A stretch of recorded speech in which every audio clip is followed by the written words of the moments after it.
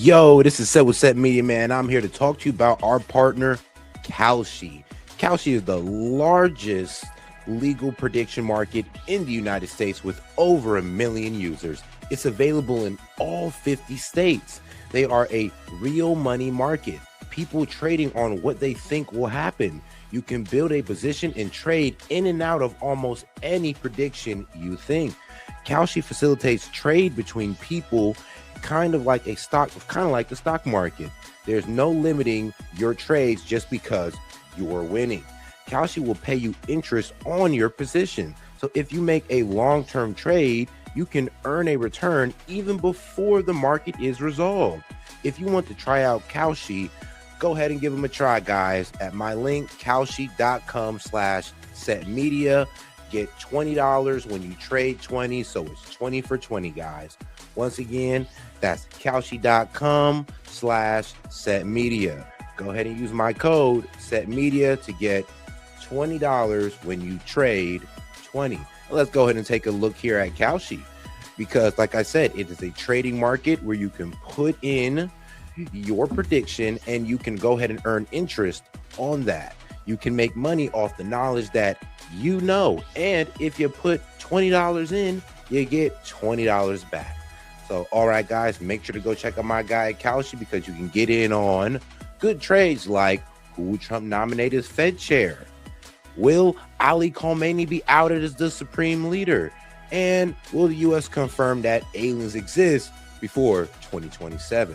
So if you want to get in on this action, once again, go ahead and go to my partners at Kalshi. Go ahead and use the link, or you can hit the QR code above and use Set Media to go ahead and get $20 when you trade 20. This is Set from Set Media, and shout out to Kalshi. Yo, and we are live. Yo, this is Set with Set Media, guys, and I'm back with another one for you. Unfortunately, I thought I was going to be able to report to you guys that the Strait of Hormuz is open, but sadly, well, guys, it's closed again. But hey, it's pretty much because the U.S. is not removing their blockades off the ports, even though the only reason that we got the Strait of Hormuz open is because we got Israel to stop bombing Lebanon. But now it's closed back again because the U.S. are not backing off Iranian ports. So we'll get into that, because that just released about an hour ago. So trust me, this is like breaking news, and the news cycle hasn't caught up yet. But make sure you double tap that screen, like the video, and we're going to get right into Trump's current engagement with the press, or most recent engagement. All right, guys, appreciate the support, and let's keep it going. Mr. President. Hello, everybody. Nice to be with you. We're landing pretty soon. We had some pretty good news 20 minutes ago, but it seems to be going very well in the Middle East with Iran. We'll know over a little bit of time. We're negotiating over the weekend. And as you know, we have the blockade. The blockade's been very successful. And of equal success has been the 5 weeks before the blockade. The combination was pretty lethal, I would say. So we're going to be knowing very shortly. But we're talking over. I expect things to go well. Many of these things have been negotiated and agreed to. Sir, what was the good news that you had 20 minutes ago? Having to do with Iran. Can you tell us anything about but you'll hear about it. What are you going to be I just think it's something. Well, it was looking like Iran was willing to give up their enriched uranium and have it blend down, but what they wanted was $20 billion in Iranian assets released. So, you know, that was actually looking a little bit feasible, but that's actually the maximum demand that Iran wants. What U.S. was actually offering up front was, I believe, like $5 to $7 billion of unfrozen Iranian assets. But they're pushing for 20 billion, and that's kind of where things are in the middle here. But it does show that Iran is willing to give up their enriched uranium, you know, for the right price. I wouldn't say the right price, but for the right, released amount of assets. I think that should happen. It's something that only makes sense to happen, and I think it will. We'll see what happens, but I think it will. Have you agreed to? You told me on the phone earlier that everything has been agreed to. You told me earlier that everything has been agreed to. Iran was saying something different. So, what has been worked out in that time? They have to say something different because they have people that they have to cater to. Also, I really don't. I'm just doing the thing that's right. I'm just saying it like it is. And we have a situation, I think, that is going to be very beneficial. And the main thing is that Iran will not have a nuclear weapon. You cannot let Iran have a nuclear weapon. And that supersedes everything else. Oh, guys, make sure to double tap that screen and like the video, guys. Let's get more people on the conversation by double tapping that screen or smashing that like button, depending on how you're watching. Appreciate the support. Personally the one that's making these negotiations? Are you personally the one that's making these negotiations move forward? Is it you? I have people representing me, but I'm the one that makes the decision. Sir, in the Strait, there have been reports that the Pentagon's preparing for military action in Cuba. Are those reports true? Is Cuba next? Possible. Well, it depends on what your definition of military action is. Would it look like Venezuela or Iran? Really, it does. It depends on what your definition of military action is, as Bill Clinton would say. You understand that? No, a lot of people don't understand that. Sir, Your on 9 the a.m. Strait, event on the Strait, tomorrow. Your 9 a.m. event tomorrow. What are you planning to announce? We have as something Iran? tomorrow, and it's a little bit of a surprise. I think it's a very positive thing. Something I feel. You know, when it comes to Cuba, though, we have been kind of tightening the pressure on them by pretty much not allowing any oil to get to them. We pretty much put a blockade around them so they can't get energy. They're going through an energy crisis. They have constant blackouts. It's a mess out there in Cuba right now. And us moving in to remove the leader seems about right since the state isn't, well, since the country is in such a weakened state. Strongly about somebody's coming to the White House is very good, very smart, very caring, a person that cares a lot about the country and beyond. And so we're going to have a news conference tomorrow, a little unusual. Saturday is it morning. about Iran? Yeah, exactly. No, well, it will be. Ultimately, everything's about Iran, I guess. It all morphs into Iran. You're going to be asking questions. But the Iran thing is just going well. Tomorrow is unrelated, but it'll be a form of a news conference. And I think it's going to be something very good for our country. Do you feel like something at the White House when this all does end, when you are able?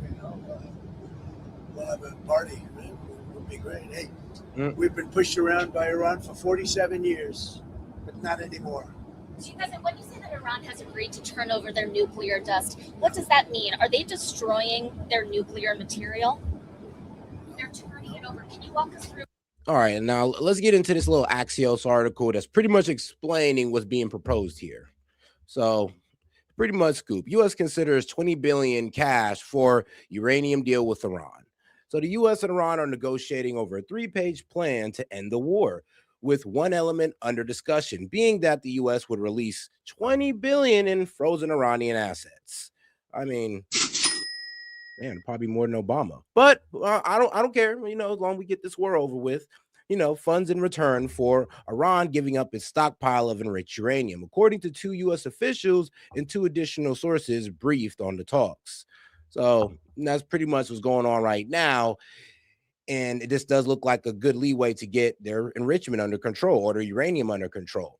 Now, sadly, the Strait of Hormuz is closed right now, though, so I'm not really sure how far these talks are actually going since they're closing the strait again due to the fact that U.S. aren't backing off the ports or Iranian ports.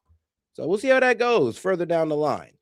But all right, let's go ahead and get back to our guy Trump. I just wanted to show you guys the article and all that good stuff. Make sure to double tap that screen and like the video, guys. Appreciate the support. Oh, let me go ahead and switch over real quick. Destroying their nuclear material? They're turning it over. Can you walk us through what that process looks like, sir? We're taking it. Very simple. We're Going taking in. it. Yeah. With Iran. We're going in with Iran. Does that mean U.S. boots on the ground to get that? I don't call it boots on the ground. We'll take it after the agreement is signed. There's a big difference before and after. BC. It's before and after. Sir, in the Strait, are there going to be And after restrictions? the agreement is signed, it's a lot different than before. We would have taken it. If we didn't have an agreement, we would take it, but I don't think we'll have to. Sir, in the Strait, are there going to be restrictions and tolls managed by Iran for ships and vessels Nope. passing through? No way. No None way. at all? Nope. No restrictions? Mm. Mr. President, You talked to Ms. Isa, Mr. President. Well, Restrictions, yeah, there'll be restrictions. the only restriction I honestly saw first when Iran said they're opening the Strait of Hormuz, they said it was going to be like a coordinated route led by Iran. So pretty much a route that we know they didn't, mine or anything like that. So that's the only type of control that I've seen Iran had over the opening of the Strait of Hormuz, which is, like I said, closed right now because let's see here. Yes, Iran closed the Strait of Hormuz again over continued U.S. blockage of its ports, state media says. On Saturday, April 18th, which is today, guys, Iran's Joint Military Command announced it had resumed strict management of the Strait of Hormuz, reversing a brief reopening and requiring Iranian authorization for all vessel passage. Again, guys. Tough. But let's make sure we double tap that screen, like the video, guys. You can't do the tolls. No, they're not going to be tolls. On FISA, Mr. President, Anna Paula Luna is pushing to have the Save America Act linked to FISA and the FISA renewal. Well, Are you in she's favor? right, and I'd love to see that. The Save America Act is so important. It's so good. It's voter ID. It's basic. It's your basics about a democracy. Voter ID, birthplace. You have to be born in the United States to vote.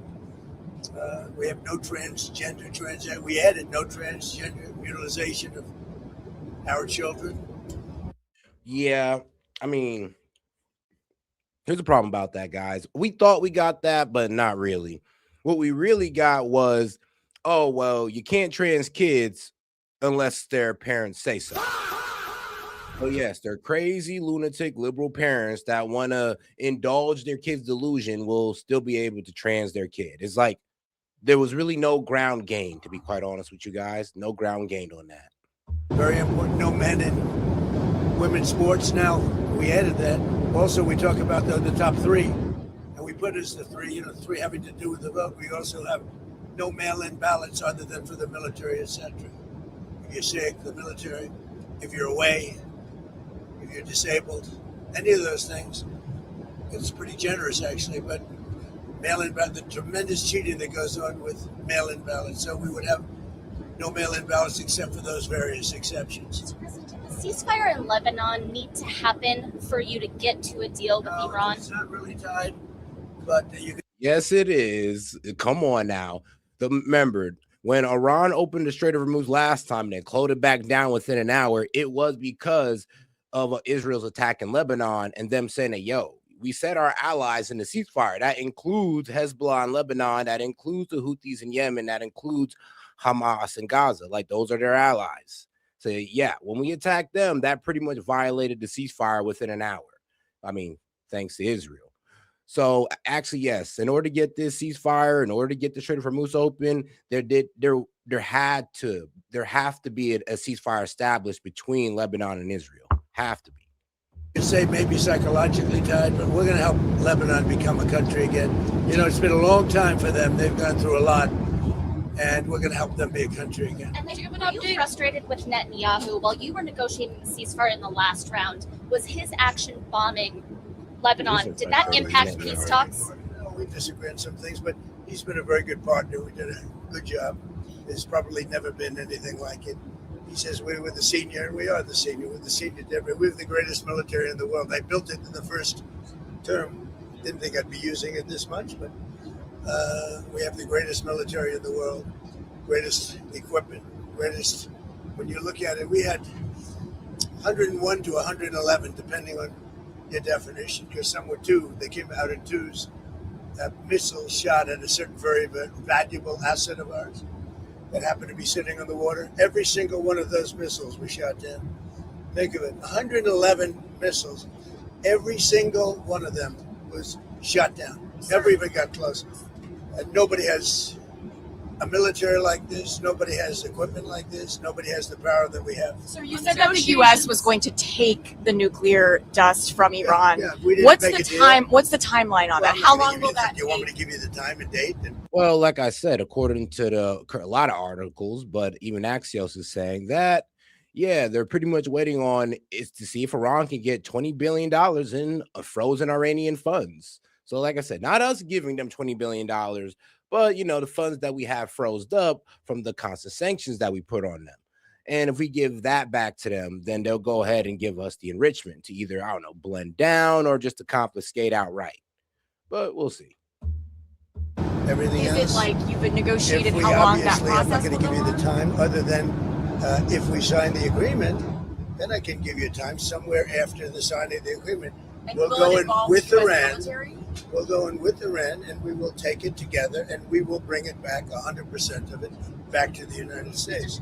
If we don't do that, we will get it in a different form, in a much more unfriendly form. And that unfriendly form, would that involve war? Excuse me. But in any event, we'll get it. Go ahead. If you don't have a deal by Wednesday when the ceasefire ends, will you extend the ceasefire or will you start attacks again? Maybe I won't extend it, Okay. but the blockade is going to remain. Do you have enough But maybe I won't extend it. So you have a blockade. And you see that blockade right there is why the Strait of Hormuz is closed again, because of that blockade. Because the U.S. is still blockading Iranian ports, and they're just like, well, yo, if you're not doing that, then the strait isn't all the way open. We're just going to close our side as well then.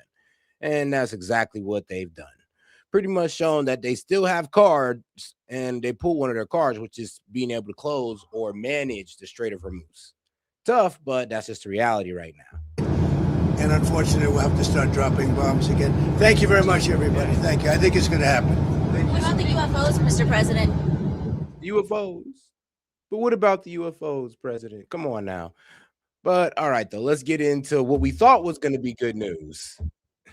This is what we thought was going to be good news, guys, because the Strait of Hormuz is actually closed right now again. The Iranian foreign minister on X says that the Strait of Hormuz is open for all commercial vessels. We're just learning this right now. Let me read where we are getting this from X. The foreign minister saying, in line with the ceasefire in Lebanon, the passage for all commercial vessels through the Strait of Hormuz is declared completely open for the remaining period of the ceasefire on coordinated routes as already announced by ports and maritime organizations of the Islamic Republic of Iran. But this is a huge announcement. And like I said, guys, it's kind of tough because this doesn't really matter, because The Hill says that Iran says Strait of Hormuz will close again amid U.S. blockage. So U.S. blockade. That was 12 hours ago. 38 minutes ago, Middle East crisis live. Iran said it has closed the Strait of Hormuz again. And this is from The Guardian. Go ahead and take you right to the article here. Main screaming for you guys who's watching on the vertical. But this is what we're dealing with here. Like just 2 hours ago, we're pretty much dealing with the same problem, all because, well, I guess we just want to play that tough guy position and we just don't want to give up on it. We're just pretty much saying, look, F what y'all talking about. But like I said, The Hill, CNBC, pretty much, video shows, ship turning away from the Strait of Hormuz. Yep. It's all back on. 10 minutes ago, Al Jazeera, CNN, live updates. Iran says Strait of Hormuz restrictions reimposed. Let's make sure we get into this article real quick. Oh, God, make sure to double tap that screen and like the video, man, because who else on these vertical lives is going through the articles with you as they're coming out? Like, come on now. Like the video. We'll show your boy some appreciation. Well, let's see here. Here's the latest. Strait of Hormuz. Iran's military said restrictions on the Strait of Hormuz are being reimposed. Alleged repeated breach of trust by the U.S. The Speaker of Iran's parliament had said that the Strait would close again if the U.S. did not lift its naval blockade, which we did not. So, yes, this is why we're right back where we're at. And like I said, this is all updated news. This is coming out within 10 minutes. I told you at the beginning of the show. So, all right, that's pretty much the fact of the matter now. And that's why this little segment on CNN of it being open no longer matters. I know, right? But all right, let's go ahead and get over to this right real quick. Let's go over and get into this Kash Patel, because this was actually kind of wild. And now Kash Patel is about to sue these guys at The Atlantic over this story. So let's get into it. In the meantime, I'm going to make sure we can find more updates on this updating, event or this update on the Strait of Hormuz. And let's see what's going on with that. Because like I said, as of now, it is closed again. Okay, so I don't know. I feel like things always happen on a Friday. Big stories break on a Friday. And as I just mentioned with Chris, but in case you haven't seen it, there is some breaking news. This absolutely bonkers story that just posted tonight concerning, well, the clown car of people who make up Trump's cabinet. And I mean, this time it's really focused on FBI Director Kash Patel. And it's an explosive news story in The Atlantic that just posted. It cites dozens of FBI sources, which is a big deal. It's a lot of sources in this story detailing new allegations about Patel, including some sources who say Patel is frequently drunk on the job, regularly absent from work, and paranoid about getting fired. And there's quite an anecdote about that we're going to talk about. And I'm just going to read you a few of the key passages because I think that will tell you everything you need to know about this story. Here's one. Several officials told The Atlantic that Patel's drinking has been a recurring source of concern across the government. Early in his tenure, meetings and briefings had to be rescheduled for later in the day as a result of his alcohol-fueled nights. 6 current and former officials and others familiar with Patel's schedule told The Atlantic. As a sidebar, not normal. I've worked in 2 administrations. Again, back to the quote. On multiple occasions in the past year, members of his security detail had difficulty waking Patel because he was seemingly intoxicated. This was Chris was just referencing. And that's according to information supplied to Justice Department and White House officials. A request for breaching equipment, normally used by SWAT and hostage rescue teams to quickly gain entry into buildings, was made last year because Patel had been unreachable behind locked doors, according to multiple people familiar with the request. Multiple officials also tell The Atlantic that Patel is deeply concerned that his job is in jeopardy. Well, that's understandable. Yeah. In one incident earlier this month, Patel struggled to lodge. Like, apparently in the Atlantic article, bro was in complete panic. Like, he couldn't get it. I guess he forgot his code or his credential code or whatever they give him to let him in the office. And he thought he was locked out. He thought he was fired. He started panicking and calling people like, yo, am I fired? The administration finally fired me. Like, damn. And, you know, this story comes out, when stories like this come out, it's like, okay, so you kind of know you've been effing up all over the place. You kind of know the administration is kind of sick of you. You kind of know that there's public scrutiny against you on both sides, like both on the Republican and Democrat. So it makes sense on that aspect of it. But you know, current update, Kash Patel is about to try to sue the Atlantic for this story. Into an internal computer system, he quickly became convinced that he had been locked out, and he panicked, frantically calling aides and allies to announce that he had been fired by the White House, according to 9 people familiar with his outreach. 9 people. Now, the access problem turned out to, quote, have been a technical error, and it was quickly resolved, and that's according to 2 people familiar with the matter. Now, I should note MS Now has not independently verified any of this reporting. We've reached out to the FBI for comment, and if we get a response over the next hour, I will surely let you know as soon as we get a response. But I should note the FBI responded to The Atlantic with a graceful and eloquent statement attributed to Patel, and here's what he said. Print it, all false. I'll see you in court. Bring your checkbook. Graceful, eloquent. Okay. Joining me now is the reporter who broke that story, staff writer for The Atlantic, Sarah Fitzpatrick. First of all, Sarah, I'm so grateful you could be here because we saw this story and we reached out and we were like, can you come talk to us about it? And here you are. I want to talk to you about all the details of this bombshell report. I just skimmed the story, the service there, I should say. But first, I just want to give you an opportunity to respond to. You know, I kind of want to give you the across-the-board perspective on this. So let's see here. Let's get over to what they're honestly saying about Kash. Because what was it? We got Newsweek, Kash Patel issues defiant response to the new erratic behavior allegations, the Daily Beast. What was it? Keystone Kash Patel attorney outs even more devastating claims in the Independent. We got Kash Patel paranoid about firing and alarm staffs with alcohol use reports claim. And this is coming from inside the FBI, guys. So it's just like, no, it's not Axios saying, I'm sorry, but it's not MSN Snow or M Snow or MS Now saying this. It's not them, guys. This is FBI employees pretty much sending in their complaints to the media. Could this be done on duplicitous reasons? Of course it could. But let's be real. Like, Kash hasn't really been performing how we like him to be honest with you. But I mean, it is what it is. We'll see how this turns out, though. But like I said, hey, it ain't coming from MS Now. It's actually coming from complaints from inside the FBI. So it is what it is on that note. But all right, though, let's get to it because shout out to Fox News. They were actually the first to report on this. So shout out to them. Okay, now to Operation Well, first in mainstream media to report on it. Yeah. All right. Okay, now to Operation Epic Fury. President Trump suggesting attacks on Iran will resume if a deal with Tehran isn't reached by Wednesday. Rebecca Castor joins us now from Washington, and she has the latest. Rebecca, good morning. Rachel, good morning. Late last night, President Trump said Oh, guys, make sure to double tap that screen and like the video, guys. Let's get more people on the conversation by double tapping that screen. Appreciate support. Any question, comment, jokes, or disagreements, you can just go ahead and super chat it in. I'll be happy to read it out loud and engage with it. But all right, let's keep it going. he received, quote, pretty good news regarding Iran. He says negotiations are going very well and that he's going to know soon whether the Iranians will make a deal by his deadline. If not, U.S. forces are ready to respond. If you don't have a deal by Wednesday when the ceasefire ends, will you extend the ceasefire or will I you don't start know. Maybe not. attacks again? Maybe I won't extend it. Okay. But the blockade is going to remain. But maybe I won't extend it. So you have a blockade, and unfortunately, we'll have to start dropping bombs again. The U.S. Navy's blockade on Iranian ports seems to be pressuring the regime to agree to President Trump's red lines.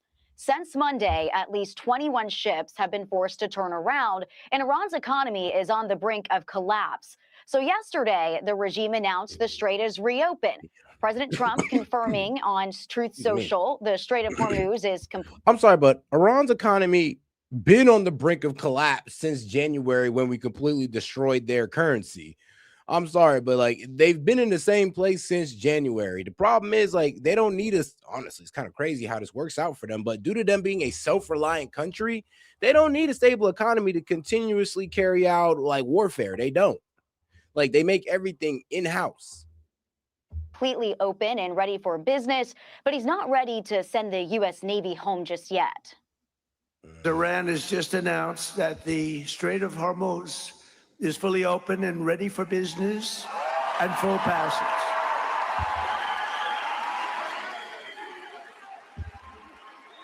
But the naval blockade will remain in full force and effect as it pertains to Iran until such time as our transaction with Iran is 100% complete and fully signed. Because of this, Iran's military is now trying to reassert control of the strait until America allows full freedom of navigation for vessels traveling to and from Iran. So that's going to be something to watch today, especially since President Trump also told several reporters yesterday that Iran had agreed to everything, including suspending its nuclear program, turning over its enriched uranium, and ending its funding for Hamas and Hezbollah. Okay, Charlie, hold Rachel, on Brett, now. back to you. Hold on now, lady. They did not say that. Where did you get that at? Hold on now. That's a lie, actually. They did not agree to stop funding their proxies. As much as I wish they would agree to that, they did not agree to stop funding their proxies. What they agreed to was giving up their enriched uranium for basically their frozen assets.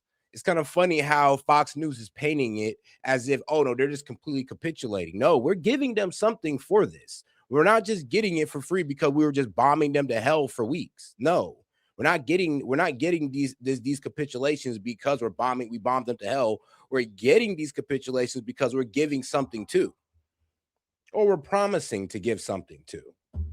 All right, Rebecca Castor, thank you very much. Thank you, Rebecca.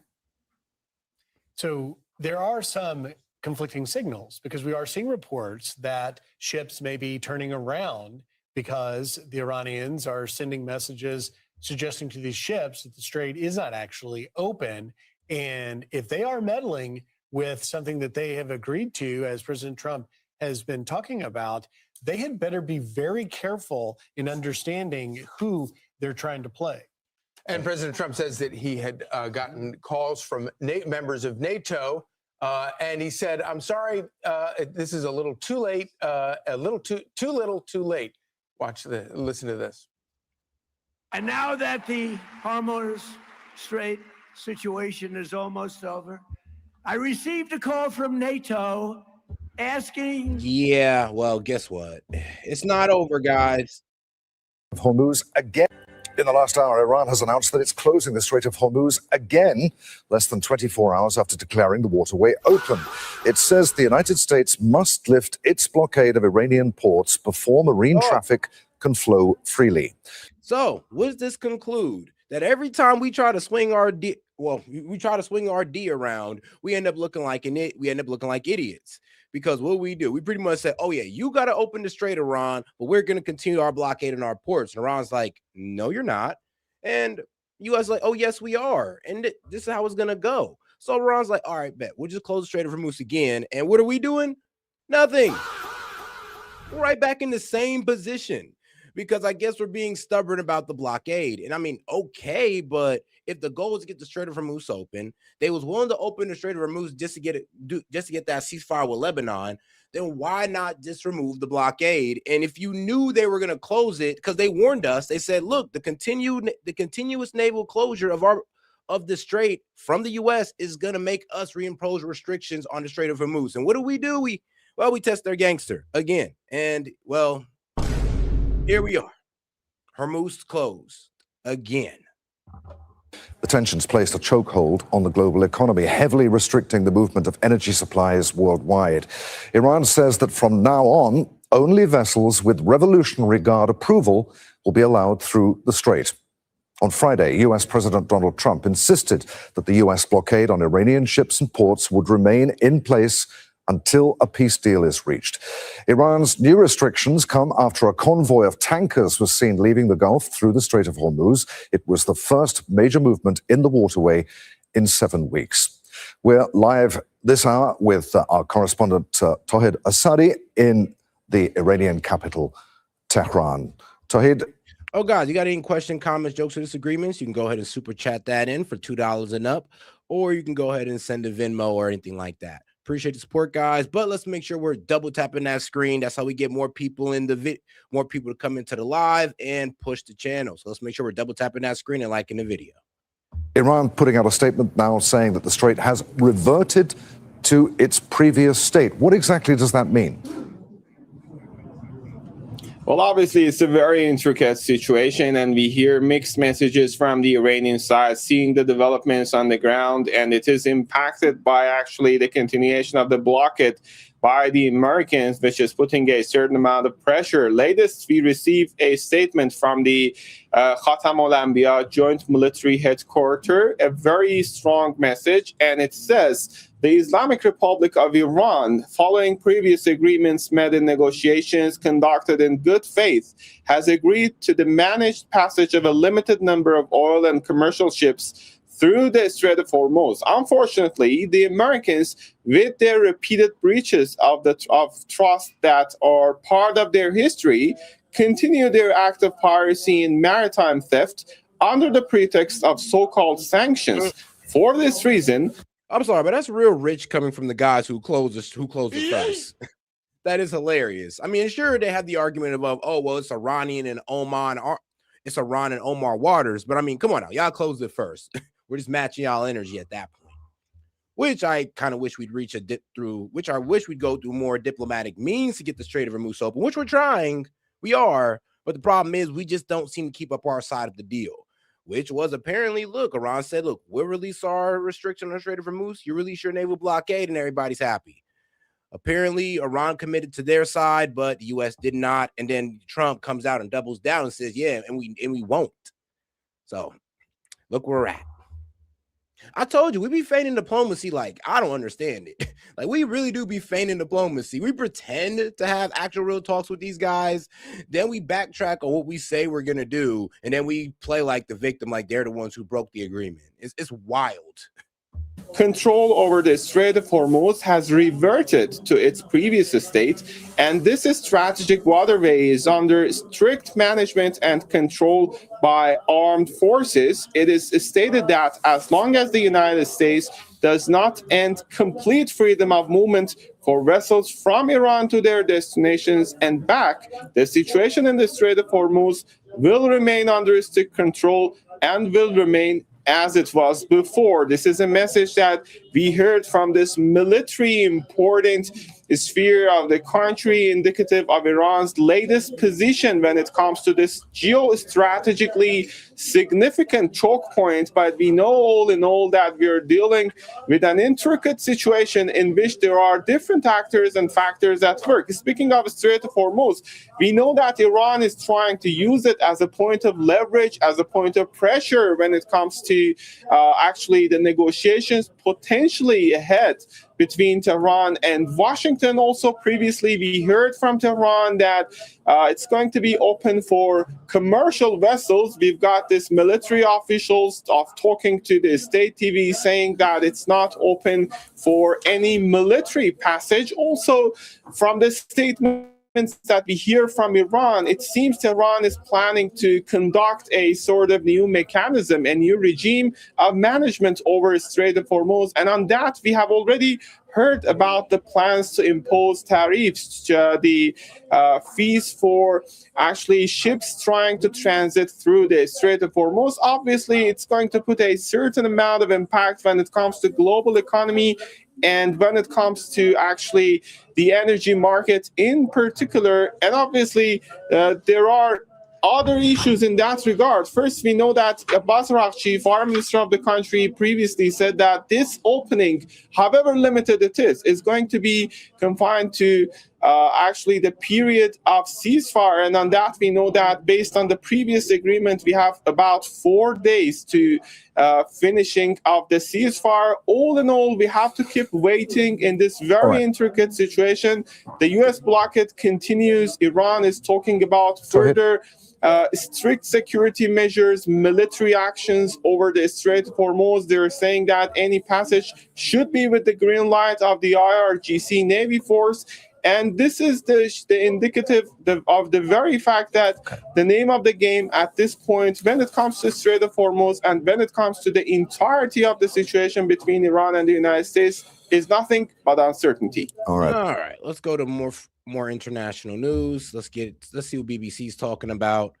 Because, like I said, very few is reporting on this since, it literally just came out within the hour.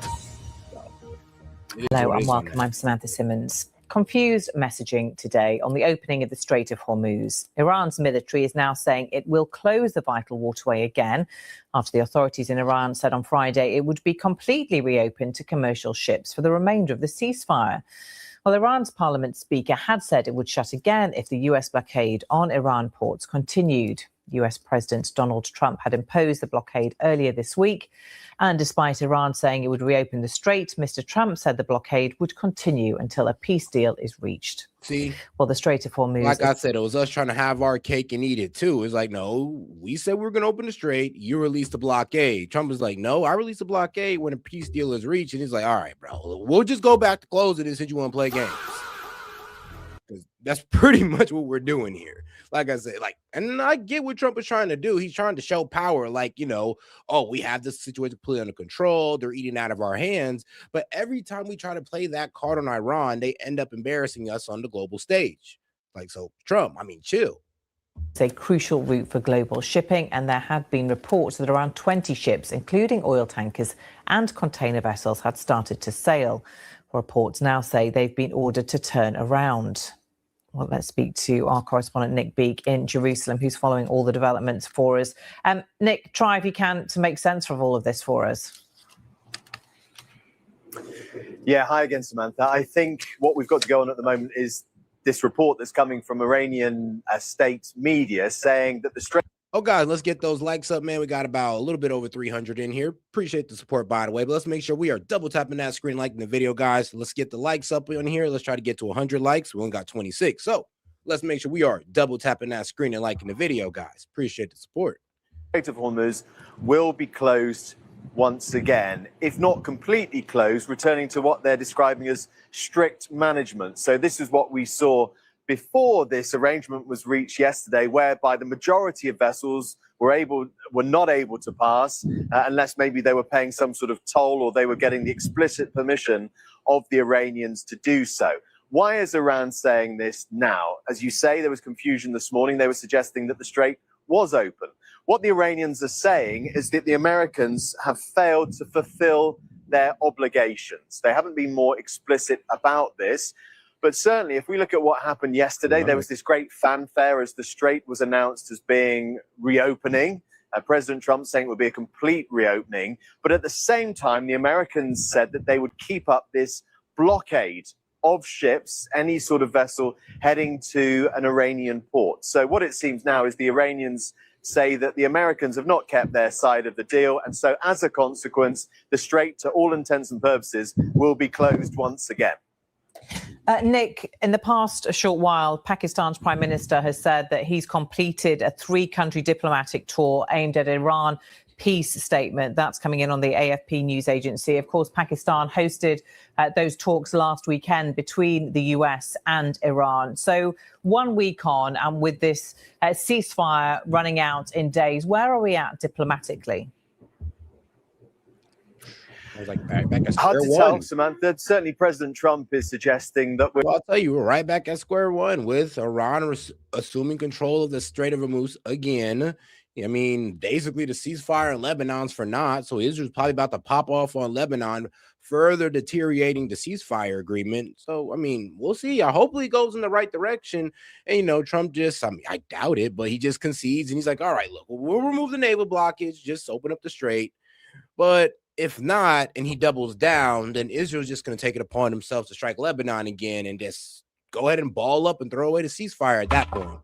Oops.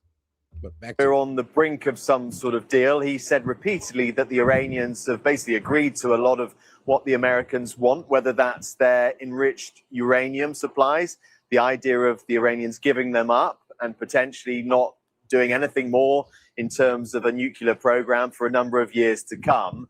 The Iranians have denied this publicly. So, I mean, it's really hard to see if any sort of behind-the-scenes agreement has been reached or if there's been progress towards one which would justify both teams coming back to Pakistan, for example, and having a second round of talks. We know there was a marathon negotiation last weekend. It didn't amount to anything. So certainly it's not good news if the Strait of Hormuz is being shut, because this is something which has been so crucial to this whole conflict and has sent out reverberations around the world with so much oil normally passing through. So it could be the case that there is a lot of bravado, there's a lot of social media noise, and we hear that talks will take place. But at the moment, I think no one has any real confidence that things are going in the right direction. One thing I should say is that this ceasefire in Lebanon between the Israelis and Hezbollah, the Iranian-backed group in Lebanon, is holding for now. And I think that is certainly sort of easing some of the pressure here.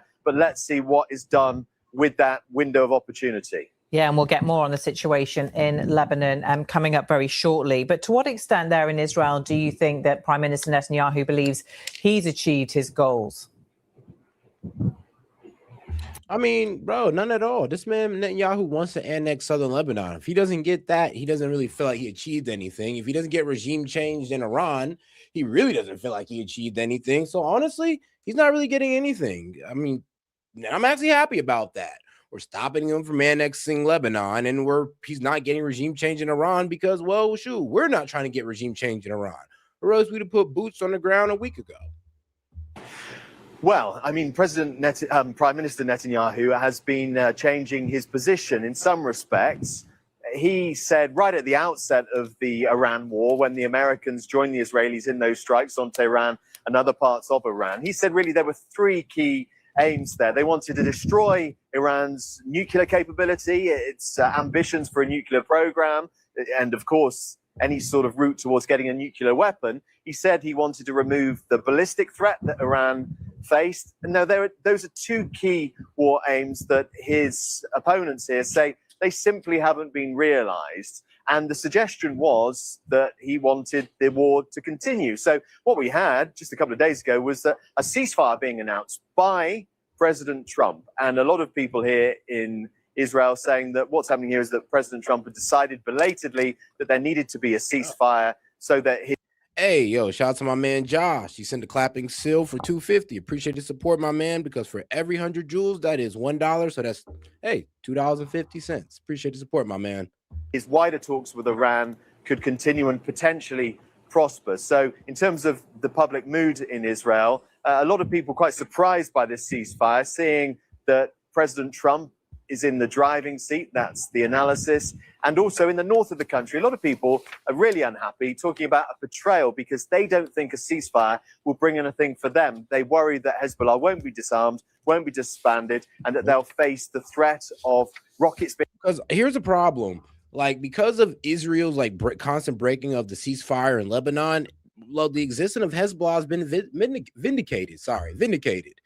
And the reason so is because, well, Israel created Hezbollah through their constant invasion of Lebanon. Well, of their aggressive invasion of Lebanon. Let's just keep it real. And because they did that, this is where Hezbollah came out of that constant invasion of, well, actually, and the annexing of southern Lebanon at that time. And Hezbollah formed to push Israel out. So this, I'm sorry, but now Hezbollah's existence has been vindicated because Israel keeps trying to do the same thing that Hezbollah has been fighting against since its inception. Being fired by Hezbollah by many days, months, potentially years to come. Okay, Nick Big in Jerusalem for now. Thank you. Well, the Strait of Hormuz isn't, of course, the only issue stopping the US and Iran from reaching a deal. The two countries also appear to disagree over the future of Iran's enriched uranium, which Mr. Trump has said will be dug up and taken to the US. While the current ceasefire between the US and Iran still appears to be holding, it is due to run out next week, with both sides still far apart on agreeing the conditions for a lasting peace. Lise Doucette, our chief international correspondent, is in Tehran and reporting on condition that none of her material is used on the BBC's Persian service. These restrictions apply to all international media organisations operating inside the country. She told us there are signs the two sides are moving towards a memorandum of understanding, which would open the way for more detailed negotiations. Iran's announcement yesterday that the Strait of Hormuz was now completely open was greeted with cautious optimism. But then it became clear that vessels still had to take routes designated and controlled by Tehran, and that it wouldn't remain open unless the US lifted its own blockade.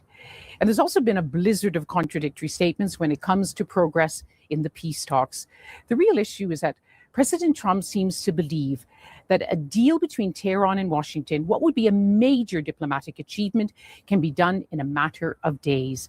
But what he describes as insignificant differences amount to what would be major concessions by Iran. And Iran's new leaders, more hardline, aren't indicating they're ready to make them. The one glimmer of hope is that there does seem to be progress behind the scenes on a memorandum of understanding.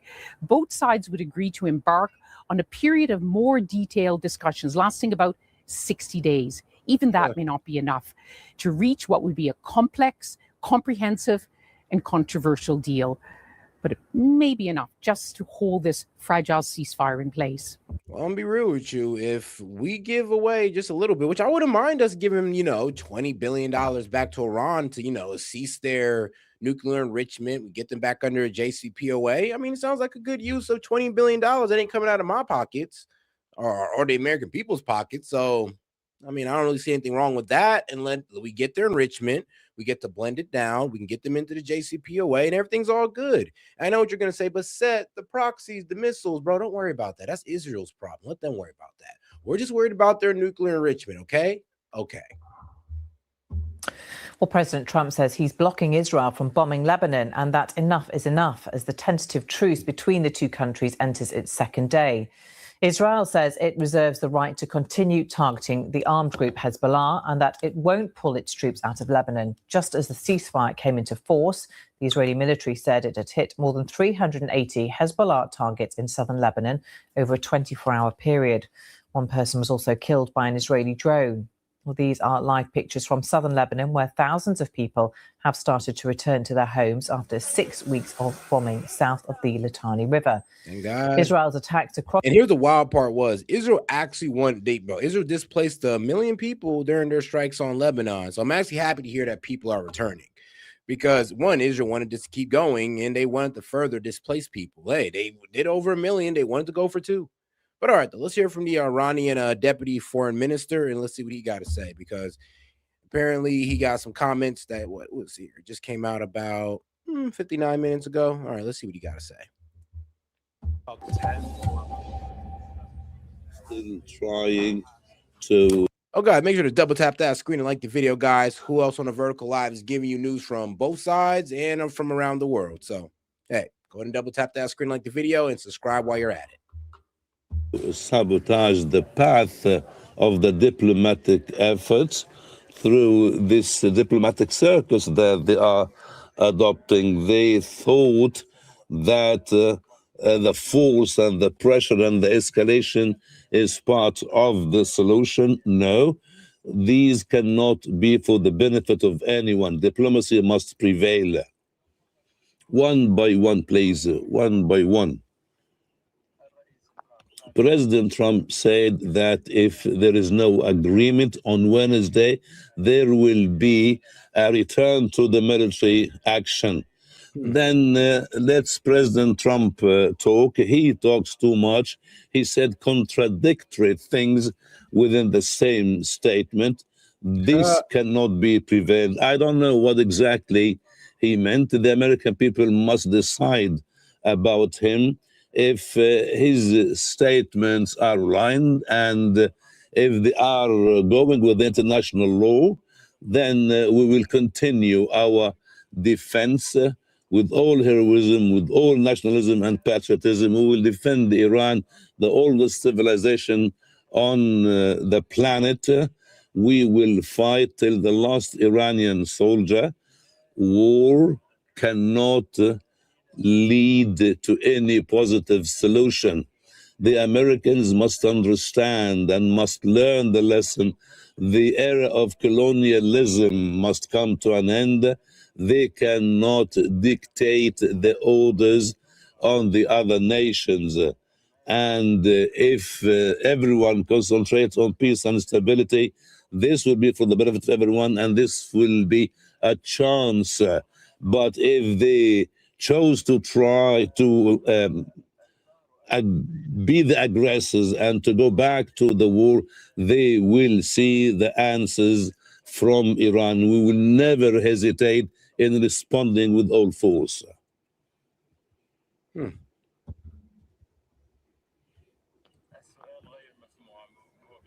The question is not clear regarding the opening of the Strait of Hormuz. Let me say that it is within our territorial waters, and whatsoever the Americans say, whatsoever the place they are trying to go through, I will say that the blockade will never be valid. And let me tell you, there will never be any blockade in the future. No one can dictate their desires on us, the Iranians. And I mean, shoot, I mean, hey, what he's saying kind of holds strong. I'll tell you that right now. Like I said, we try to impose a naval blockade while they opened the strait, and they just said, no, we're not doing that. We're going to close the strait again. And like, it's almost like we're right back at square one. By Wednesday, Trump is saying, look, if nothing budges, we're resuming firing. So let's see where things go. I mean, is Trump going to budge and say, all right, man, just remove the ceasefire? Or the Iranians going to budge and be like, all right, we'll just let y'all keep the blockade while keeping the Strait of Hormuz open. It doesn't look like they're doing that, or they wouldn't have closed the strait in the first place within the last hour. But all right, though, let's head back into American media and let's see what they're talking about. Let's see here. I'm not necessarily sure that I take the Iranian regime's word over President Trump's word. And I do think on Truth Social today, he was calling it the Straits of Iran. You never give Trump the benefit of the doubt, but the experts, we always give them the benefit of the doubt. And the way that we know they don't have a strategy is because the strategy changes every day. Are we in a better position than we were after the Obama-Iran nuclear deal that Trump tore up in 2018? Tonight, he said, they said, and it didn't match in the middle of a war. Early in the day, Iran said it would open the Strait of Hormuz, a positive, welcome development. President Trump began essentially declaring victory, saying Iran has agreed to all of America's demands. Iran, though, then said that's a lie. Yep. Trump says Iran will forever stop enriching uranium. He says the U.S. will be getting their nuclear spots. Yeah, see, it's like Trump just goes out there and just like, I don't know why. He just oversells it to the American people.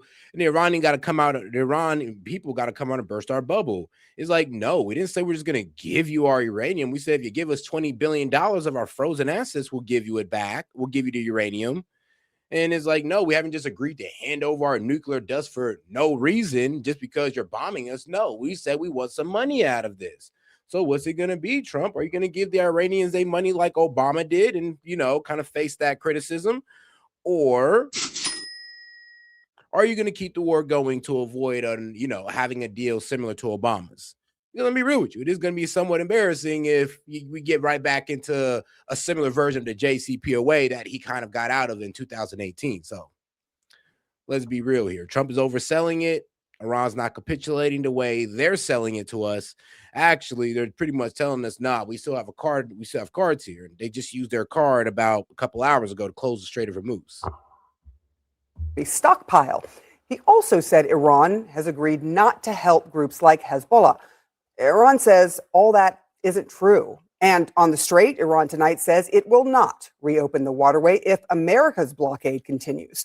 Trump says he will not end the blockade until they get a deal. So after a day of optimism, things are once again on shaky ground as negotiators race to strike an agreement before the current ceasefire expires next week. I'm going to start with you, Josh, because you're deeply steeped in international relations.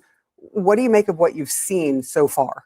Right. I think we're witnessing a couple of different things. There's the jumble of what Trump is saying and the negotiations. He's putting out the U.S. position. No one really thinks we're there, but he's expressing confidence that this is where they're going to get to. The Iranians don't think so. It's not likely to happen. That's part of it. Another part of it is that somebody shorted the oil market today by hundreds of millions of dollars exactly 20 minutes before Trump made his announcement that everything was going to be great. And if you see that once, it could be a coincidence. But that's happened at least 3 times, if not more, since the war began. That's a pattern. And what that suggests is that there's rampant corruption and insider self-dealing going on with the president's up and down predictions of what's going to happen tomorrow in the negotiations and in the markets. And I'm sure that that's being investigated. We can't prove it, but it seems like the corruption that we're seeing in our government, maybe not the president, but people who are in the know and the markets, is having a priority over the actual negotiations to end the war. And that's a crazy thing that our system has never seen before, and that we have a lot of time processing and a lot of problem solving. Joe, how do you respond to that idea that something seems fishy when it comes to what keeps happening with the market? Look, I consider Josh a friend, but in all due respect, that is a baseless accusation based on the way you ended that statement. We have no proof of this. We can't say it actually happened, but because it did happen, it's pretty suspicious. It must be rampant corruption. No, I'm being careful. I'm just saying that's a pretty big stretch from you don't think you think it's a coincidence. That's your view. I have no idea, but I'm not going to go on a news network and say I am 100% confident in something. But look, I didn't say I was 100% confident. I'm saying we should check it out. Are we better today on this Friday than we were last Friday? I think the answer is collectively yes, right? The blockade, right, has been the leverage. There's obviously talk about who controls the straits, whether it's open, whether it's not. That's all fine. The president has implemented the blockade a couple of days ago. That brought Iran back to the negotiating table, and we are in a better position today than we were a few days ago. And frankly, I know where this conversation is going to go. It's going to go into the he said, she said about what Trump said versus what the Iranians said, even though there's a lot of discord within the Iranian regime as to what's actually happening. I'm sick of giving the benefit of the doubt to the experts, because I've been sitting at this table long enough listening to quote unquote experts who said the oil is going to be $2.50 a barrel because of this war. Gas prices will be $8 at the pump. We're going to have immediate ground war. Yeah, because if the war kept progressing, things were getting more and more expensive. Energy or gas was getting more and more expensive as this war progressed on, and it didn't seem like there was no end in sight. That's what we were talking about, and we were right about that. I mean, we told y'all that within the first week of this war, y'all wanted to call us panicans. And then when y'all see gas prices rise, inflation goes up by 0.9%. Now y'all still want to sit there and play stupid? Like, really? Okay. There'll be immediate Russian intervention. There's going to be, everything. Yeah, but the question really is, all of this has been wrong. So why are we always are you in a better position than why are we getting Trump? We never give Trump the benefit of the doubt, but the experts, we always give them the benefit of the doubt. Are we in a better position than we were after the Obama-Iran nuclear deal that Trump tore up in 2018?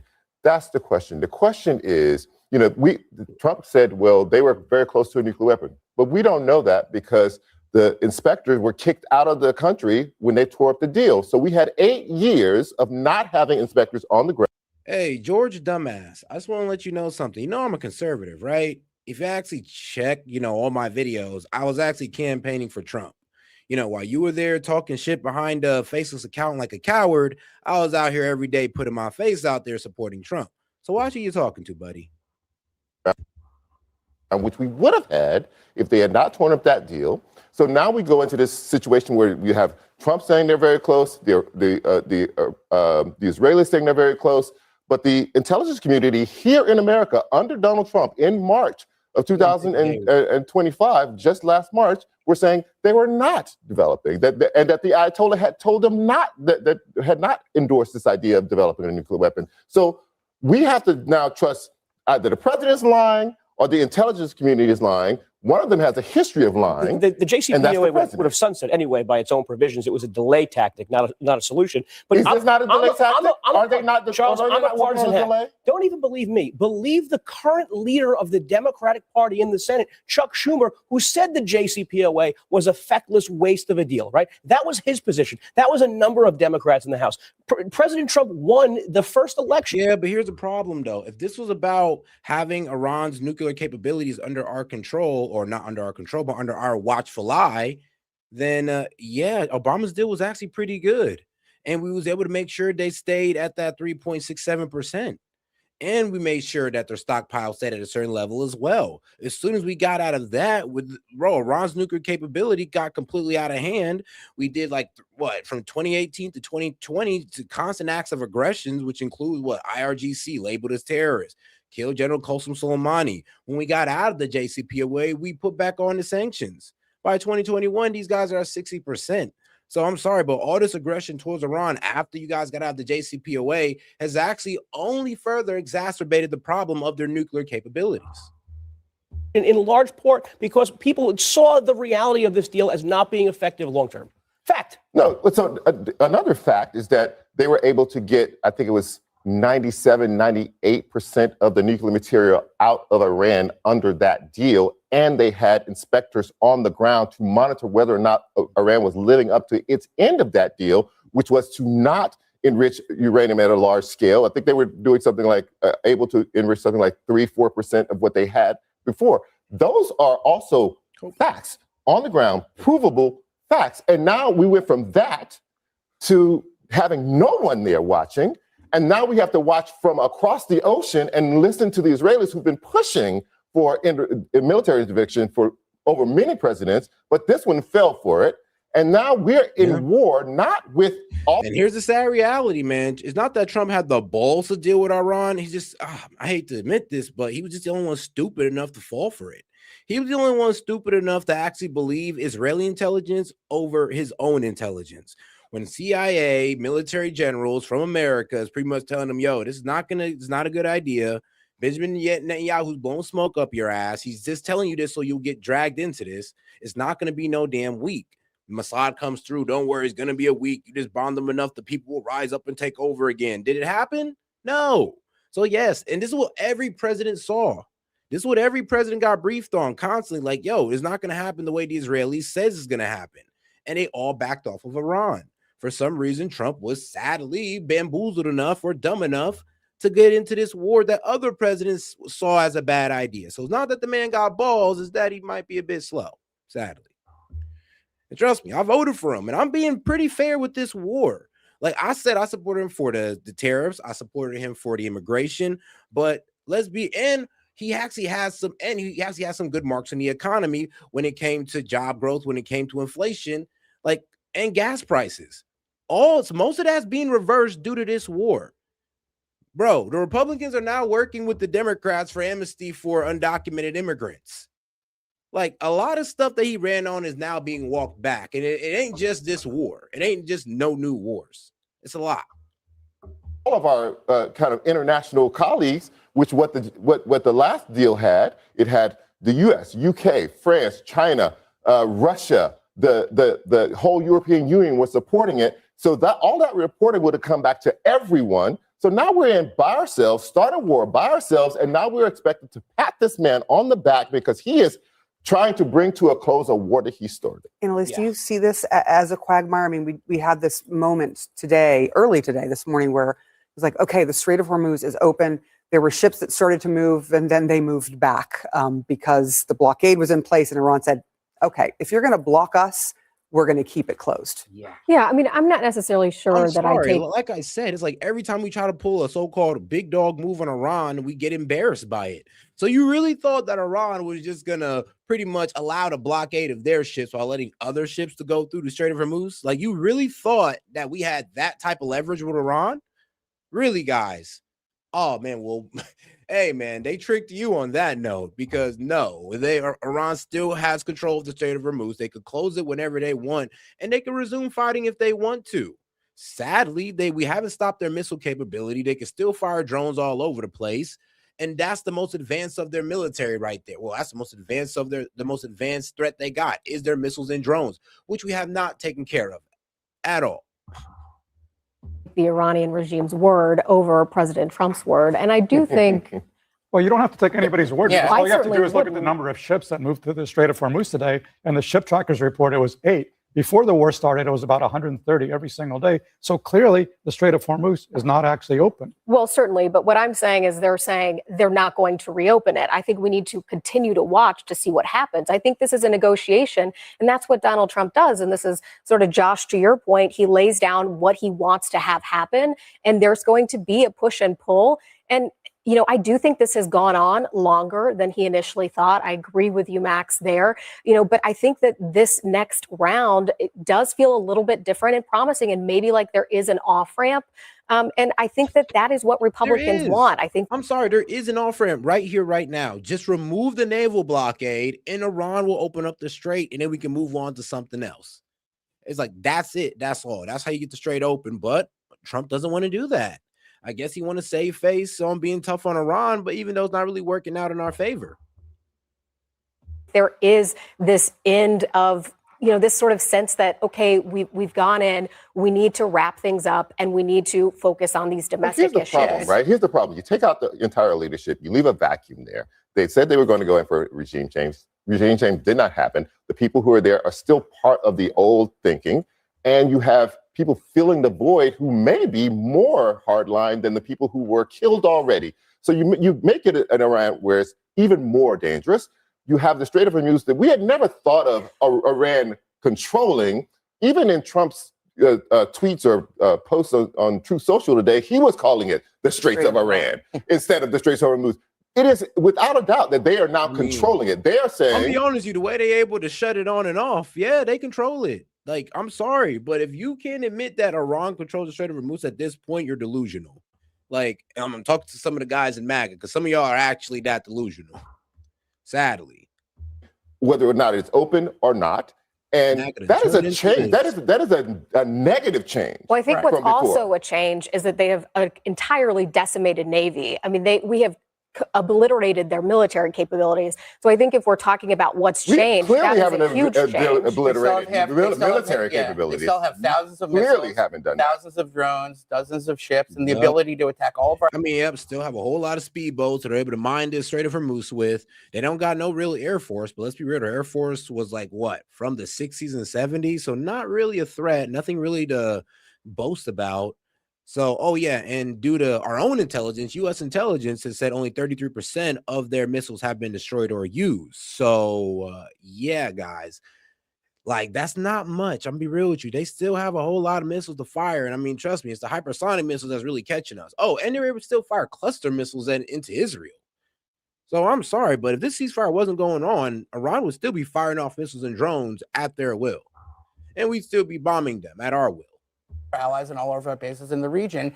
And not only that, the world economy is getting worse and worse. And I'm not sure what experts Joe is referring to when that were wrong, but I wish the Trump administration had included a few more experts on this negotiating team, because it's pretty clear that they misunderstood the negotiation. I'm rooting for them. I think not just Republicans, everybody wants this war to end. I want Donald Trump to succeed in ending this war. But I can't ignore the incompetence in which he's prosecuting that negotiation, because it's obvious. And the way that we know they don't have a strategy is because the strategy changes every day. So if the strategy changes every day, that means there's no strategy. And now they're bumbling through it, as Max said. And yeah, I hope they accidentally solve the problem and get us out of this mess, because Not only is the world economy getting... Oh, guys, make sure to double tap that screen, like the video, guys. If you've got any question, comments, jokes, or disagreements, I'll be happy to read it out loud. Super chat it in, just $2 and up. Appreciate the support, guys. Worse. Not only is the prices for Americans going... Oh, I mean, come on now. You guys, the naysayers in the chat, can you actually have an argument? Like, come on now. You're smarter than that. You actually have an argument for me. Go ahead and write it out. Come on now. Show your work. But Americans are in harm's way and they're dying and getting injured. And we should not... 7,100 today. We saw a V-shaped recovery in the economy. The S&P hit 7,100, like I said today. I don't think that's indicative. I don't think the markets were indicative of your outlook on. No, I always think it's a problem to gauge the economy based on the markets. Yeah, it's a huge problem because it is not dealing with the average person who's out there having to fill up a tank. No, that's true though. I mean, the most foolish thing you can honestly do is assume that the market just reflects how everybody in this country is doing. Like, no, that just shows that these companies are turning over a profit still, and that's great. We want these companies to turn over a profit still so they can continuously give out opportunity. But that doesn't mean that your everyday American is doing okay. That doesn't mean that inflation isn't kicking our ass anymore. Doesn't mean that high gas prices are no longer a problem. Apparently, though, we're supposed to be happy about, oh, well, don't worry, Iran will never have a nuclear weapon, but you sure is going to have some high-ass gas prices, though. So, prepare for that, buddy. Yeah, I know. Why are you trying to sell it? But all right, though, let's get right into it here. There's uncertainty over whether the Strait of Hormuz is open for maritime traffic, despite both Iran and the US saying it is. The closure has choked global energy supplies for weeks. In the past hour, the Speaker of Iran's parliament, Mohammad Ghalibaf, says the US blockade on Iran renders the strait closed. He says ships can only pass through designated routes and with Iran's authorization. President Donald Trump insists the blockade will only be lifted the moment a peace deal is reached with Tehran. Trump had earlier declared the Strait of Hormuz is, quote, completely open and ready. Oh, man, somebody said, when did I flip? My man, I never flipped. I mean, I ain't leave MAGA. MAGA left me. Let's go over the proof here. MAGA erupts as Republicans push to offer path to undocumented migrants. I mean, did we not vote for, sending these guys home? Oh, because Trump now doesn't want it. It's cool now. So I'm just saying, I mean, I voted for no new wars, especially in the Middle East, that Donald Trump has said vociferously himself. So it kind of just sounds like I just stood on what I voted for, stood on my values, and you guys just, stood to dick ride Trump, to be quite honest with you. I'm not talking about you, personally, but most of MAGA right now is kind of just, they don't really have no values. They just stand for what Trump does. They didn't really care about, him talking about no new wars or bettering the economy and all this good stuff because, hey, they're over here trying to defend Trump, even though he's walking all that back. So, like I said, I ain't flip sides. I'm still a conservative. I'm still America first. The problem is that MAGA don't see it. MAGA's watching Trump completely go into, I'm gonna be real with you, completely walk us into a war with Iran that we've been in for 6-7 weeks now. We were told 4 days. And you're telling me I'm not supposed to say something about that? Crazy. That's crazy. Inside trading going on.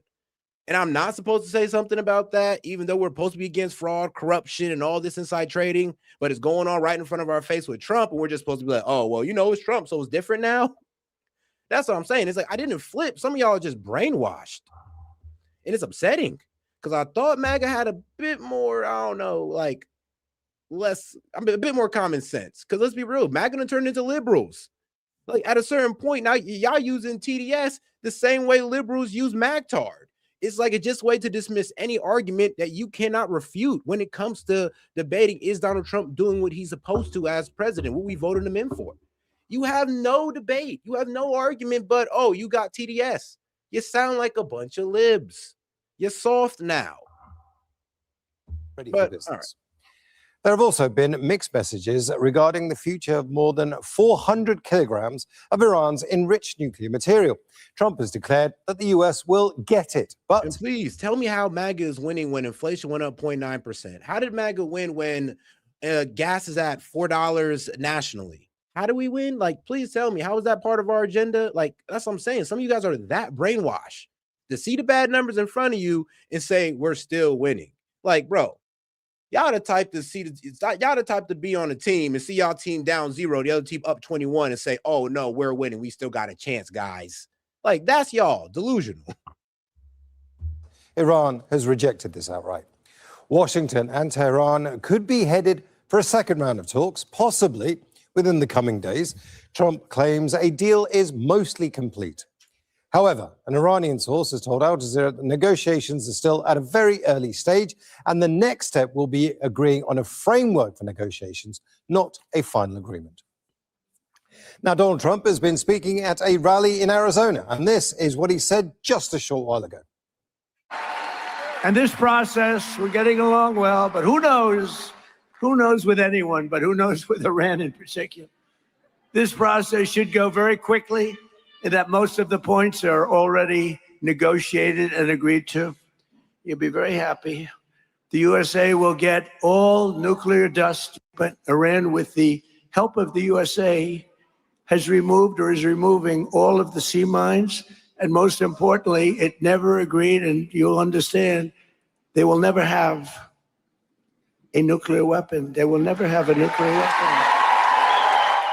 Now, Mohammed Bagher Ghalibaf, the Speaker of the Iranian Parliament, a key player in the negotiations with the US, has posted on X saying, the President of the United States made 7 claims in 1 hour, all 7 of which were false. They didn't win the war with these lies, and they certainly will not get anywhere in negotiations either.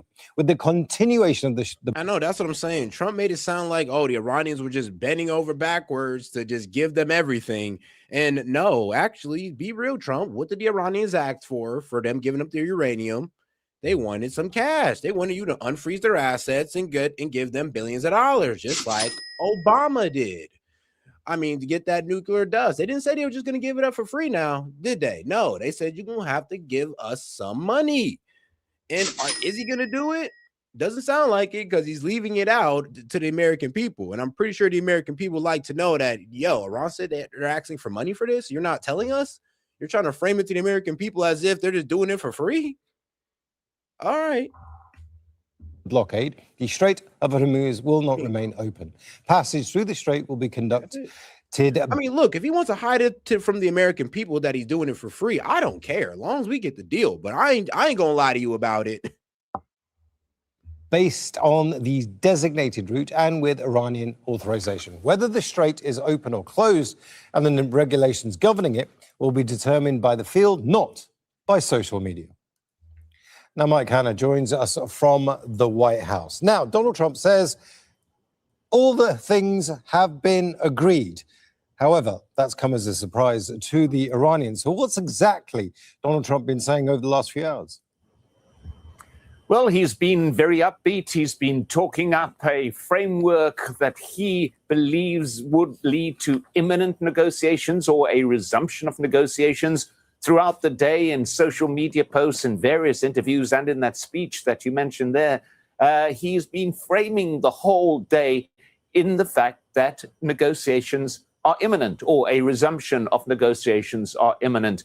There are still significant differences, but President Trump says, no, these significant differences are not significant. They are easily overcome, that many points of agreement have already been made. But to take one example, for example, President Trump continues to insist that the situation in Lebanon is completely separate from Iran-US negotiations. Iran says that an end to the Israeli advance and war in Lebanon is a precondition for any lasting agreement and, in fact, for any negotiations to take place. And we gave them that. Yeah, we gave them a ceasefire with Lebanon, and that we had to pretty much convince Israel to sit their ass down. So that's good. The problem is now that we had to remove our naval blockade, so we have a full opening of the Strait of Hormuz, and not just, oh, everybody else could go through but Iran. I mean, if you actually thought Iran was going to agree to that, then come on now.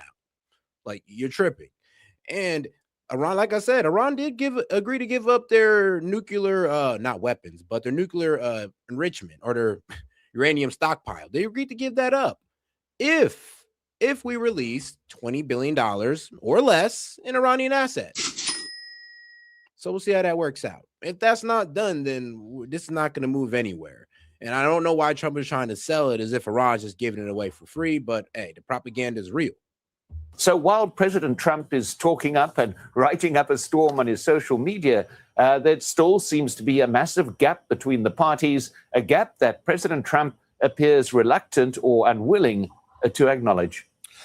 That's Mike Hanna live for us there from the White House. Abbas Aslani is a senior research fellow at the Center for Middle East Strategic Studies. He's joining us from Tehran. I want to get into the detail of one of the points that seems to be the major contention. It's whether the Strait of Hormuz is actually open. Donald Trump is insisting it's open, but Tehran is very clear. It says it's not us that's blocking it now. It's the Americans. So what is Tehran's position right now? Well, Tehran is saying that the Strait of Hormuz is open based on, certain conditions, meaning that it's open to commercial vessels and not to the hostile, let's say, nations. And the vessels need to transit through the designated route by Iran and through coordination with Iranian authorities. But one thing which could be a point of contention is that Tehran insists that the naval blockade adopted by the U.S. against the country is a violation of the ceasefire agreement previously brokered by Pakistan. And this can provoke a reaction from the Iranian side. But the U.S. is saying that this blockade can be lifted if there is a deal done. But this is something which is not a problem today, but might be, the point of contention in the days to come. And in addition to that, we are seeing that there's a divergence in the narratives about what is taking place in the process.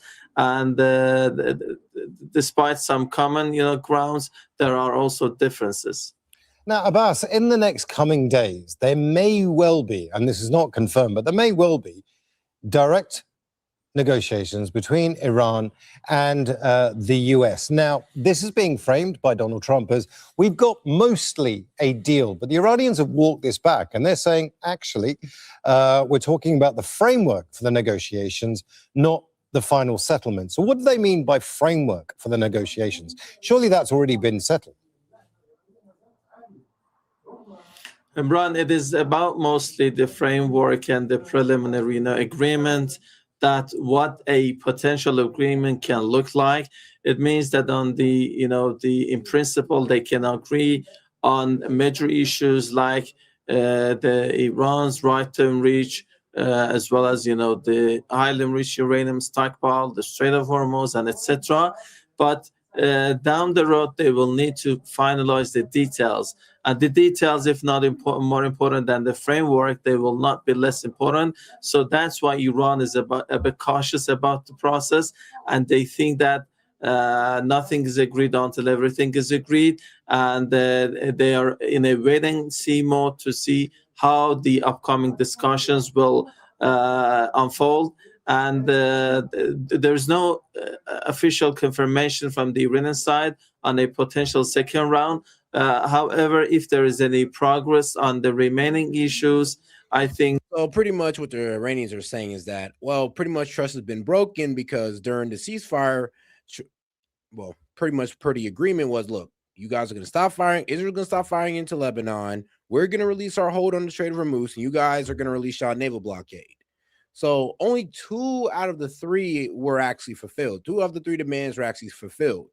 The third demand, which was remove the naval blockade, wasn't fulfilled. So this is why we have a closure, or basically a Iran resuming control over the Strait of Hormuz, is because of the fact that Trump does not want to move that naval blockade.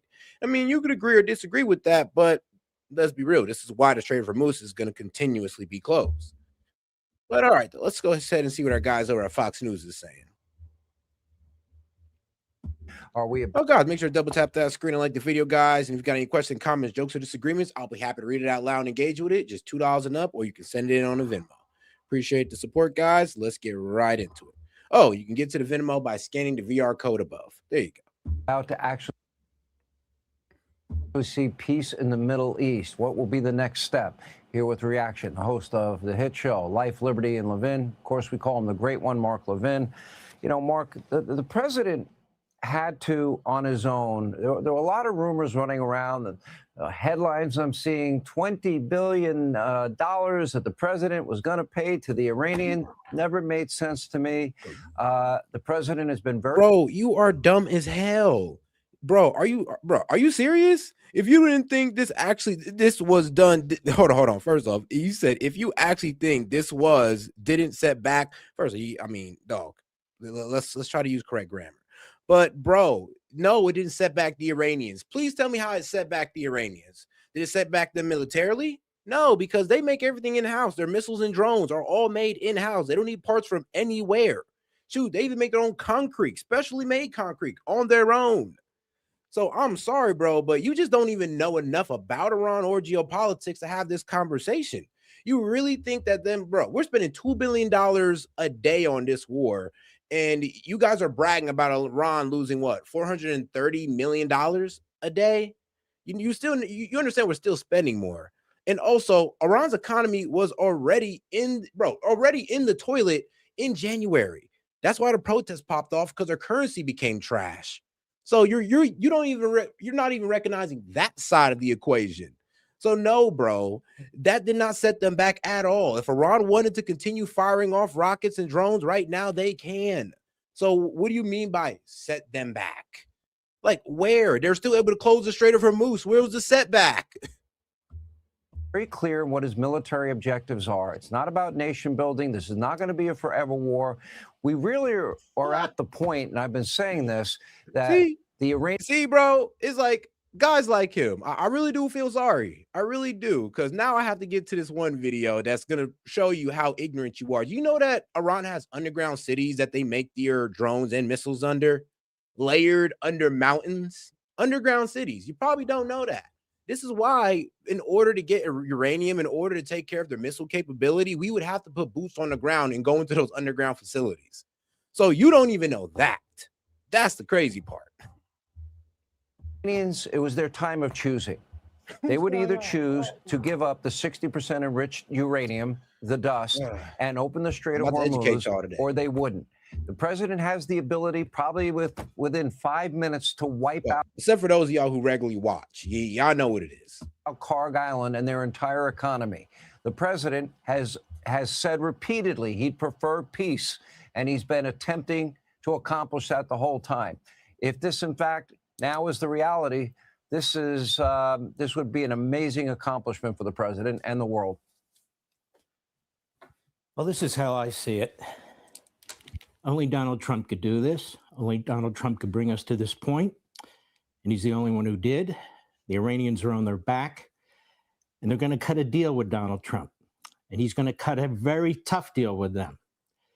My concern is when Donald Trump... I mean, considering what you consider a tough deal, is giving the Iranians $10 to $20 billion in unfrozen assets is a tough deal, then, I mean, hey, I guess Obama gave them a tough deal as well, huh? But all right, though, let's get into this, though, because a lot of people don't know. A lot of people really don't know what they're talking about when it comes to Iran. But Iran's underground missile cities. Let's get right into it, guys. But like I said, a lot of y'all really underestimate Iran. Here's the thing. We could beat Iran, but at what cost is the question.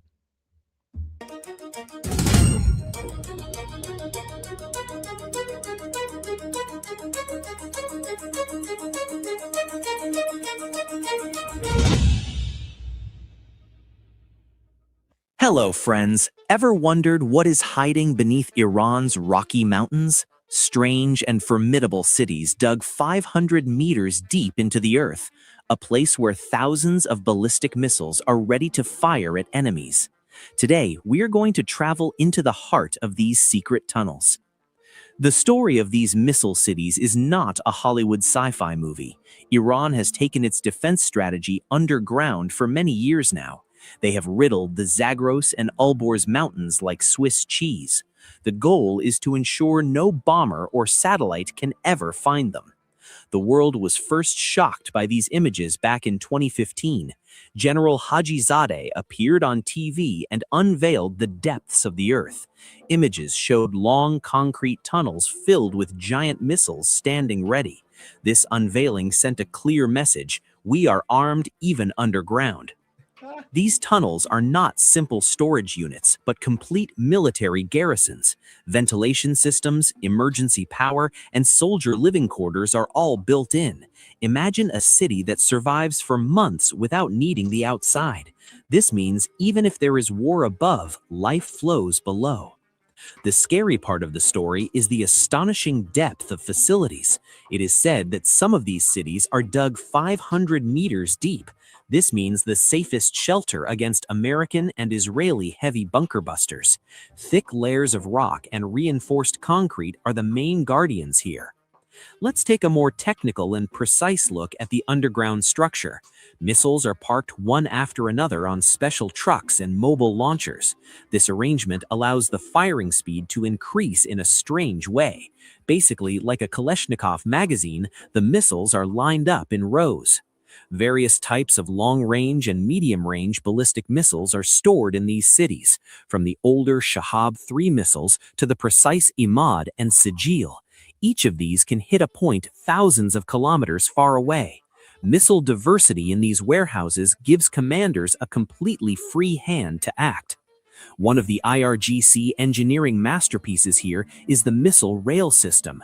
They have mounted missiles like train wagons on special underground tracks. This missile train allows the movement of munitions to happen very quickly. There is no need for hard trailer maneuvers in tight tunnel spaces. But the big question is, how are missiles fired from the mountain?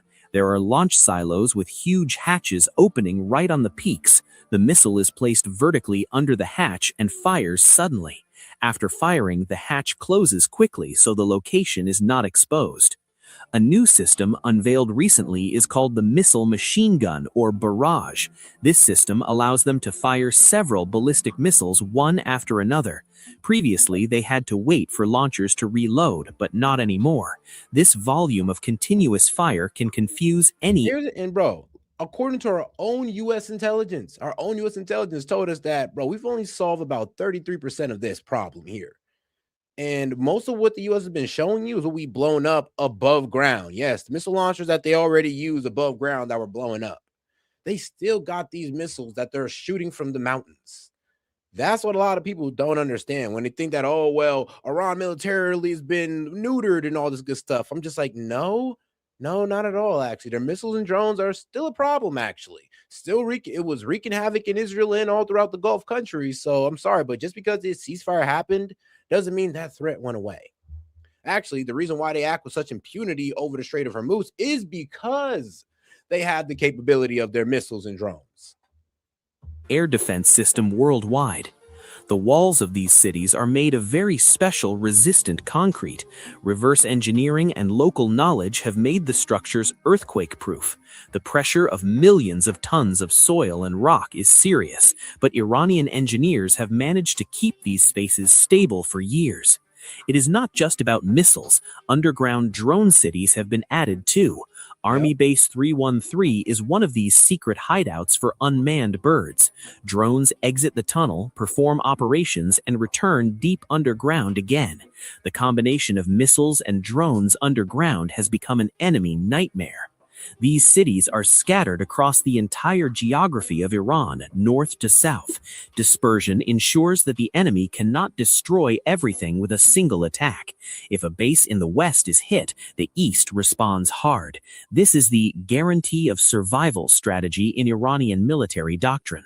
You might ask, why has Iran spent so much digging up mountains? The answer is simple. Iran's air force is slightly weaker than the West's, so they compensated for the weakness in... No. It's dramatically weaker than the West. Like, their air force did no chance against our air force. That's the reason why they didn't even try to use their air force at all, and they just stuck to missiles and drones, because their air force is nothing compared to ours. Fighter jets with hidden missiles. This asymmetric strategy shifted the balance of terror in the Middle East. In these videos, we always see missiles fueled up and ready. Using solid fuel in new missiles like Sijil and Khaybar Shikan is key. Solid fueled missiles can...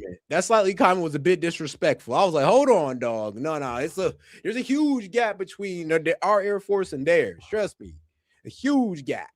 Remain in the tunnel ready to fire for years.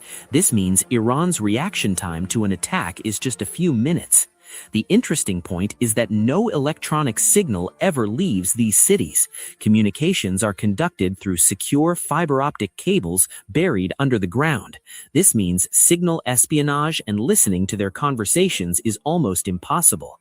Complete radio silence is maintained until the moment the But all right, I'm pretty sure you guys get the point now. They got a pretty like sophisticated underground structure that we have not touched fully. I mean, us bombing Mount Fordo, trust me, that's just one part of a very extensive underground system.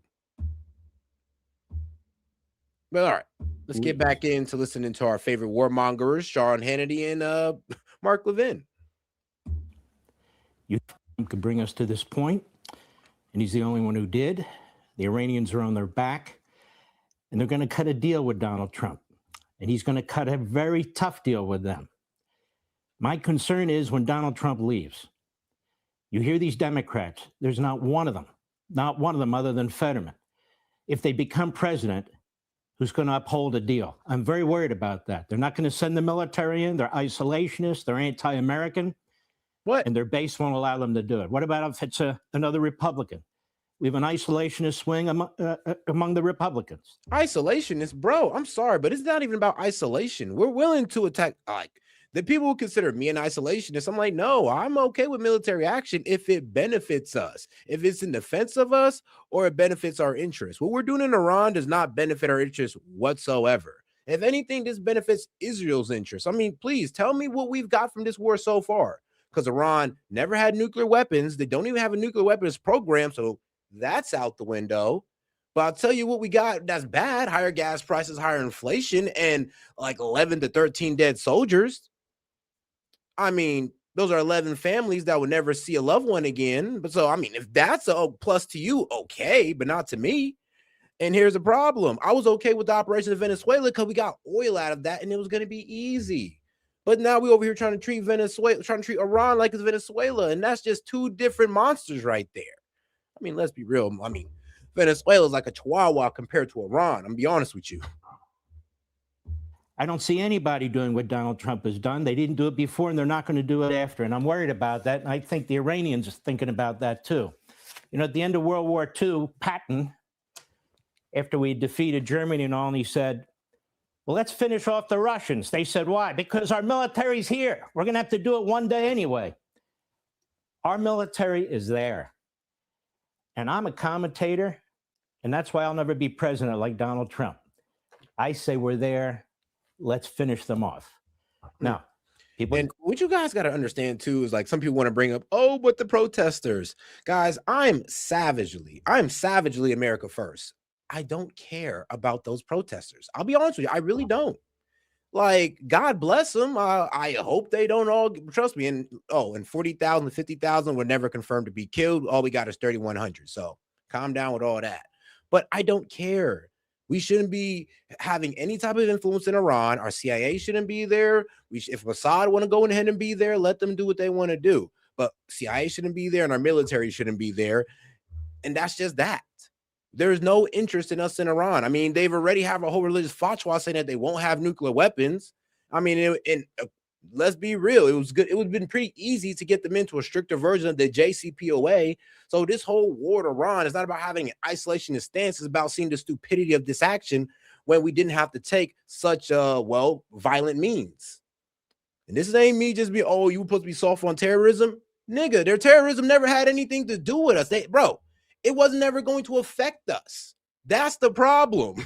Y'all over here crying about a nuclear missile that they don't have, a missile a nuclear weapons program that they don't have. Don't have. So what is we really upset about here? Because everything you're being fear-mongered on, they don't have. Call me whatever they wish, but that's the most permanent way to ensure that in the future, when there are other presidents and other secretaries of state, that this regime can't do it, because the regime will cease to exist, the people will be liberated, and peace will break out in the Middle East in many wonderful ways that we can't even think about. So that's my view. But no, that's your delusional view. If we destabilize Iran, there's going to be constant conflict in Iran. Other groups are going to try to take control outside of Iran. Is going to throw into further turmoil. So no. It's going to be a complete destabilization of the Middle East. So, I mean, y'all said the same thing about Saddam. Positive reverberations throughout the Middle East. What happened then? There was no positive reverberations, I'll tell you that. So I'm sorry, but if you're still listening to Mark Levin on this outcome of this war, you are dumb. You're dumb. And you're gullible.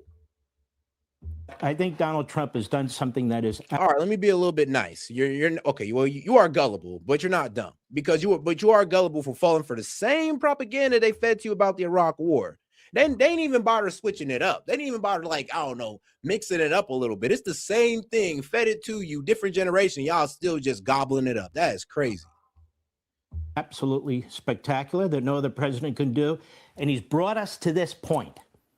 And I have faith that he'll do an excellent, excellent deal or no deal. My preference is finish them off. But I want to talk about Lebanon very quickly, too. Lebanon is a surrogate of Iran. That is Hezbollah, I should say. Hezbollah in 1982 was basically sent to Lebanon to populate it. No, actually, and no, Hezbollah was created in 1982 because you guys attacked Lebanon and you was trying to take southern Lebanon even in the 80s. And that's what led to the creation of Hezbollah. Hezbollah was created because of Israeli aggression on Lebanon. That's the truth. I don't know why you got to lie about it. I mean, the reason why Hamas was created is because Israel was funding Hamas because it didn't want a less, well, I would say this. They knew Hamas was more radical. They wanted to undermine the Palestinian authorities who were less, honestly, who were actually the moderates, and they wanted to undermine them for the radicals. So they funded Hamas over them. So yeah, like Israel, them complaining about Hezbollah and Hamas is rich to me because they literally created them, either through their aggression or their constant funding plus the aggression. To secrete itself into its culture, into its government, into its politics, to destroy it. Lebanon was a majority Christian country. Now it's a majority Muslim country. Hezbollah controls Lebanon. If there's a ceasefire between Prime Minister Netanyahu and Israel. Hold on. Yeah, that's true. But there's still Christians in Lebanon. Actually, there's a lot of Christians in Lebanon compared to other Muslim countries. And well, Israel's bombing those Christian Lebanese people. They're bombing Christian villages. So I'm sorry, but it's kind of crazy how you have this defense or you have this argument literally while Israel's bombing Christians in Lebanon. And the Lebanese governor and their president, that's fine, but that has nothing to do with the problem, which is Hezbollah, in my opinion. Now, why is Israel in Lebanon? Because they like to bomb buildings? No, they don't want to bomb buildings. There was a ceasefire in 2024. Hezbollah. That y'all broke. No, that you guys broke like 3 times, like that I've heard of. Other people are saying thousands of times. But you guys have broken that ceasefire with Hezbollah multiple times. And you've broken with them even now. Think about it like this. Actually, this is what really happened. So when we popped off this war with Iran, when Israel pretty much dragged us into this war with Iran, they also started attacking southern Lebanon. They was breaking the ceasefire with those attacks as well. Like, this is crazy that he even has this argument. He's expecting people to be dumb. Law violated. They have shot 6,700 rockets and missiles into Israel. They've had to relocate over 100,000 of their citizens, and that's what Hezbollah is doing. They are a terrorist organization. Iran has desperately lobbied to protect Hezbollah from the Israelis, who are trying to wipe it out and are close to wiping it out. Well, how about this? Israelis stop aggressing against southern Lebanon, and Hezbollah gonna leave y'all alone. I mean, that's the part of the story they never tell y'all. It's the fact that the reason why Hezbollah even has beef with Israel is because of Israel's constant aggression towards Lebanon. And really, they're trying to annex southern Lebanon. They want to take their land, and trust me, Hezbollah knows, Lebanese people know, but you don't know. So this is why Hezbollah is so fierce in their battle against Israel, because they're literally fighting for their sovereignty, because Israel wants to take that and their land. I mean, if that was you, what would you do? Exactly. You would be Hezbollah too. Okay, I'm just playing. But you get my point. Well, so if we tell Israel, you're not bombing any more buildings, I'm Hezbollah, where do I go, Sean? Into the buildings. If we say, no more, then somebody's going to have to disarm Hezbollah. Who's going to do it? The Lebanese government, they had their chance. They don't have the ability or the will to do it. Not because the people of Lebanon trust Hezbollah more than the military. And well, Hezbollah is more capable than the Lebanese military. So of course the people would trust the more capable fighting force. So I'm sorry, but that's why. It's not because like, oh, they want to, but they can't. It's because they just don't want to disarm Hezbollah. That's the problem. And there's people in the government of Lebanon who say, oh, we need to disarm Hezbollah. But the people of Lebanon are like, no, because if when Israel attacks, you guys won't do shit. You'll just let them push us out of our land. And that's the sad reality of some of these, some of these governments in the Middle East. They're completely cucked out to Israel. And bro, they'll let Israel take their land next day and won't say a damn thing about it. And that's literally the Lebanese government. It being a Christian government or not, it's filled with cowards. The Lebanese army, it's like the Boy Scouts compared to Hezbollah. They haven't done it. Hezbollah has violated UN rules. The Lebanon army is trash. That's crazy that a whole militant group, a whole terrorist group is better fighters than y'all. It's violated ceasefires. It is a terrorist organization. And Israel's done a tremendous amount to degrade them. But if they're not going to disarm them and defeat them, and the Lebanese army isn't going to disarm them and defeat them, then it's on us. And I'm just curious, is that really what we want to do? And how are we going to No, it's not, bro. See, he's trying to drag us into Lebanon. Well, if they don't want to do it and like Israel can't do it, then we got to do it, bro. Mark Levin, shut your dumb ass up, bro. How about this? Why don't you take your ass over there and go fight for Israel, okay? Why don't you go try to liberate southern Lebanon of Hezbollah yourself? Sean Hannity, take y'all kids with you and go there and make the great sacrifice. Leave us Americans out of it. Y'all got it. You and the rest of the Zionists. Shoot, you got a whole sect of Christianity willing to go with you on that. Grab them.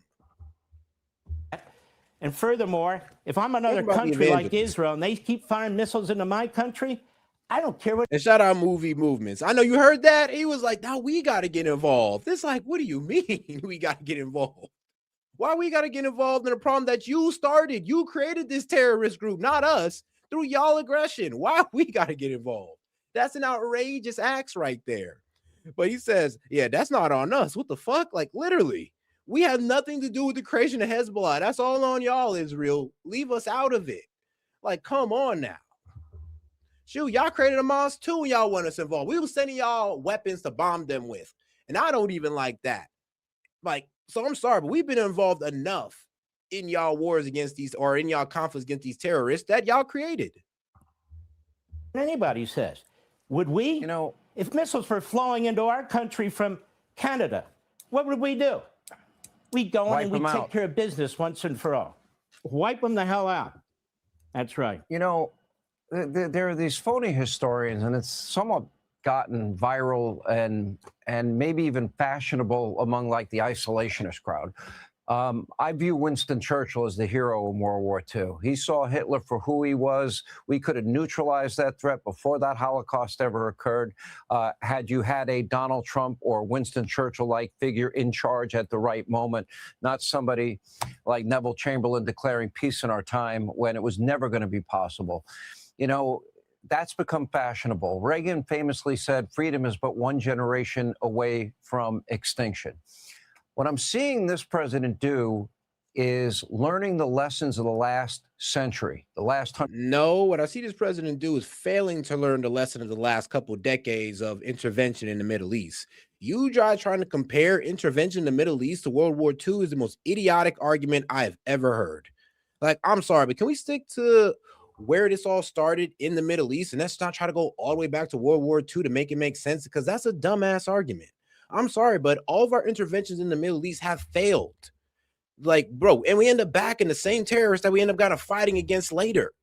So I'm sorry, but leave World War II out of this, and let's just talk about our constant intervention in the Middle East. Let's talk about that history right there alone, because that right there alone is the reason why we don't want no more new wars. Because we're not seeing anything out of it. At least with World War II, we came out of that bitch of world power. This, it seems like we're losing power and we're losing our grip on the world, on the global, well, I'm gonna be real with you, on the global economy. So please tell me how World War II and this war right here can compare. When we walked out of one, a world power, and this one, we're walking out with Iran might be controlling the Strait of Hormuz. Like, are you serious? Like, how dumb are you to make that comparison? 100 years. You love history. And what do we learn? Mao, China, Stalin, Russia, Hitler, Germany, Mussolini, fascism, Tojo, Japan, Pol Pot, the killing fields is that. Hey, and shout out AJ for sending a thumbs up for 10 joules. Appreciate the support, sis. Oh, if you have any question, comment, jokes, or disagreements, you can super chat that in, just $2 and up. And if you don't got that, guys, make sure to double tap that screen and like the video. You can do that for free. Appreciate the support, guys. We didn't neutralize emerging threats. This president is doing it now, learning the lessons of the last century. However, that doesn't mean future generations, again, freedom is one generation away from extinction. Every future generation better learn the lesson of Donald Trump, because evil will always exist. Am I right or wrong? Well, you're right, because for I mean, I don't know about that, bro, because you had your president pretty much just saying that, oh, we don't need the oil out there. We make all the oil ourselves. We don't need the strait. NATO needs the strait. So I'm sorry, but our president is going against what you're saying alone. So trust me, you're not going to have a pretty good time with this argument. So you're saying that, and you're asking what part of that don't I understand? I mean, hold on. If you understand that our economy is deeply rooted in Middle Eastern oil, then why would you support this war in the first place? Knowing damn well that, 20% of the oil goes through there. That's going to hit the global economy. That's going to affect our oil prices, our energy prices, fertilizer as well. So if you honestly understand that, then why are you for this? Knowing that there's nothing but negatives? Like, see, I told you you're not going to have a good time with that argument. 47 years, what did we see? Appeasement. All kinds of appeasement. We gave them money.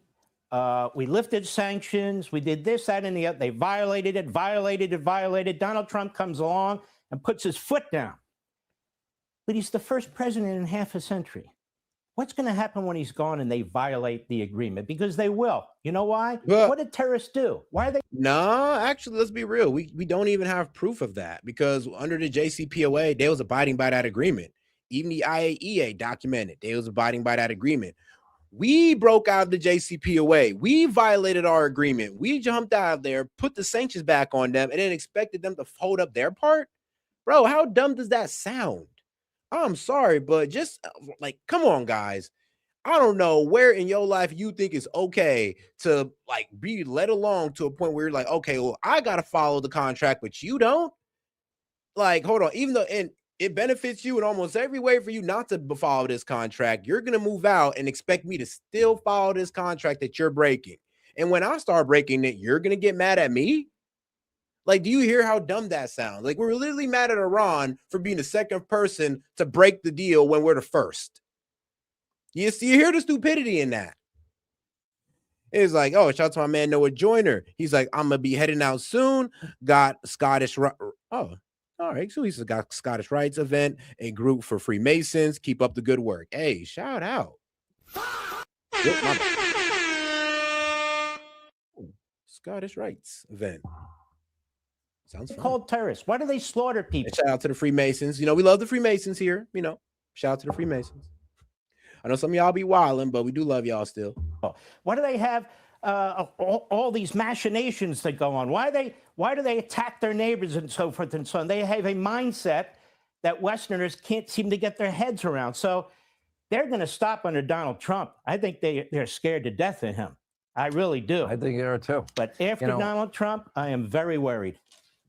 You have every reason to be. And he's a once in 150-year figure in that sense. And it took enormous courage. You're right. It would be a lot easier. You wipe out Carg Island, you wipe out their ability to make any money. Their entire economy is based on oil, energy. That's 90% of their revenue. Yeah, but if you take out Carg Island, and this is why they're kind of stupid, because if you take out Carg Island, I'm sorry, but hasn't Iran shown enough that they're able to hit anywhere in the Gulf region? Like, they've proven that they're able to hit Israel with an Iron Dome over it, with real missile defense systems. And so does the other Gulf countries, but not as good as Israel's. And they're making it through theirs, guys. So what makes you think that they just can't let off a whole bunch of rockets into, Saudi Arabia's energy plants and water desalination centers, Qatar's, Oman's, do the same type of damage to them? I mean, that's why. That's why we don't want to attack their plants, why we don't want to start attacking the water desalination centers, because they'll do the same thing to our allies in the Middle East. And that's really going to hit us economically. I would hope y'all know this.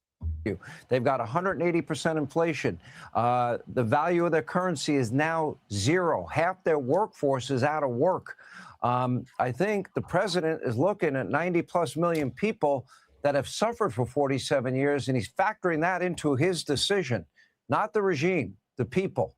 And because I mean, I'm sorry, but you can't say you're going to end a whole civilization and talk about I care about the people. You can't say you're going to have a power plant in Bridge Day and say that you care about the people, because you're pretty much saying that you want to put those same people you claim you care about in complete darkness, which is insane, by the way. But I mean, hey, man, MAGA's doing, you know, all types of mental gymnastics to defend it, just like y'all doing the same mental gymnastics to defend the Jesus post.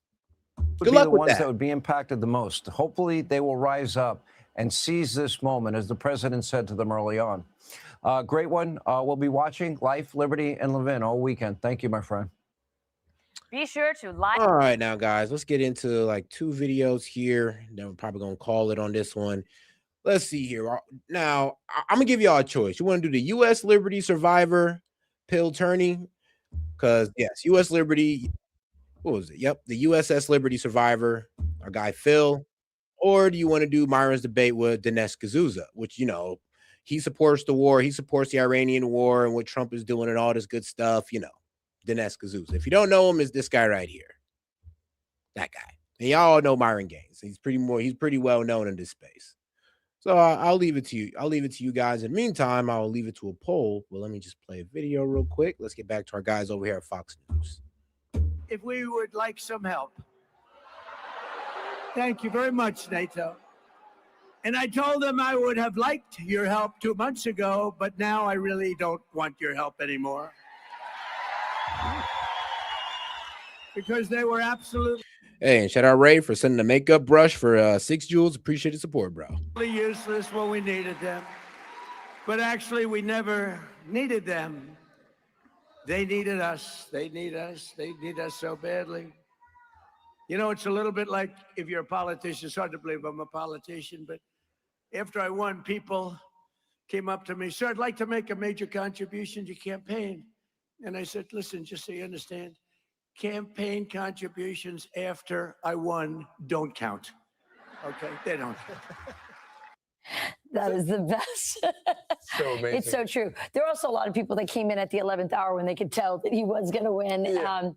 And so, yeah, he understands that for sure. Listen, we're seeing a massive, really consequential realignment. And I think it's about NATO. NATO's part of that. You know, what's the future of NATO? I mean, I think before this war, a lot of people thought no matter what, you know, even if Trump got behind them and said, give us more money, you owe us more money, you got to pay more money, there was still sort of this understanding that we need NATO. But after this, I think it's not just President Trump. A lot of people saying, do we need NATO? And certainly President Trump, if President Trump manages to pull off what he is trying to pull off with Iran over the past month or two. All right, guys. Well, we're going to run that poll for a good 4 minutes. So let's see what y'all want to do. Do you want to do the U.S. Liberty debate with our guy here, our guy Paul? What's his name? I'm trying to remember his last name here. Here it is. All right, Torney. All right, shout out to our guy Paul, survivor of the U.S. Liberty. Or do you want to do a debate with Myron Gaines and Dinesh D'Souza? We're debating on the Iran war. Either one. All right, guys, let's get to it. Let's get back to our guys over there at Fox and let's see what they're talking about. The United States will benefit from this, but the greatest beneficiaries, far and away, will be Europe and the further east, places like China and Japan and Korea. And so, if he pulls this off, he will have done work that NATO failed to do, and that NATO will benefit enormously from. And it is kind of interesting. I mean, let's be real, guys. It is kind of crazy to sit here and bash NATO, for what? Not getting involved in a conflict that we started and not wanting to clean up a mess that we created. That's kind of crazy to try to drag NATO literally into a war that we're starting and then demand that they clean up a mess that we created with the Strait of Hormuz. That is wild. Interesting that they didn't lift a finger to help when, of course, we're always hearing about how when one of them one of those countries get into trouble, it is a guaranteed expectation that American taxpayers are going to step into the breach. Yeah, whoa here, buddy. The problem is that no, if somebody attacks a NATO nation, we'll get involved. Not if a NATO nation attacks somebody. No, we're not obligated to get involved if a NATO nation attacked another nation. We're not obligated to get involved in that. What we are obligated to get involved in if somebody attacks a NATO nation. And NATO's involved has to get involved if somebody attacks us. Now we can just drag them into a war whenever we want and help them. Well, and Ukraine was a perfect example of that. I mean, Ukraine was not in. A lot of people wanted them to be in, and sadly, the Biden administration signaled to them they could come into NATO.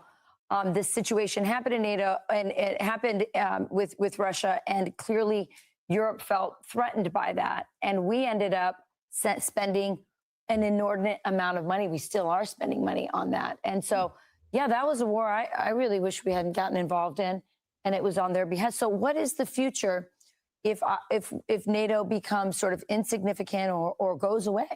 Well, just to your point, remember, President Trump's been calling NATO a paper tiger. Right. And those words are fairly hitting home because they really haven't done anything since the 90s. Well, the thing is, if we get rid of NATO, other countries are going to start scrambling to get up under a superpower, and it's going to either be China or Russia.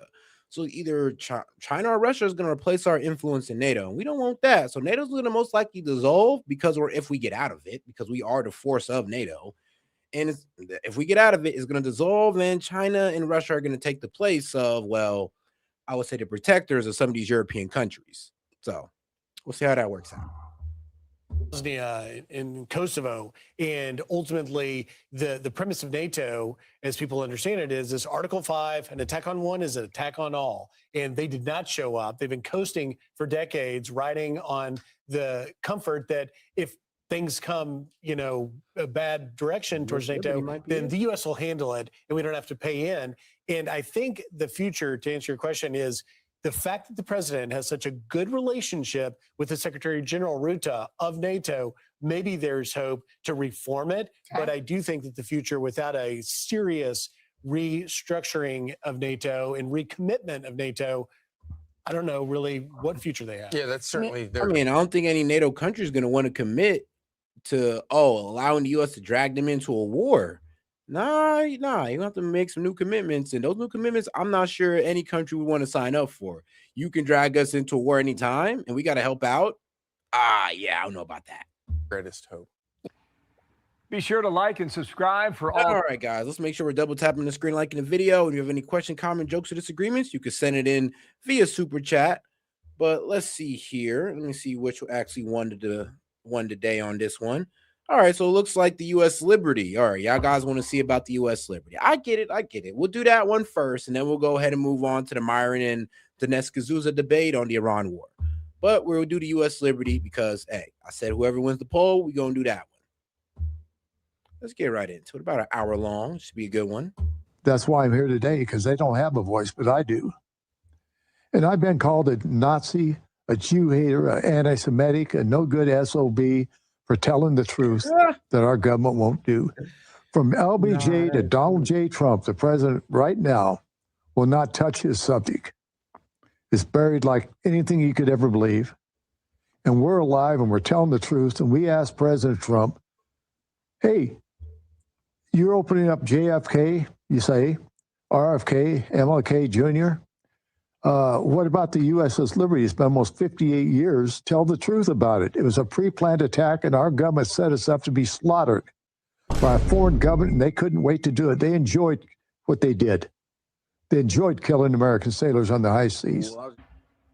Owen Schroyer here, and today we are going to be hearing a war story from an incident that doesn't get much coverage until recently. Old. And we're going to talk to one of the survivors of the USS Liberty about that day, the epic day that it was, as well as some of the events surrounding that incident that are now popping up in modern day American politics and geopolitics. So joining me in the InfoWars studios is USS Liberty survivor Phil Turney. Phil, I'm glad you're here. Well, thank you. I'm a pleasure to be here, and thank you, Juan. I appreciate the invite. And I'm learning through our discussion previously, you've been pretty busy lately. Yeah, real busy. Traveling the country, doing a lot of interviews. Old Stage Saloon, Mark Fitzpatrick. I don't know if you ever heard of him. I have. He did something very politically incorrect recently, didn't he? Yeah, I did. You know, you do that, you get some good press nowadays. Yeah, you do. Yeah. Yeah. Well, I'm sure it's good for you and your group. You are the 4-time president of the Liberty Veterans Association. I'm sure the interest in the press regarding the USS Liberty and the survivors is probably a good thing for you. It's the best thing that ever happened to us is the alternative media, the internet, and things like that, because the mainstream media are basically bought and paid for by people that want to hear from me, people that just want to sweep it under the rug and say it was an accident when it was a pre-planned attack by the Zionist state to murder us all. With the help of our government, they set us up. Well, and it's a story that for somebody like me, Oh, shout out to my man, 60 FPS videos. Appreciate the support, my man. He said, oh, €5. Appreciate it.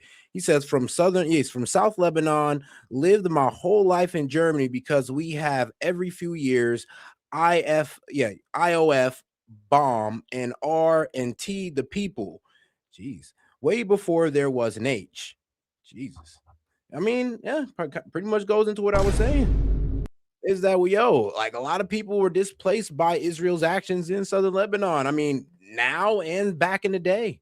But hey, shout out to my man for confirming that one. Shout out to my man 60 FPS videos. Appreciate that, my man. Damn.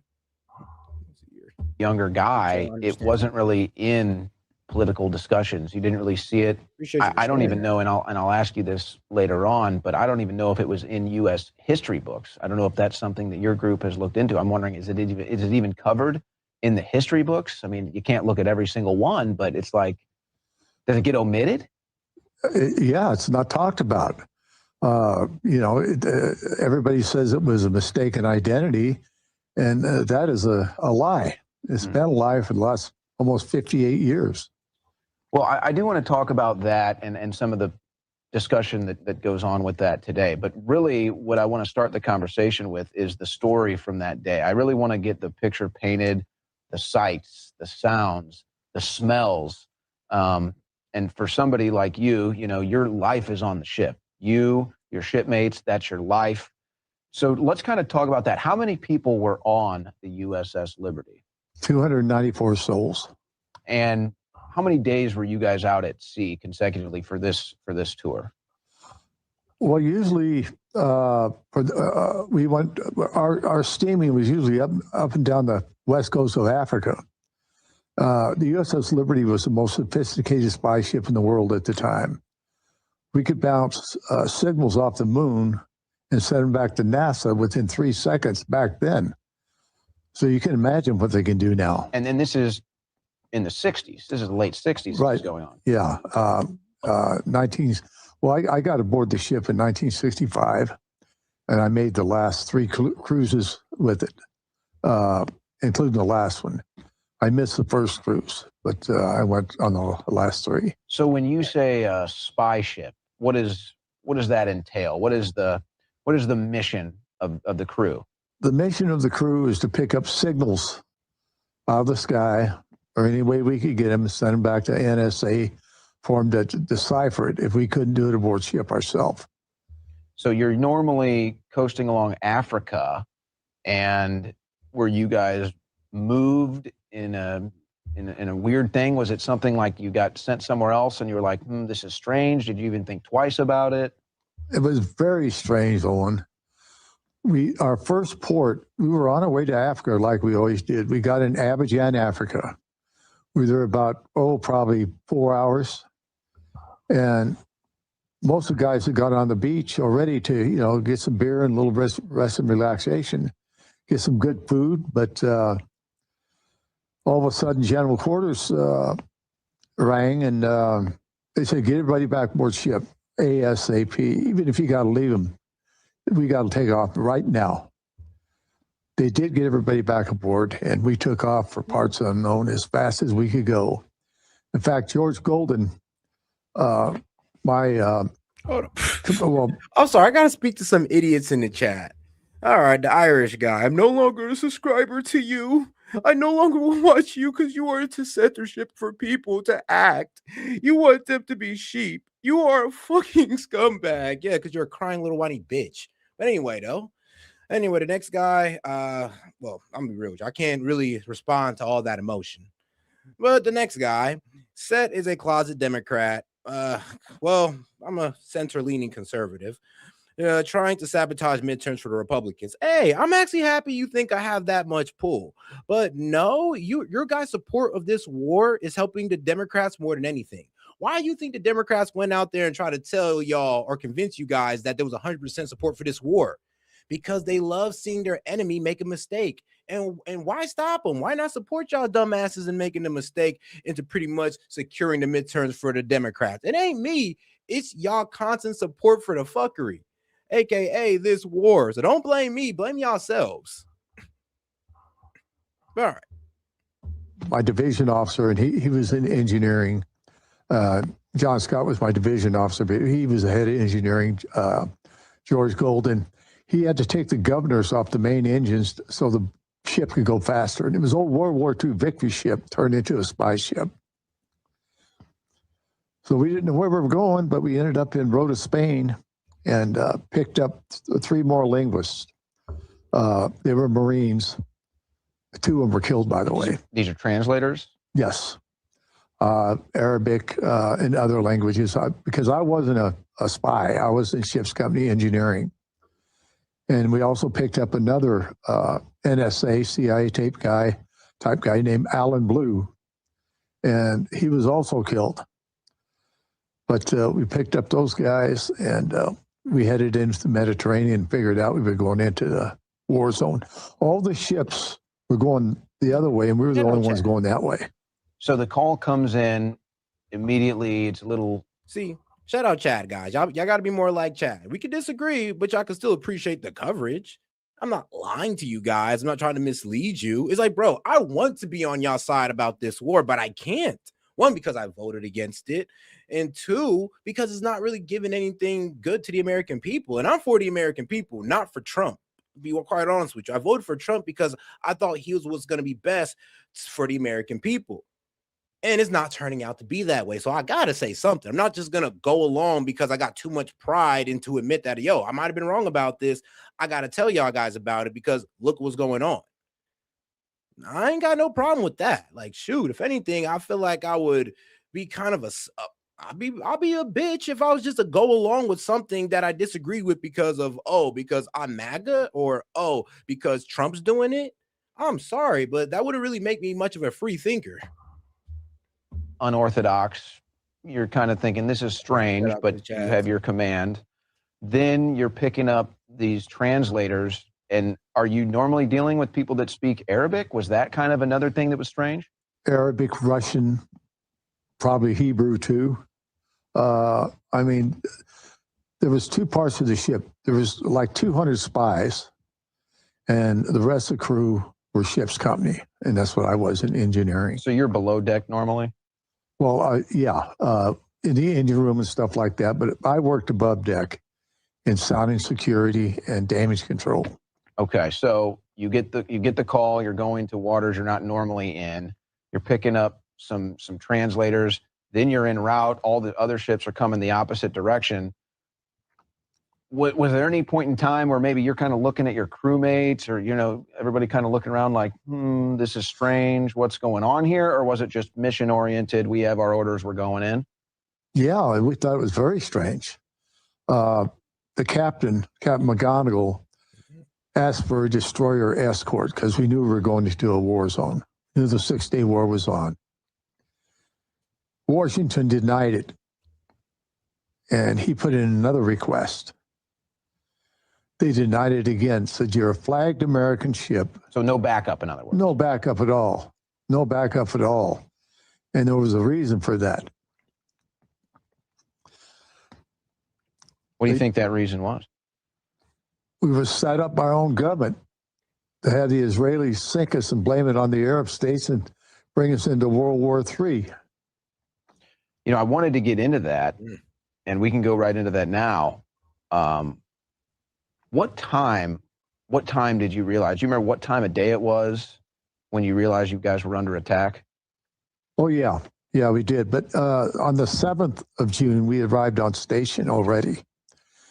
And Israeli reconnaissance aircraft, smaller planes, flying boxcar, DC-3, and other smaller prop planes, one engine, one prop. They would buzz the ship. They would come so low to the ship, it would shake the deck plates.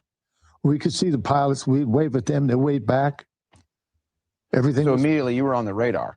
Oh, yeah. And because we were alone.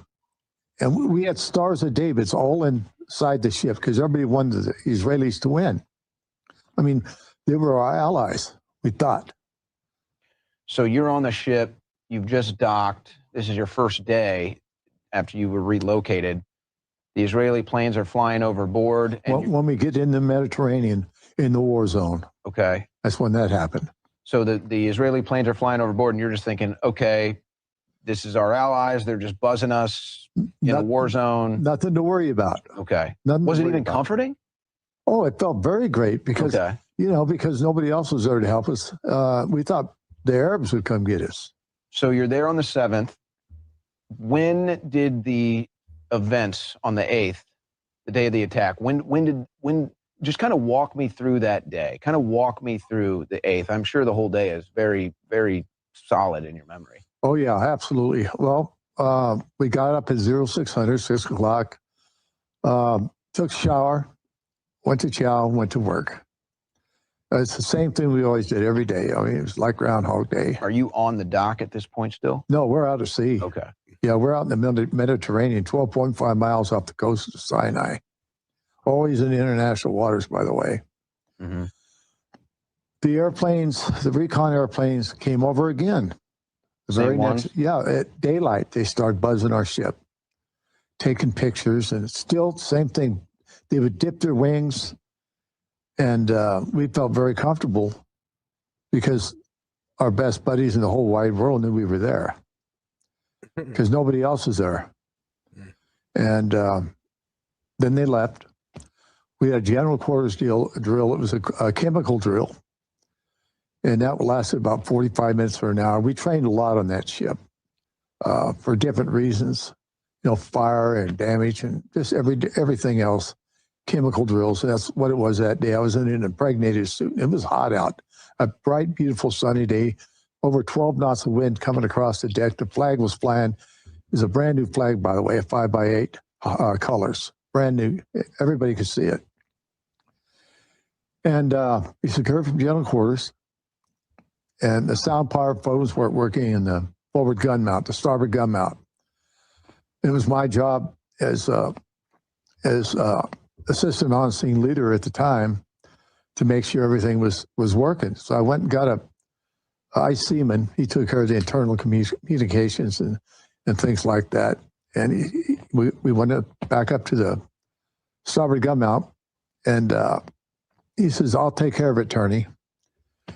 And the gunner's mate was up there too. And I looked up to the bridge and I saw the old man up there. And he didn't like people goofing around. You better be doing something. So I says, "Guys, I got to get out of here." Now you could see the bombs and everything bursting on the Sinai. Like out in the distance. This is Yeah, it's 12.5. But for the most part, you guys are on sea, normal day. Normal day. The routine. Normal day. Nothing. We had no fear. We had our beautiful American flag to protect us. I left the starboard gun mount, walked down the ladder. It took about 30 seconds to get back to my workstation. I got inside my workstation in the shipfitter shop. And they said, "Prepare to test the motor whaleboat." They do that every day to make sure it's running in case anything happens. And it blew up, I thought. I started to go out the hatch, and the chief grabbed me by the nape of the neck and said, "Man, we're under attack." So it was that quick. It was like morning routine, and before you can even finish with it, you're under attack. Under attack. About what time of day was that? As 2 o'clock in the afternoon, their time. And I went down through the mess decks, made my way up to the forward repair party. The chief had already been hit. He was the on-scene leader, and then he left. He says, "You got it, Turney." And I was a 20-year-old kid, and I was in charge of damage control. But I was good at my job. I knew what I was doing. How much damage had you taken at this point? Was it just the one explosion? Or was No, they were airplane after airplane after airplane. So these were aerial assaults. Yeah, by Mystere and Mirage jets, French jets. Was there anything under the water, or was it all aerial? Well, there were submarines there. There were 2 American subs, the Amberjack and the Andrew Jackson, and there was also a Russian sub under us. Russian sub, a nuclear sub, and I got up to the main deck, and the 2 men that I had just left there were vaporized. Damn. All you saw was pieces of meat and bone and blood dripping all down the side of the bulkheads. This was on the gunner's deck? Yeah, it was on the forecastle. There was 450 caliber machine guns on that ship, 2 in the front of the ship on the forecastle and 2 midships. They took out every tuning antenna on that ship, and every watertight door on that ship was hit within 3 or 4 seconds. Damn. They know exactly what they were doing and how to do it. Well, that's where I was going to go. It sounded like they had the blueprint for the ship, and they knew this is where we wanted to do the damage. That's what they did, exactly. Like, So how someone to had to ensure give no them. survivors. Yeah, well, the pictures and everything else. And Do you think that was what was happening the day before? They were doing no, recon? I think this attack was planned a year in advance. A year in advance. Because things like that just don't happen that quickly. They're all planned. And they took out everything. And anything that moved on that deck was shot or killed. How many waves of attacks were there? Well, that went on for 25 minutes, just the air attack. Just one long wave of attacks? Just cannons and rockets and machine guns. How equipped were you guys to even be involved in an assault like that? We weren't. You're a spy ship. We're a spy ship. We're not a warship.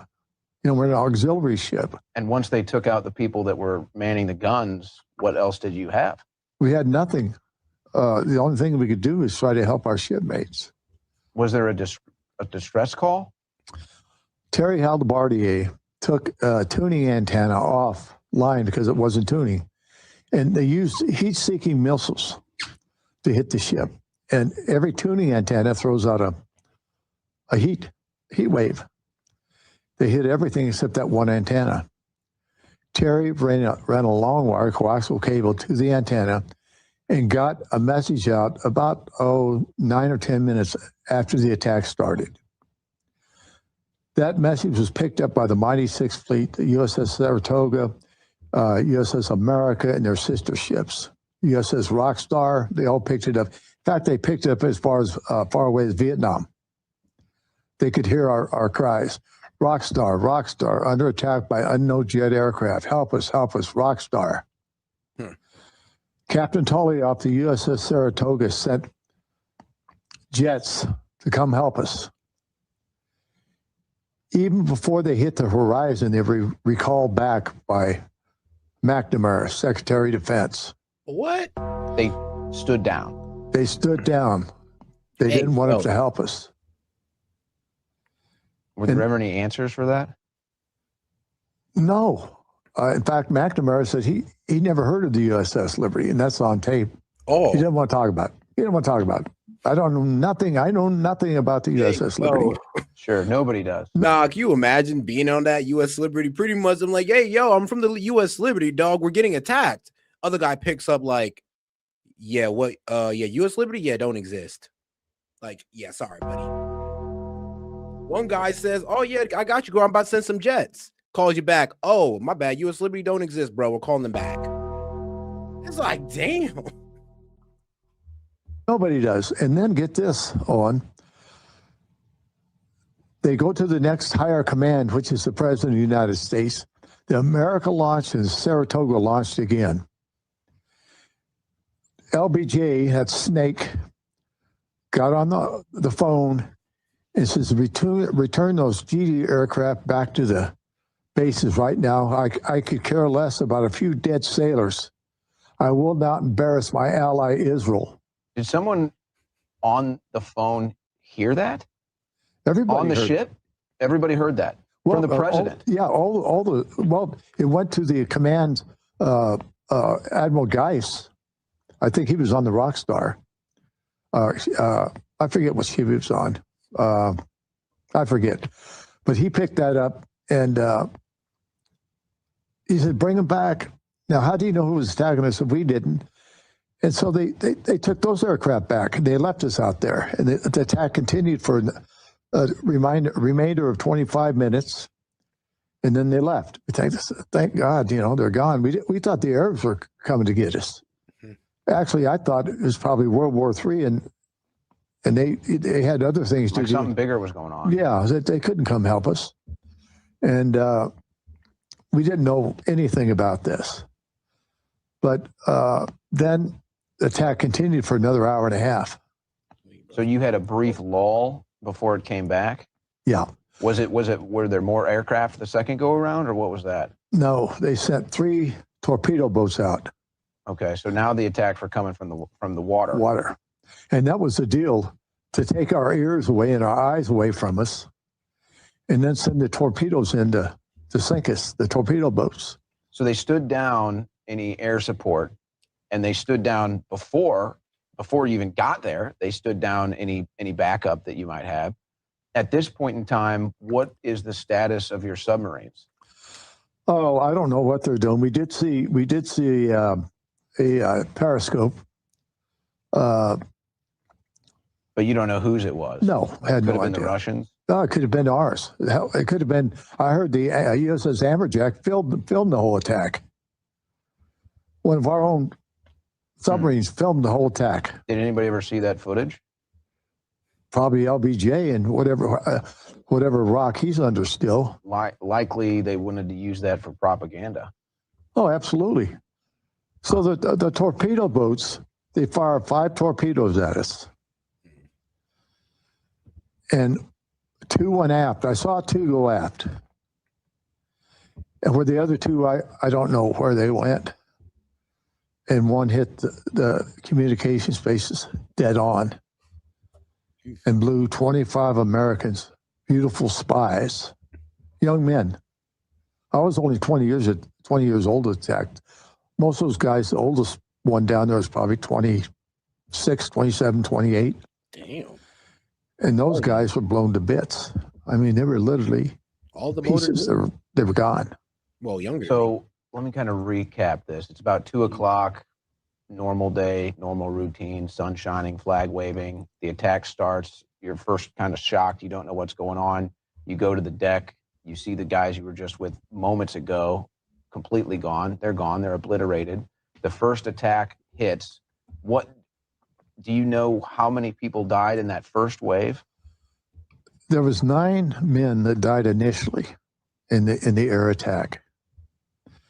And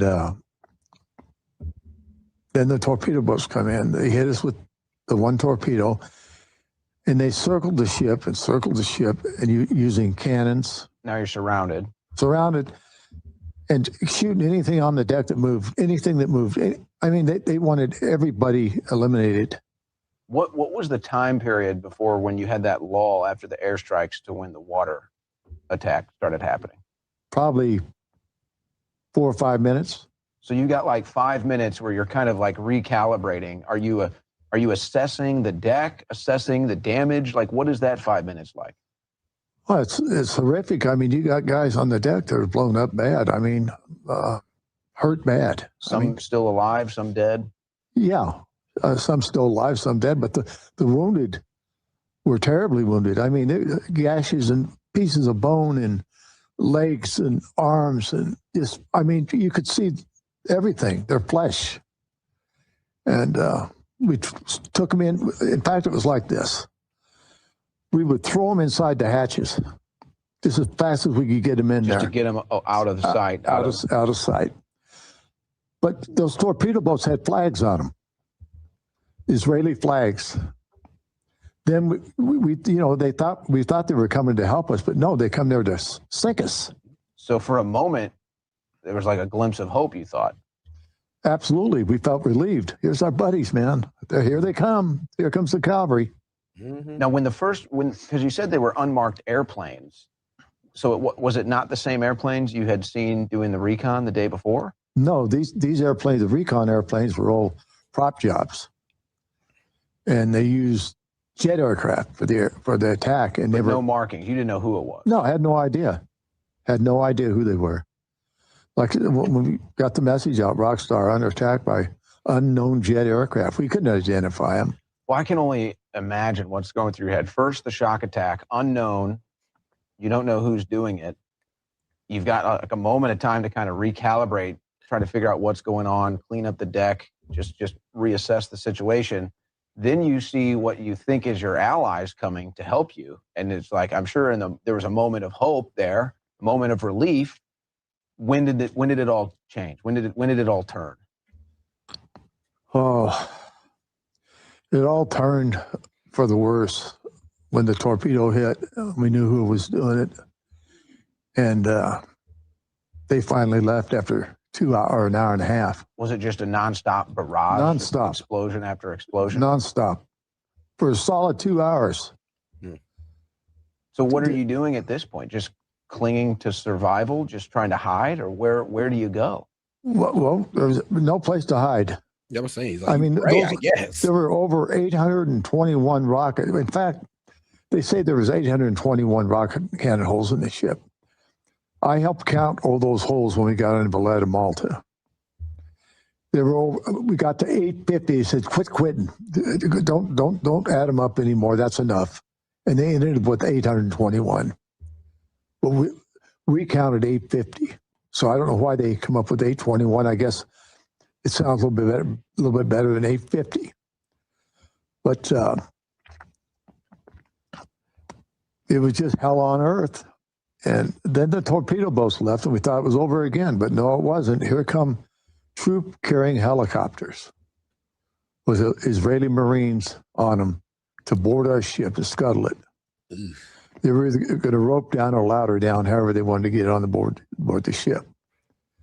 There was a helicopter. I was on the main deck, come up to the starboard side, and there was a Marine on that helicopter with his feet on the skids with an automatic weapon pointed right at me. And I gave him the finger. I figured I was a dead man anyway. And he looked at me and just smiled. And then they left. At this point, they had to know you were Americans. I mean, there had to be no doubt. Well, they fessed up. Well, we mistakenly thought it was the El Quasir, which was an old horse transport. It wasn't even, it was not even half the size of USS Liberty. It wasn't configured at all like it. In fact, Admiral Moore said there's no way that could ever happen. He says, no. Well, especially when you're dealing with this high level of military actions, they're going to know, obviously, the ship they're attacking. But I think to what you were talking about earlier, they clearly knew that they were targeting the USS Liberty because they targeted the communications, the doors, the guns. So they knew exactly who they were attacking. Somebody gave them the layout for that boat. They didn't confuse it. No, it's impossible to confuse it. They know exactly who we were. In fact, they identified us as American and friendly. And they said when they changed the watch in their war room, we were on the plotting map. No, I think the USS Liberty strike was to try to actually drag us into war with who was it? No, because there was a conflict going on at the time of the US Liberty that Israel was under. And I've heard Israelis like give their excuses, like, you guys don't understand. We thought it was the end of Israel. We was desperate to try to get the United States in there. And the only way we think to get us in there is by staging a false flag. And what's a better false flag than a whole bunch of young Navy guys getting blown to smithereens in the middle of the ocean by some Arabs? I mean, yeah, that's going to get us pretty riled up. basically, it was like, honestly, it was supposed to be that the 9/11 at that time that never really prospered. Thank God. They took it off when they changed the watch. Yeah, it was with thank you, bro. Thanks. Shout out, chat. Yeah, it was with Egypt. Yeah, they was fighting Egypt and they was getting their ass handed to them, and they thought it was the end of Israel, so they was desperate to try to drag us in. Got to tell the other watch commander that we were in What the if they area. started, by the way? Come on, man. That's so ridiculous. It's impossible. Yeah, it's how could he bring up a story like that? It is impossible. Yeah. Simply impossible. And then here comes another helicopter with it's an Israeli helicopter with a Commander Castle. He was the attaché in Tel Aviv. And he dropped a brown bag with orange in it. My friend, shipmate, Rick Ametti, took it up to the bridge, and there was a card in it. Have you casualties? There's blood everywhere on the deck. They probably could have seen it from the helicopter. Yeah. Have you casualties? Are you kidding me? In the gun mount, the blood was about this thick, that deep of blood. Damn. And it was so hot that day, it coagulated and almost got hard. It was just hard. It was over 100 degrees that day at least. What's going through your head after this couple hours? You know, I'm sure there's all kinds of things going through your head behind just survival. Obviously, that's the first thing. That's your just instincts is survive. Oh, yeah. But it's like, what after it all, and they drop these oranges, it's almost like a weird message. It's like, what thoughts do you have left at this point? Right. Had no thoughts. Like you said, just staying alive, and trying to help your shipmates that couldn't help themselves. And then they left. The old man says, get away from my ship. Go on, get out of here. You want nothing to do with them. So they took off, and we didn't see any help from our government for 17 hours when we got a 40 by 40 foot hole in our ship. When that torpedo hit, it picked it completely up out of the water, slammed it back down on the water, and it was going to the right side, the starboard side, and it just stopped. That was the hand of God right there. That was the only entity that come to help us was Jesus Christ. That's why I'm still here today. 3 waves of attacks, air, water, air again. You had 200 people on the ship with you. 294. Okay, almost 300.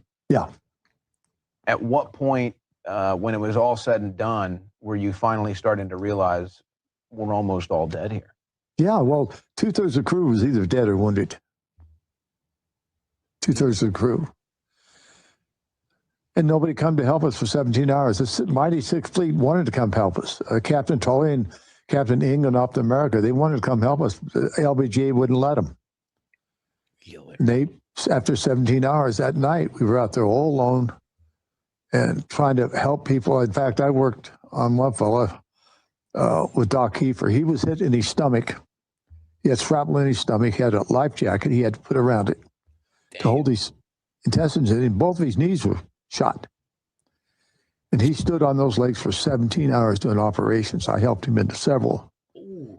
The first one I worked on him with, I had a battle line. I was holding the light for Doc. And his name was Gary Blanchard. I'll never forget it.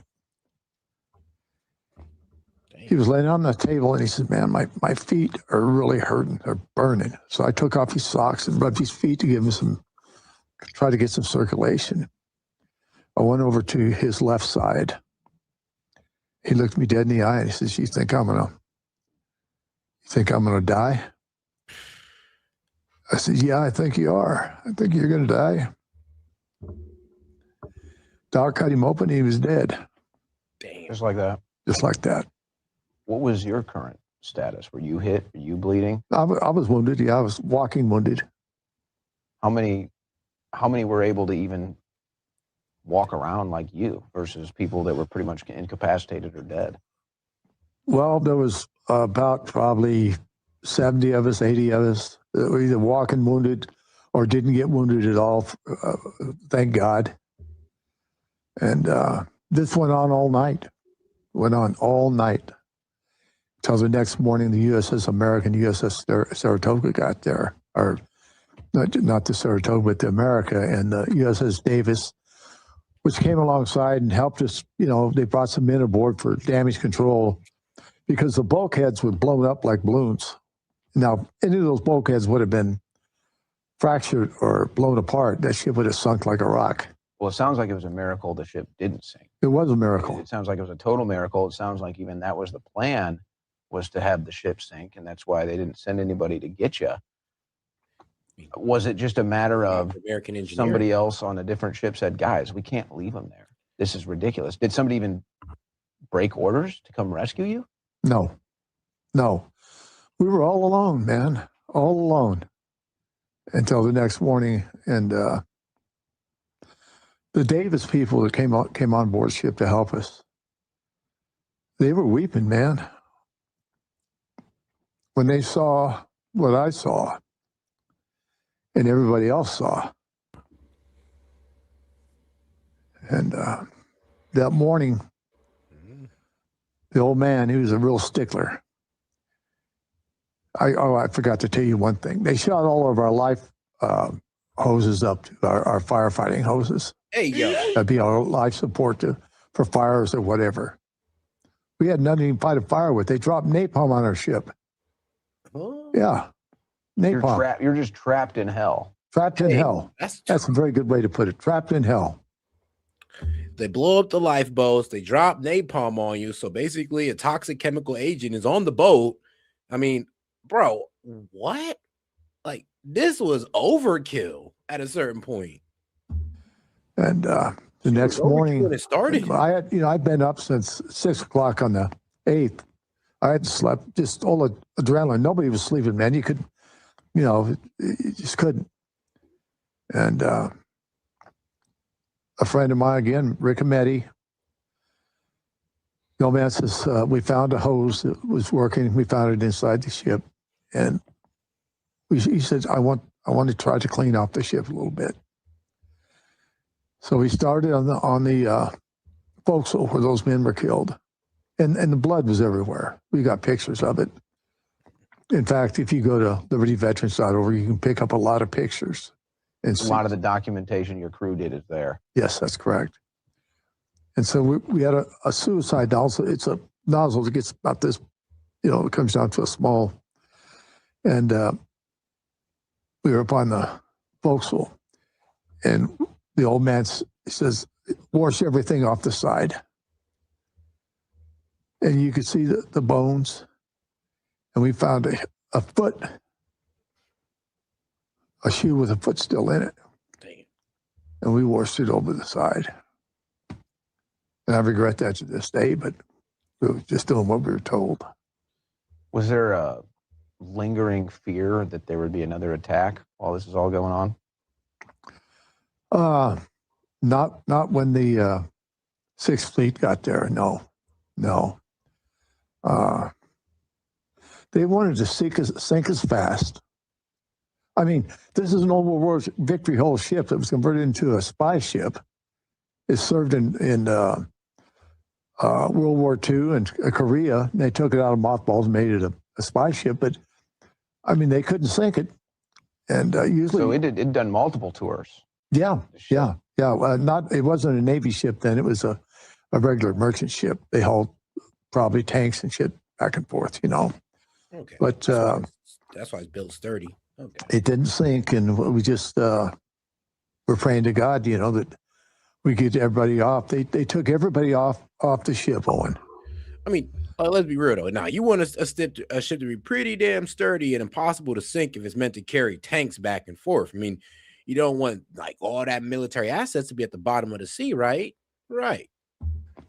The wounded, the most severely wounded, I stayed with the ship. It was a skeleton crew, and the men that were dead got those in body bags, and they took them back to the America. And we were all alone.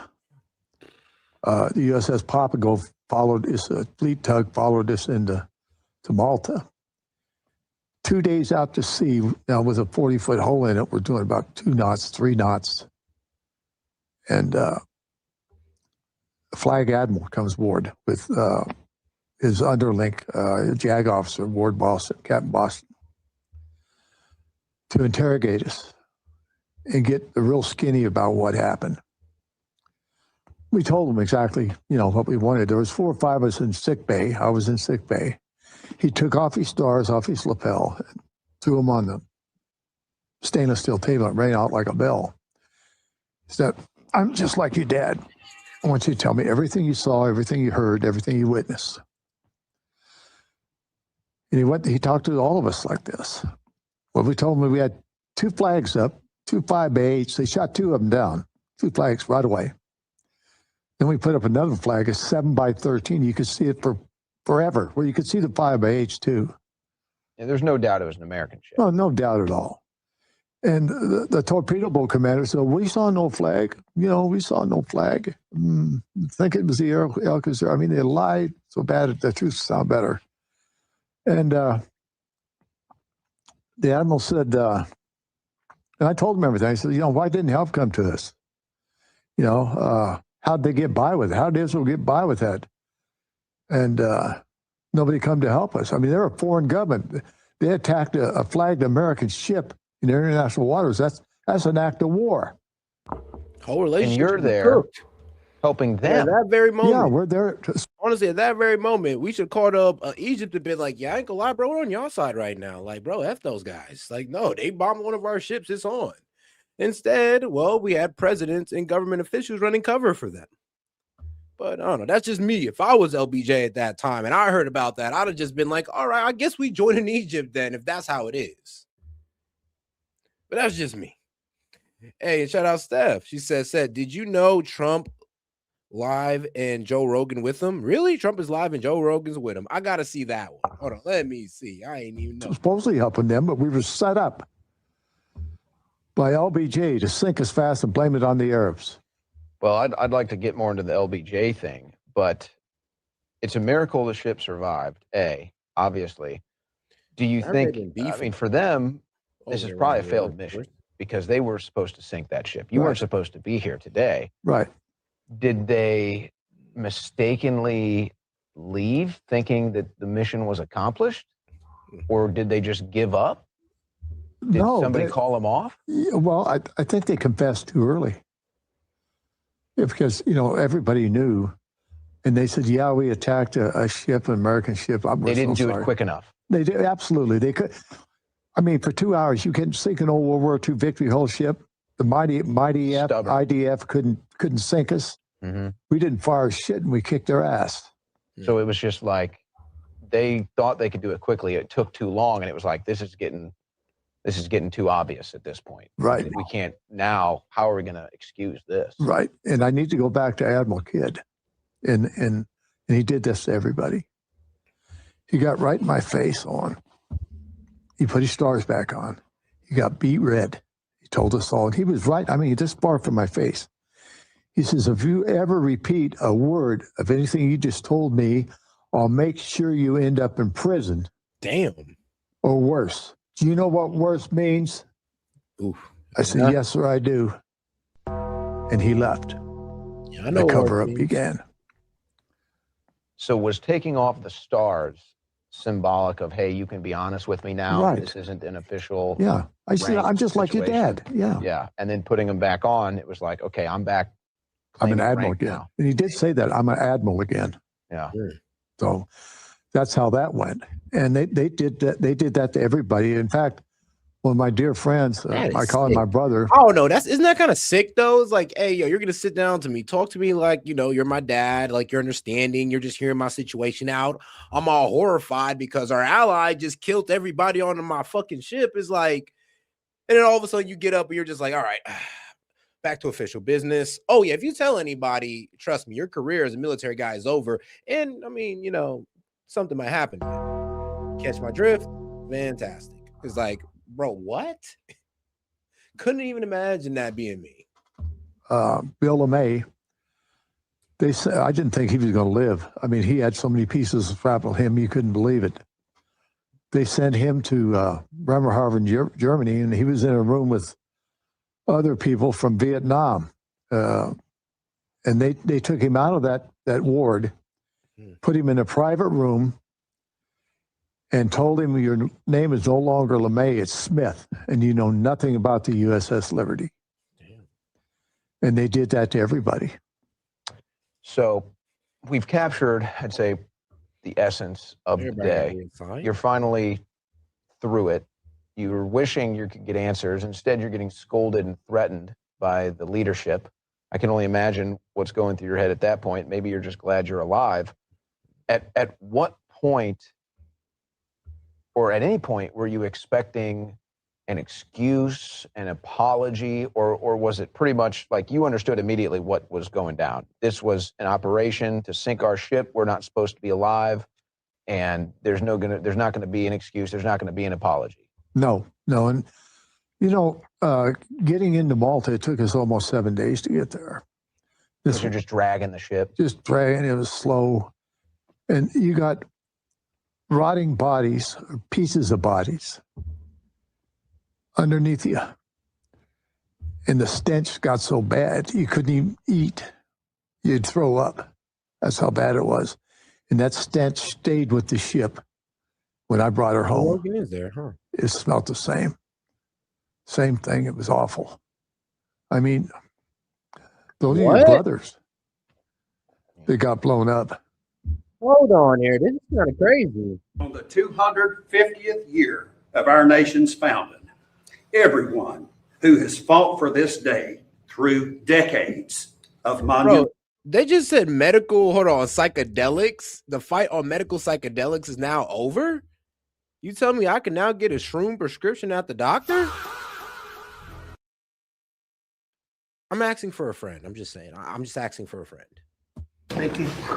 I want to assure you that my presence here is the most concrete affirmation that God has a wonderful sense of humor. But this is live. You know. Go ahead and get Thank right you. to it. Thank you. Relentlessly suppress psychedelics are the same systems which will now manage their emergence. We dare not let our guard down for 1 second and be hair trigger ready to impose accountability for incompetence, obstruction, or failure. Credit belongs where credit is due. With this executive order, President Trump has delivered an epic victory That's why Joe for Rogan all humanity. I thank him for having the courage to make this happen, and my mission brother, Joe Rogan, for having the spine to make the ask. To our brothers and sisters in Gabon, you have our deepest gratitude for your stewardship of the sacred tree grown for the healing of nations. I will do my best to really deliver talking the about respect shrooms here? and honor you deserve for helping heal this nation. Which room? It is my joy to deliver these good tidings unto the meek, which will hopefully bind up the brokenhearted, proclaim liberty to the captives, and the opening of the prison to all who are bound. God bless you, and God bless America. Are we still talking about psychedelics?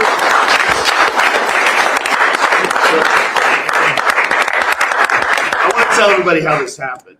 I sent President Trump some information. We have a gigantic opiate problem in this country, obviously.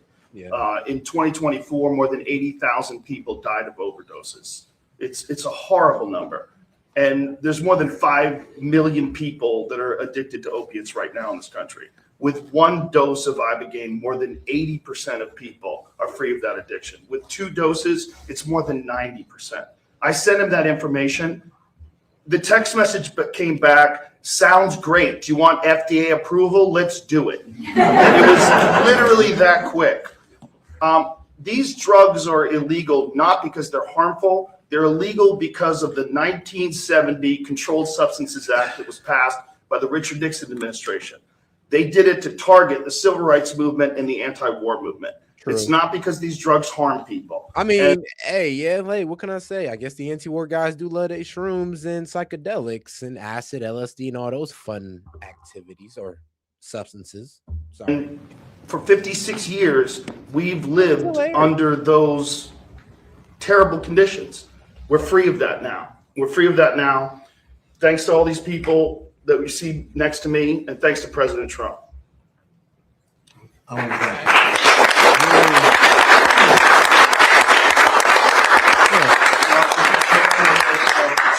We all respect Joe, and he's a little bit more liberal than. That's okay. I have a lot of friends that are liberal, but Joe is an amazing guy, and he wrote me a little note about this, and I had it checked out. I didn't just do it. I had it checked out. I went to Bobby and Oz. I went to some of the people that work for you, real pros, and everybody came back with the same answer. You know, normally they'll come back, because this happens a lot. I have a couple of them like that where they're not sure. It's like, you know, it goes two ways. This thing, everybody thought it was incredible. And I told Bobby, I said, Bobby, let's just do it. But to my statement I made earlier, yeah, they did pretty much, you know, shut down the psychedelics and all that good stuff because it was part of the anti-war hippie movement. You know, shut it down with marijuana too.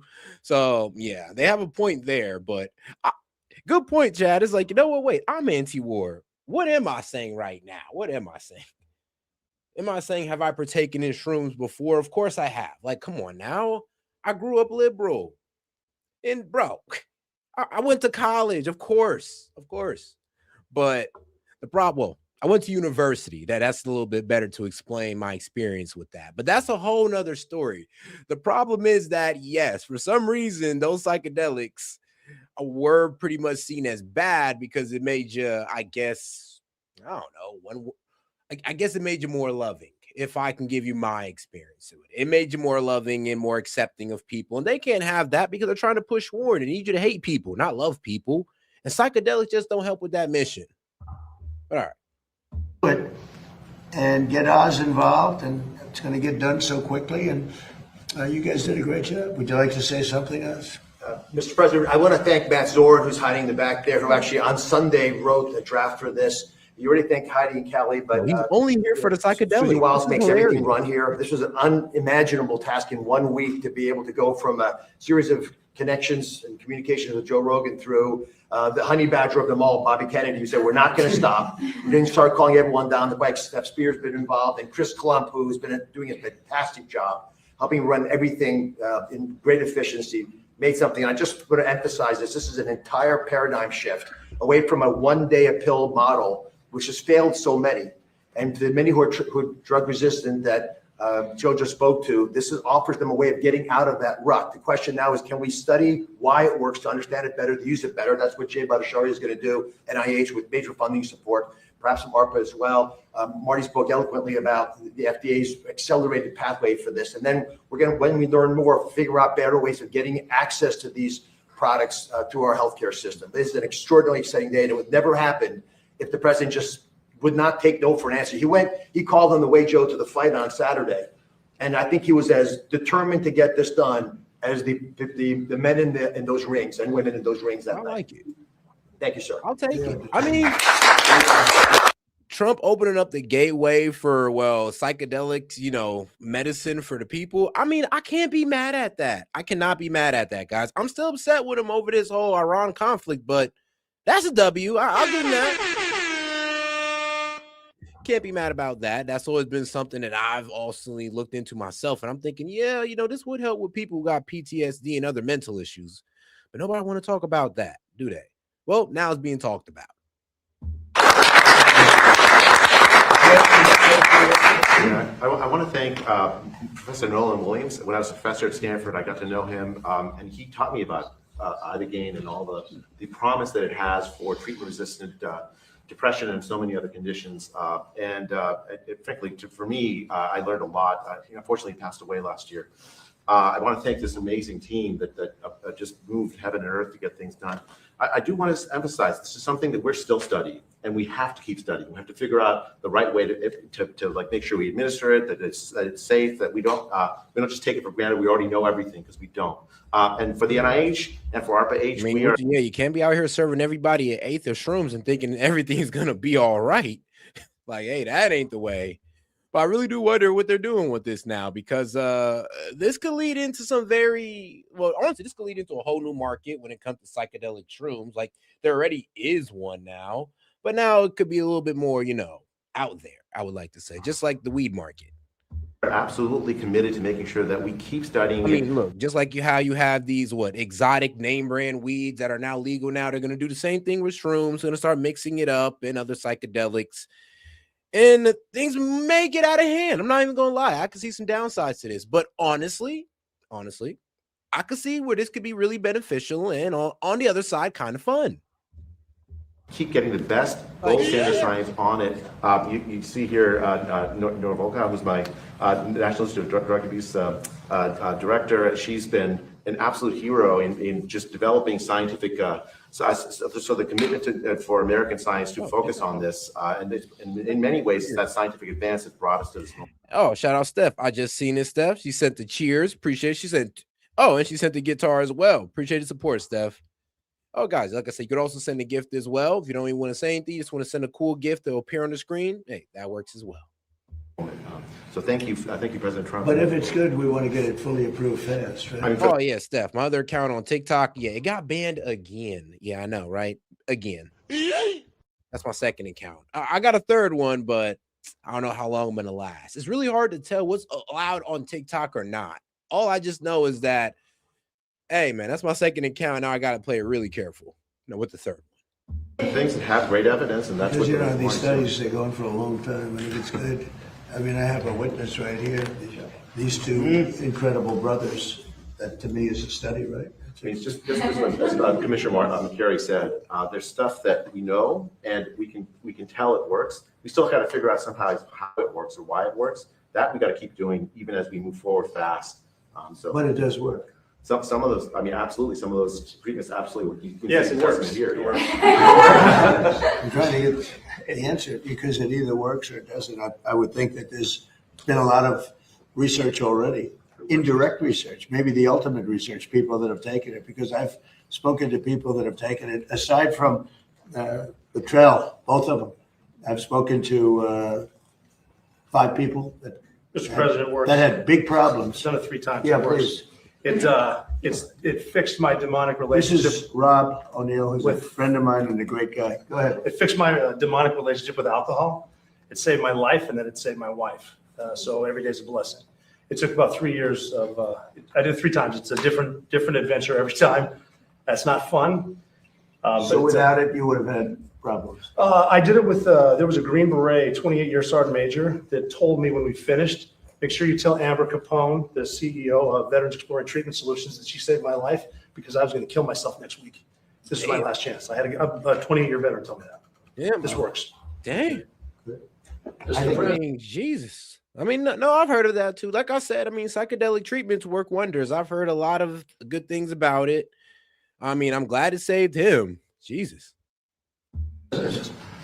You asked Marcus to speak about his experience. And no, this is not me saying you should go out there and take you an eighth of shrooms today. No, don't do that. Don't do that. Okay, good. Okay. We're not supporting that. Just want to make sure. Thank you, Secretary. Yeah, Mr. President, what Rob O'Neill's talking about, my wife, Amber Capone, is the CEO of our charity Veterans Exploring Treatment Solutions. We had prayed for this day to come 10 years ago when we started the charity. We've been sending veterans outside the country, Joe, that you've been talking about for years, several thousand now. And we said the mission will end once this day happens. So we believe this is a huge step in maybe that the mission goes away. And now we have affordable access right here in the U.S. Why didn't they get it done? We're getting it done, right? You're getting it done. Yeah. Why are the presidents looking at it? Right? Why didn't they get it done? I think we needed you. That's my job. I can answer that question, sir. Go ahead, please. There's a small group of us in the House that had been trying to move legislation since I showed up. Mr. Correa, Mr. Bergman, Mr. McCall, Mr. Crenshaw, every year have tried to move legislation. That side of the room is not going to like what I have to say about this. And every year it has all fallen short. Every year it has all fallen short. And it's because of the proverbial roadblocks that were always in the way. Right. That's right. Okay, fair assessment. But those members and myself were convicted never to give up, ever. with this executive let's order. be real. Donald Trump is probably the only old guy, only boomer that you can honestly sell psychedelics to as a good idea. Like, a lot of boomers are still stuck in that mindset that all drugs are bad. You can't trust them. They're going to send you to the loony bin. And they're right about some of those drugs. I'm not going to lie. But not when it comes to some of these psychedelics. And they kind of like ignore the health benefits that some of them can provide. I mean, trust me, if we'd have been using them for some of our veterans back in the day, I think we'd have avoided a lot of, terrible turnouts. I'll leave it at that. I'm going to maintain composure, Mr. President. With this executive order, you have broken down those barriers and allowed us, I have all the faith in the world that this will codify and remain forever. So thank you very much for taking care of your service members and your veterans and giving the members that have been working on this for so long a chance. Thank you, sir. Well, when I sign this does solve it for the 3 year, but we'll get that codified very soon. Absolutely. Once I sign it, we get them codified. So we'll make it permanent. I have no doubt it's going to be working. Would anybody else like to say something? These two women are so talented. Well, I love an executive order that says research, research, research, because it's ultimately what guides us onto how to optimally do things. And I think that this is what hopefully will start to happen and bringing up change in a system that has been very difficult to modify because of prior experiences. Mm-hmm. These drugs have unique characteristics that could actually, if we investigate them, can bring us into potential applications that currently we're not thinking about. But if we close the door to science, if we close the door to data, we'll just keep on doing the same thing again and again. Do you think the door was closed? It was hard. Yes. It was hard to do research. It's very, very hard. And it's actually just by scaling as a one, it makes it very difficult. So this is a big move then. It's going to have it will facilitate bigger research. than just this one thing that we're talking about. That's good. That's good. I'm glad we didn't waste the Saturday morning. Please. Yes. Yeah, guys, it's for psychedelics. Yes, it's for medical psychedelics. So this is why Joe Rogan's in the background kind of just, cheesing over here. Because he's like, well, hey, I'm getting something. I mean, like, well, I ain't mad at it. I cannot be mad at it. This could definitely help people who suffer from PTSD and other mental health issues. So I got to give it to them. I'll give it to Trump on that one. Mr. President, this is a much needed, bold move for precision mental health for our veterans and others, and accelerates access to personalized targeted treatments.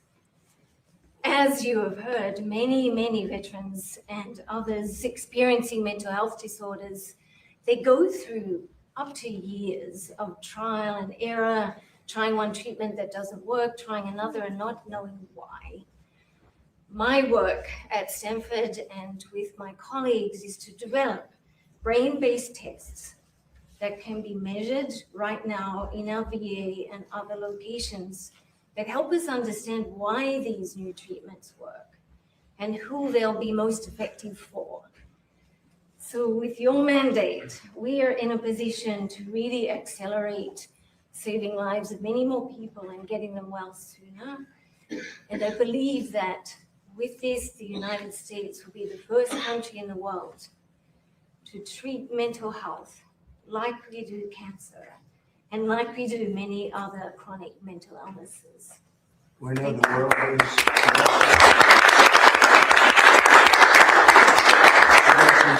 is. The world is actually watching this because there are a lot of countries that want to do this and they haven't been able to. They're going to be following suit very, very strongly.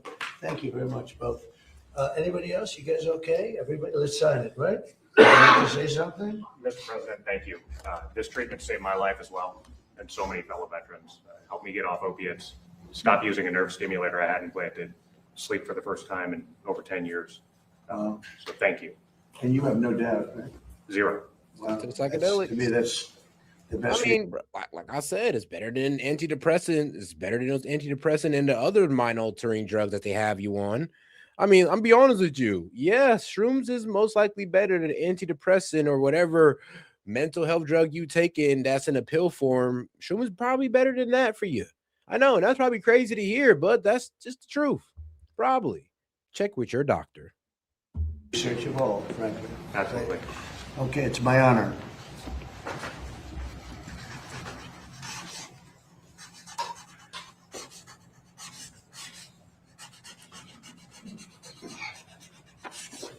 Good, that's a good one. Oh, I wanted this one. See that, Joe? You think Biden can do that? He can't.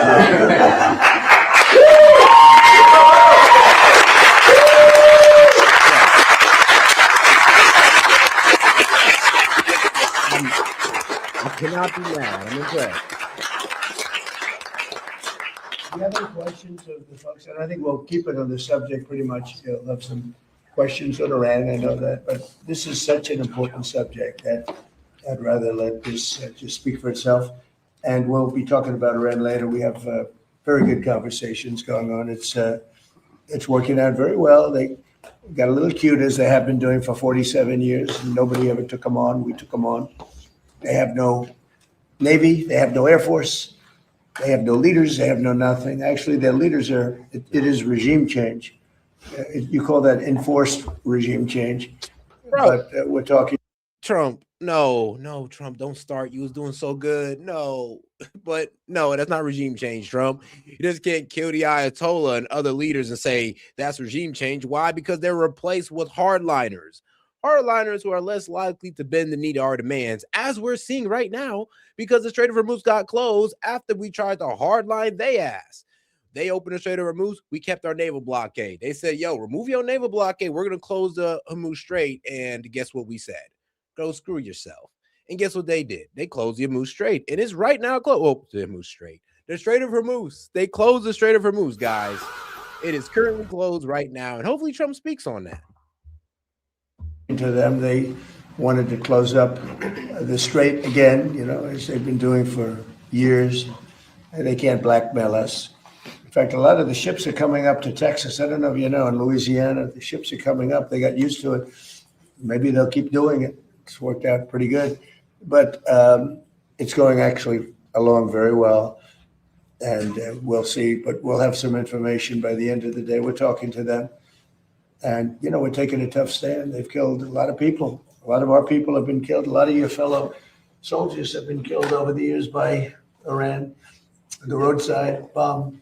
Soleimani, I killed Soleimani. Thank you for that. He was making the explosive form penetrators. They're making them in Iran, bringing it to Iraq. It's kind of wild because, roadside bombs were made in Iraq, like proven to be made in Iraq, aka it was the Iraqis who were popping off those roadside bombs. We contributed to the Iranians, well, I guess due to support.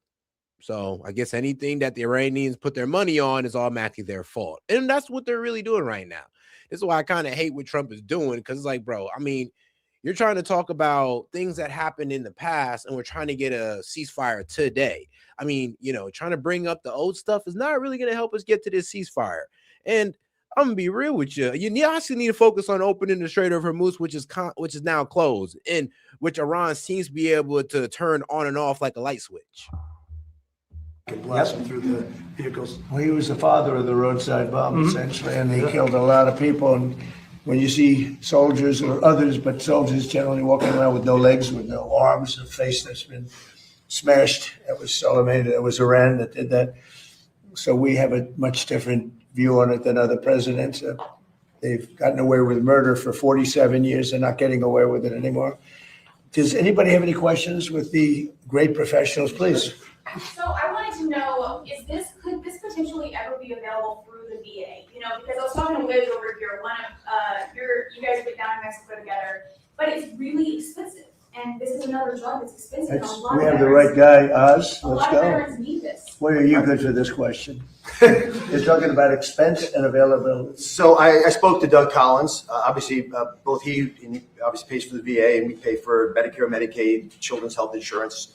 Are very focused on the results that the NIH and FDA are going to offer us. We have a mechanism of creating models, CMMI. That might be the wise way to go because we can continue to study the impact. It is just such a massive shift in how you deliver care. Imagine instead of taking a pill a day for your depression, you go through one treatment, but you have to have few people watching you. It's a very different world. So we're working that through. That's why the president, who I think this is the perfect step to get everything rolling, to deliver on the promise. What's timing would you say that before you know?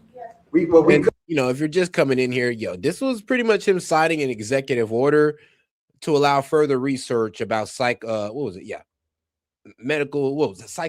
Yes, about medical psychedelics, pretty much shrooms, LSD. There's acid in there, yeah, somewhat, but yeah, it's pretty much to allow further testing, medical use, searching for medical use that it does have. Like I said, with PTSD and all that good stuff and other mental issues, yeah, medical psychedelics have definitely worked out. Could have a CMMI model that we would announce by the end of this year. But the reason I'm not committing to that now is I want to make sure that the FDA and NIH have time, along with the great scientists, to give us a bit more information about how to deliver care. I'll give you one concrete example. For things like, Ibogaine is a little different story, but you would want 2 people in the room during the treatment. That's true for many of these approaches. That's a very different way of delivering medicine. And so the models that Abe Sutton runs that group for us and he's done a great job for the president, that will be probably the fastest way of moving forward and give the VA data so they can make wiser decisions, because Doug Collins is very focused on this. But there's one thing I'd add. There's nothing more expensive right now than the mental health crisis in America. 21% of Americans have a diagnosable mental health condition. The second leading cause of death for young adults today is suicide. Wow. Mr. President, antidepressants right now are the most prescribed class medications in the country. Over 20% of women are on an antidepressant. And is that good in terms of do they work? There's highly problematic. Yeah, I'm be real. Those antidepressants sometimes cause women to be people to be more depressed. They'll even tell you in a commercial that it can invoke suicidal thoughts, which is wild for an antidepressant, by the way. But yeah, I'll be real with you. I think I'd rather take the mushroom than the antidepressant. One's gonna make you feel happy, you know that for sure, and the other one is, you're kind of playing with your life. Research on the fact that over 20% of U.S. women are on these drugs that are prescribed for life. We have a mental health crisis. And do they work? No. We have a mental health crisis, guys, and maybe if everybody just start doing shrooms, the mental health crisis will disappear. I know that's not what they're saying, but like in paraphrasing, honestly. I mean, I'm okay with this. I know I'm poking a whole lot of fun at it, but it's because it's funny because it can low-key actually work. And we're talking about shrooms here of all things. This is low-key hilarious. Who'd have knew in this time? They don't. I'm on a couple of them. And I would not have. We'll get you down to Mexico. We'll get you down to Mexico. I said, okay, could I be next? But no, it is definitely an issue for women. But Mr. President, what you and Secretary Kennedy unlocked is for the first time questioning this system, that where we spend 3 times more per capita than any other country. And let's be real though, these pharmaceutical companies, I doubt they like this, because if you can grow your psychedelic, you can't grow psychedelics in your closet, believe it or not, but you're telling me I can grow my mental health medicine in my closet? Who needs the pharmacy no more? Who needs these antidepressants? So I wonder how far this is going to go, because this is really punching the pharmaceutical companies in the side right now. And I'm all for it. World, and we are living 6-7 years less. We have the highest rates of suicide and depression in the developed world. The incentives of our system. And by the way, autism, which we're really working hard on, right, Bob? We have the highest rates of we're coming up with some pretty amazing findings. Pediatric cancer is the highest rates in the world. We are struggling, and we're paying more than any other country. And the power of this executive order is really representative and gives validation to the cries of Maha moms and the votes of Maha moms. Because for the first time, it's taking a therapy that's one time. This is a one time, not a lifetime drug that can change someone's life. And that's the power. And I think that's why the system. So the antidepressants, all that we read about it, we prescribe to. If you're looking for sure, it could. I would say in maybe maybe an eighth a week or something. But if you wanted to cure yourself of any type of mental ailment in one day, bro, speak to a shaman about that one. I don't know, bro. You might want to go get some of the shaman guys out of South America or Africa or somewhere if you want advice on that. You don't want to listen to me. I'm going to tell you to take like a quarter or something and wish you luck. But hey, you'll be different, but I don't know if you'll be the same. But that's wild, though, to sit there and say that, yeah, instead of just being on the antidepressants for the rest of your life, basically, you could probably have like a one-time hit of shrooms, LSD, acid, and you're good to go. Maybe. our military, they're not very effective. It's a lifetime drug, and Well, even if it's lifetime, but do they? look at what's happened as we've prescribed them and made them one of the most prescribed The classes of numbers are medication. not great. This is Perhaps a- I could jump in from the scientific side. Thank you, Mr. President. What's the timeline Hold on, for she those? just wanted to say something. Can you let her- Oh, I'm sorry. I think what's really important about your order is you include, we really want to understand why these rapid-acting treatments work. We need that for every treatment in mental health illnesses. Standard antidepressants in research, they do work for some people, but certainly not everyone. Yep. And if we think of cancer, all other conditions, we have a test to know which treatment Right, that's right. is needed, and we don't have that for mental illness. It's guesswork. This is So tough. With that, it either works or it doesn't work, and you have the Right. result. And so With this, you don't as know. part of this order, I think it's really important that we're able to. I don't know, guys. I got to be real charitable to Joe Rogan right now. Like, come on now. He's always been about psychedelics and you know the use of, well, I would say yes, the use of it for mental health issues and veterans and all that. He's always been a huge advocate of furthering the psychedelic research into mental health. So I mean, I can't really call him a sellout because he's really here just for that, in my opinion. Have the investment to understand who does this work for and the test to accompany that. So thank you for Do you making think that this can be a big step above antidepressants, what we're doing? I think it can be identifying who doesn't respond to an antidepressant straight away rather than waiting for years. And What being percentage able of people respond positively to antidepressants? How 20 much? to 30%. That's not great. No. That's not great. Well, thank you very much. Good Yeah, question. I know, because you're betting on you're low-key betting on their chemical imbalance in their brain. I mean, not everybody has that chemical, I guess, imbalance to straighten them out with an antidepressant. So I don't get, like I said, antidepressants are a failure, but we keep pushing it on the American people. President, what's the timeline for I'm those? not saying go ahead and take you an eighth of mushrooms. I'm just saying, man, I mean, there are better options out there. Those with mental health disorders, substance abuse disorders, to readily take advantage of this treatment based upon the executive order that you're signing today? So I'd like to ask maybe Marty that question. Sure. So first of all, right now it's available on clinical trials. We have not had applications in-house at the FDA. There was one that came in under the Biden administration. It was kicked out and not accepted. We now have 3 applications that are imminent, and we'll be issuing vouchers next week. The fastest FDA approval was 42 days during the HIV epidemic. On our national priority voucher program under President Trump, we are now down to that time frame on a routine basis instead of a year. In my opinion, we need the same level of urgency we had with HIV for PTSD and depression and anxiety and our mental health disorder and cancer and heart disease and so many other conditions. So you're going to see decisions out from the FDA later this summer, as soon as we get the applications. That's great. That's great. And Mr. President, I like that. I really like that answer. I don't know about shrooms for like cancer, maybe lion's mane or maybe something like that. I heard that might be able to help out with, inflammation and all that good stuff. But I don't know. I ain't no herbalist or whatever they call themselves. thank you, Mr. President. And then in regards to the timing of the executive order, was there not enough known about this treatment a year ago or 5 years ago or 8 years ago to sign the executive order that you signed? So you want to answer that question? Go ahead. I'm just at in 2016, the lead professor at Johns Hopkins said this was the most promising therapy that he's seen in his career, and many doctors from leading institutions said that. There's been a hold, there's been incentives against this, and it's the bravery and leadership of President Trump. So you think artificial barriers? It started, and this, to be clear, is starting a fast-track scientific process that's subject to FDA approval. But this has been known among leading institutions for many times as a very promising therapy.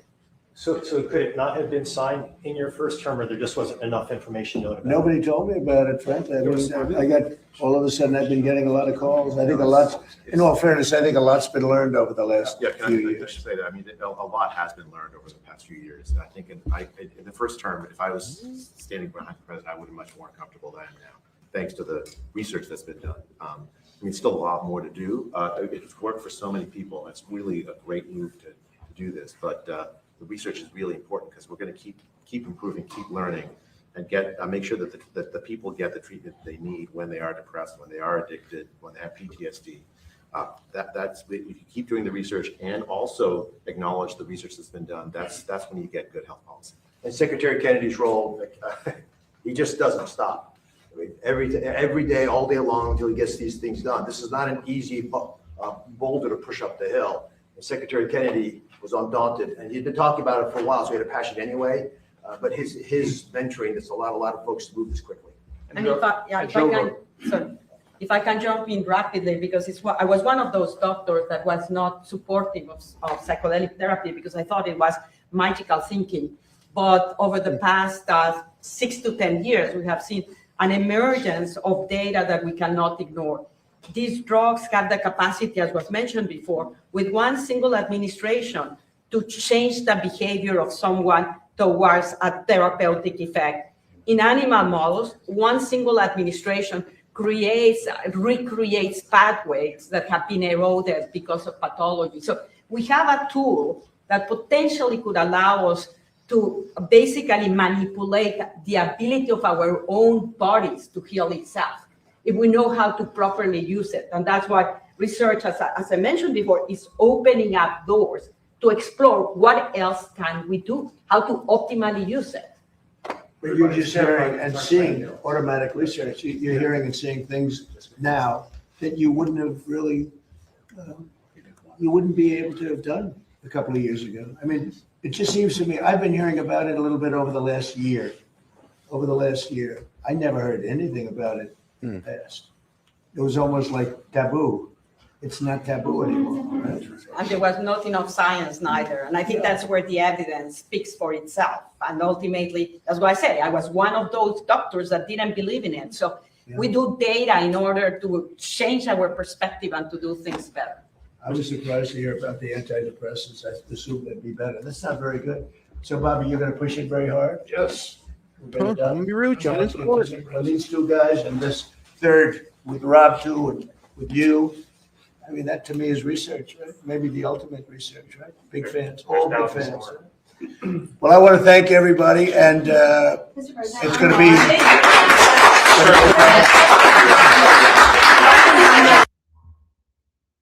All righty. Let's go ahead and get back to the U.S. Liberty interview. All right. And that's why I'm here today, because they don't have a voice, but I do. And I've been called a Nazi, a Jew hater, an anti-Semitic, a no-good SOB for telling the truth that our government won't do. From LBJ to Donald J. Trump, the president right now will not touch his subject. It's buried like anything you could ever believe. And we're alive and we're telling the truth. And we asked President Trump, hey, you're opening up JFK, you say, RFK, MLK Jr., what about the USS Liberty? It's been almost 58 years. Tell the truth about it. It was a pre-planned attack, and our government set us up to be slaughtered by a foreign government, and they couldn't wait to do it. They enjoyed what they did. They enjoyed killing American sailors on the high seas. Well, I was going to say, it sounded like for part of that story, they were even taunting you. Oh, yeah, absolutely. Absolutely. And then the newspapers, they had it on front page one day, the middle of the paper the next day it was gone.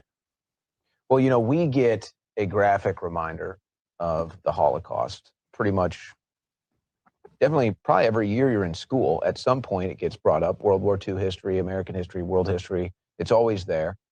I don't know how many Holocaust museums there are in the country, but there's plenty of them, probably dozens, if not hundreds. I've been to them. So there's no short of a graphic reminder of the horrors of World War II. And yet what you're communicating to me is that the horrors that you experienced, which are more recent than World War II, obviously, by a couple decades, these horrors lack documentation, they lack appreciation. I asked you this before we sat down, but does the story of the U.S. Liberty, as far as you know, even exist in a history textbook? No. You know, even if you go to Wikipedia, it says, well, Israel attacked our ship by accident, and they paid reparations. They paid like $6 million for a $40 million ship. I was going to say the ship itself is worth more than that. It cost them $40 million to refurbish it. Huh. And they didn't pay it. Our government paid it. And I had to sign a document that said I would never sue Israel or the United States. And I was glad to sign it. And they gave me $200 and I got out. Only and 200? I forgot about it. Did all the survivors have that same? Yeah. They did. Until about 1982 and 83 in that area. Jim Ennis wrote a book called Assault on the Liberty. He was severely wounded aboard the ship. And then we all started coming together and we formed the USS Liberty Veterans Association. So you guys are almost on 40 years now, or you're over 40 years now. Yeah, it'll be 58 years, but the first reunion I went to was the 20th. I was 40 years old then. What, to this day, you're saying the excuse that is given is accident. How offensive is that to you? It's so offensive, it makes me angry at our own government and our own politicians. I've written so many letters. My oldest son, he's been, you know, all my kids, I gave them, they knew about the USS Liberty. I'm so passionate about it because when I started speaking out, I got more angry and more angry. You witnessed this? Yeah. His son's sitting right over there. Yeah. Yeah, he lived it. He lived it his life, his whole life. You know, I remember, because I had grandparents that served as well.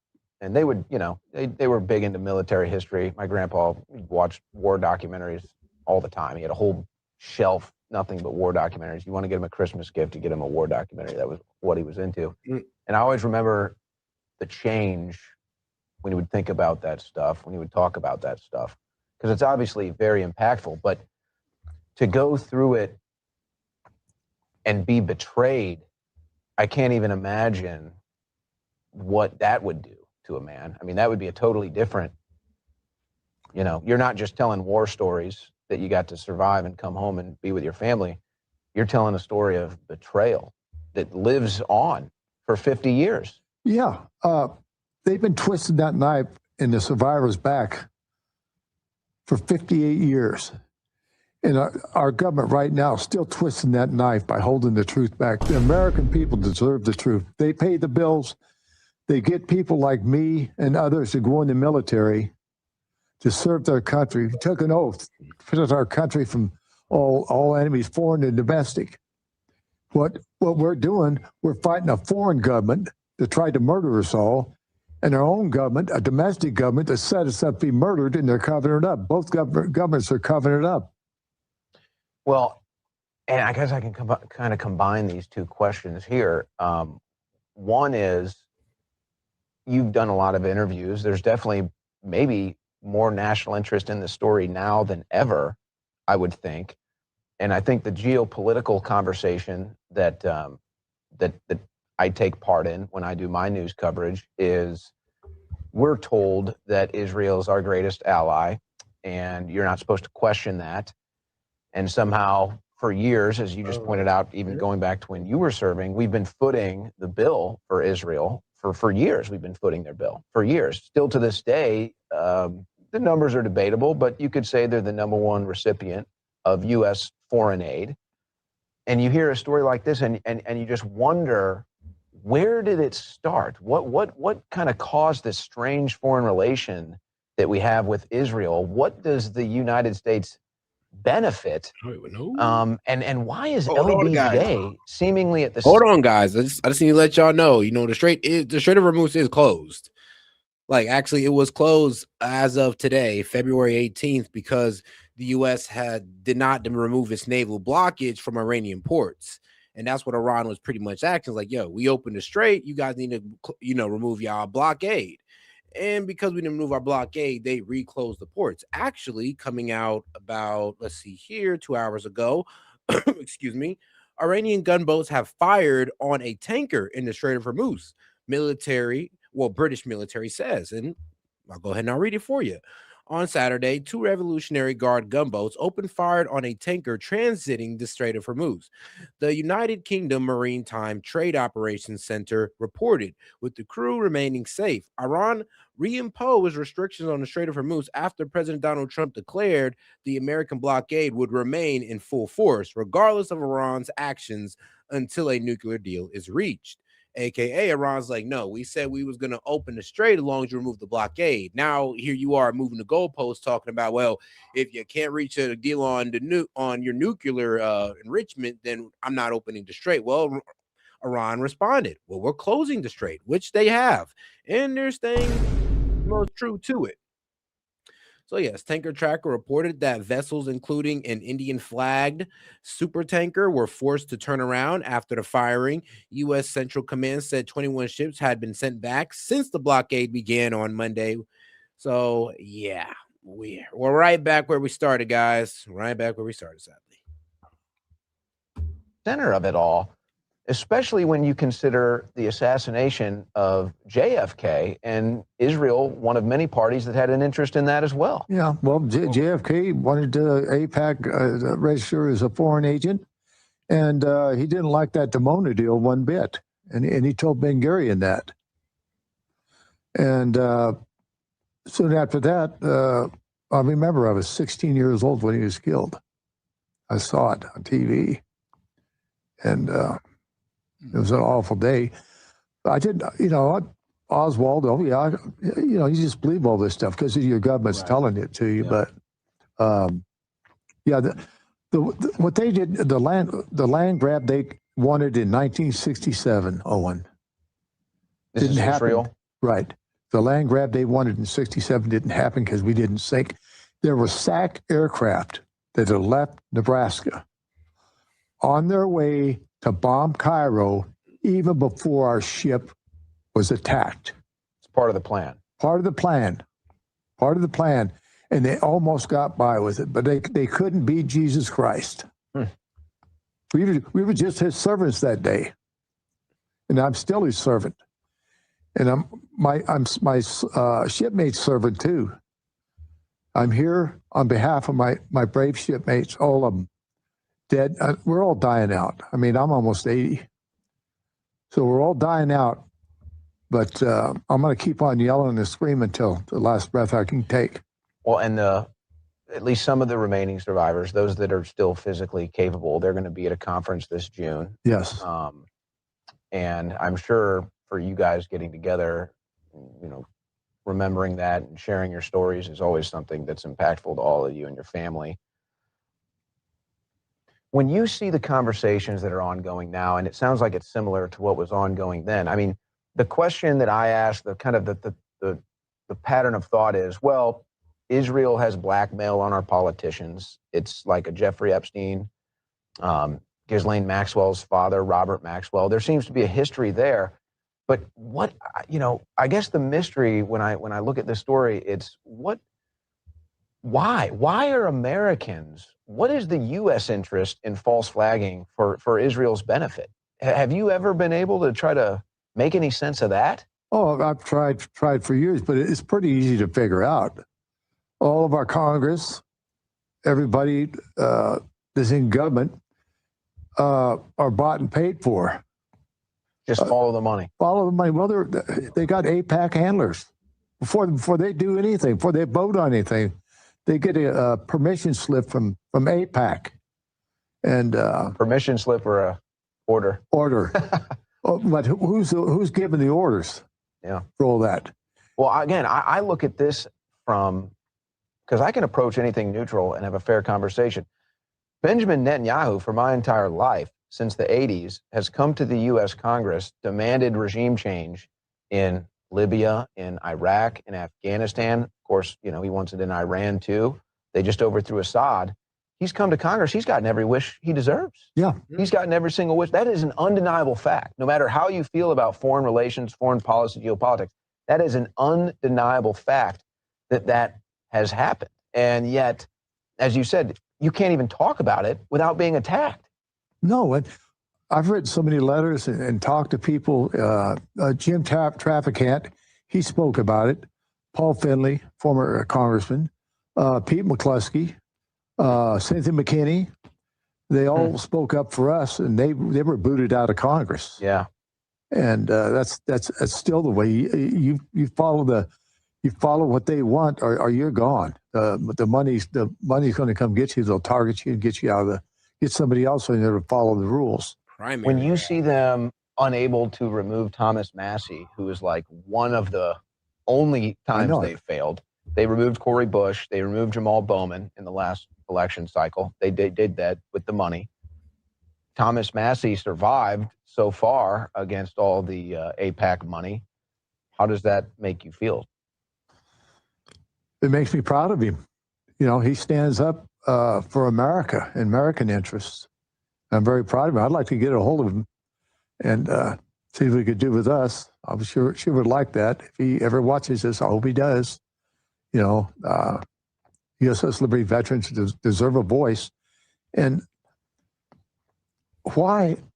I can't understand. I mean, I do understand it, but I can't understand how any president from LBJ to Trump would not care about American servicemen.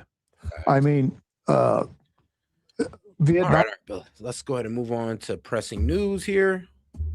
And welcome back to Live Now from Fox. I'm your host, Christy Matino. In just a matter of moments, we're going to be bringing you President Trump as he will be signing an executive order live there at the White House. But as we await that, I see why he didn't want to take any questions on Iran, because this development doesn't look too good. feed, we want to continue to talk about the latest with the Strait of Hormuz. We brought you this news here within the past hour as Iran now reimposing these restrictions.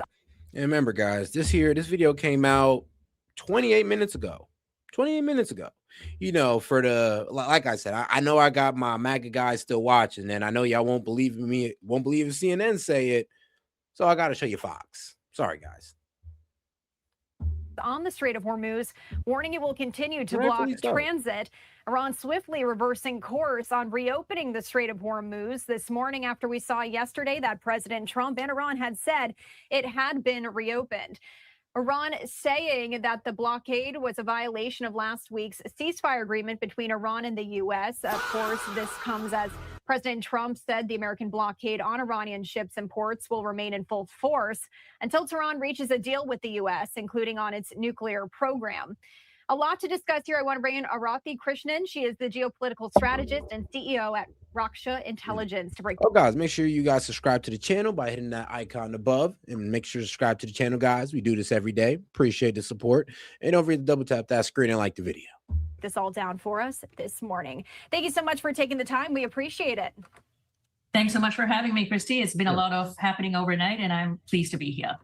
Yeah, there's been a lot of developments, and I really just want to start with this breaking news. Iran reimposing these restrictions on the Strait. Really what led to this? Because within the past 24 hours, we had saw President Trump saying it's reopened. What changed overnight? So I think, first of all, I would take us a step back. Yesterday, I would say two men on two different podiums said two different things. In Tehran, Iran's foreign minister announced that the Strait of Hormuz was, in his own phrasing, completely open. In Washington, President Trump posted that the strait was ready for business and full passage.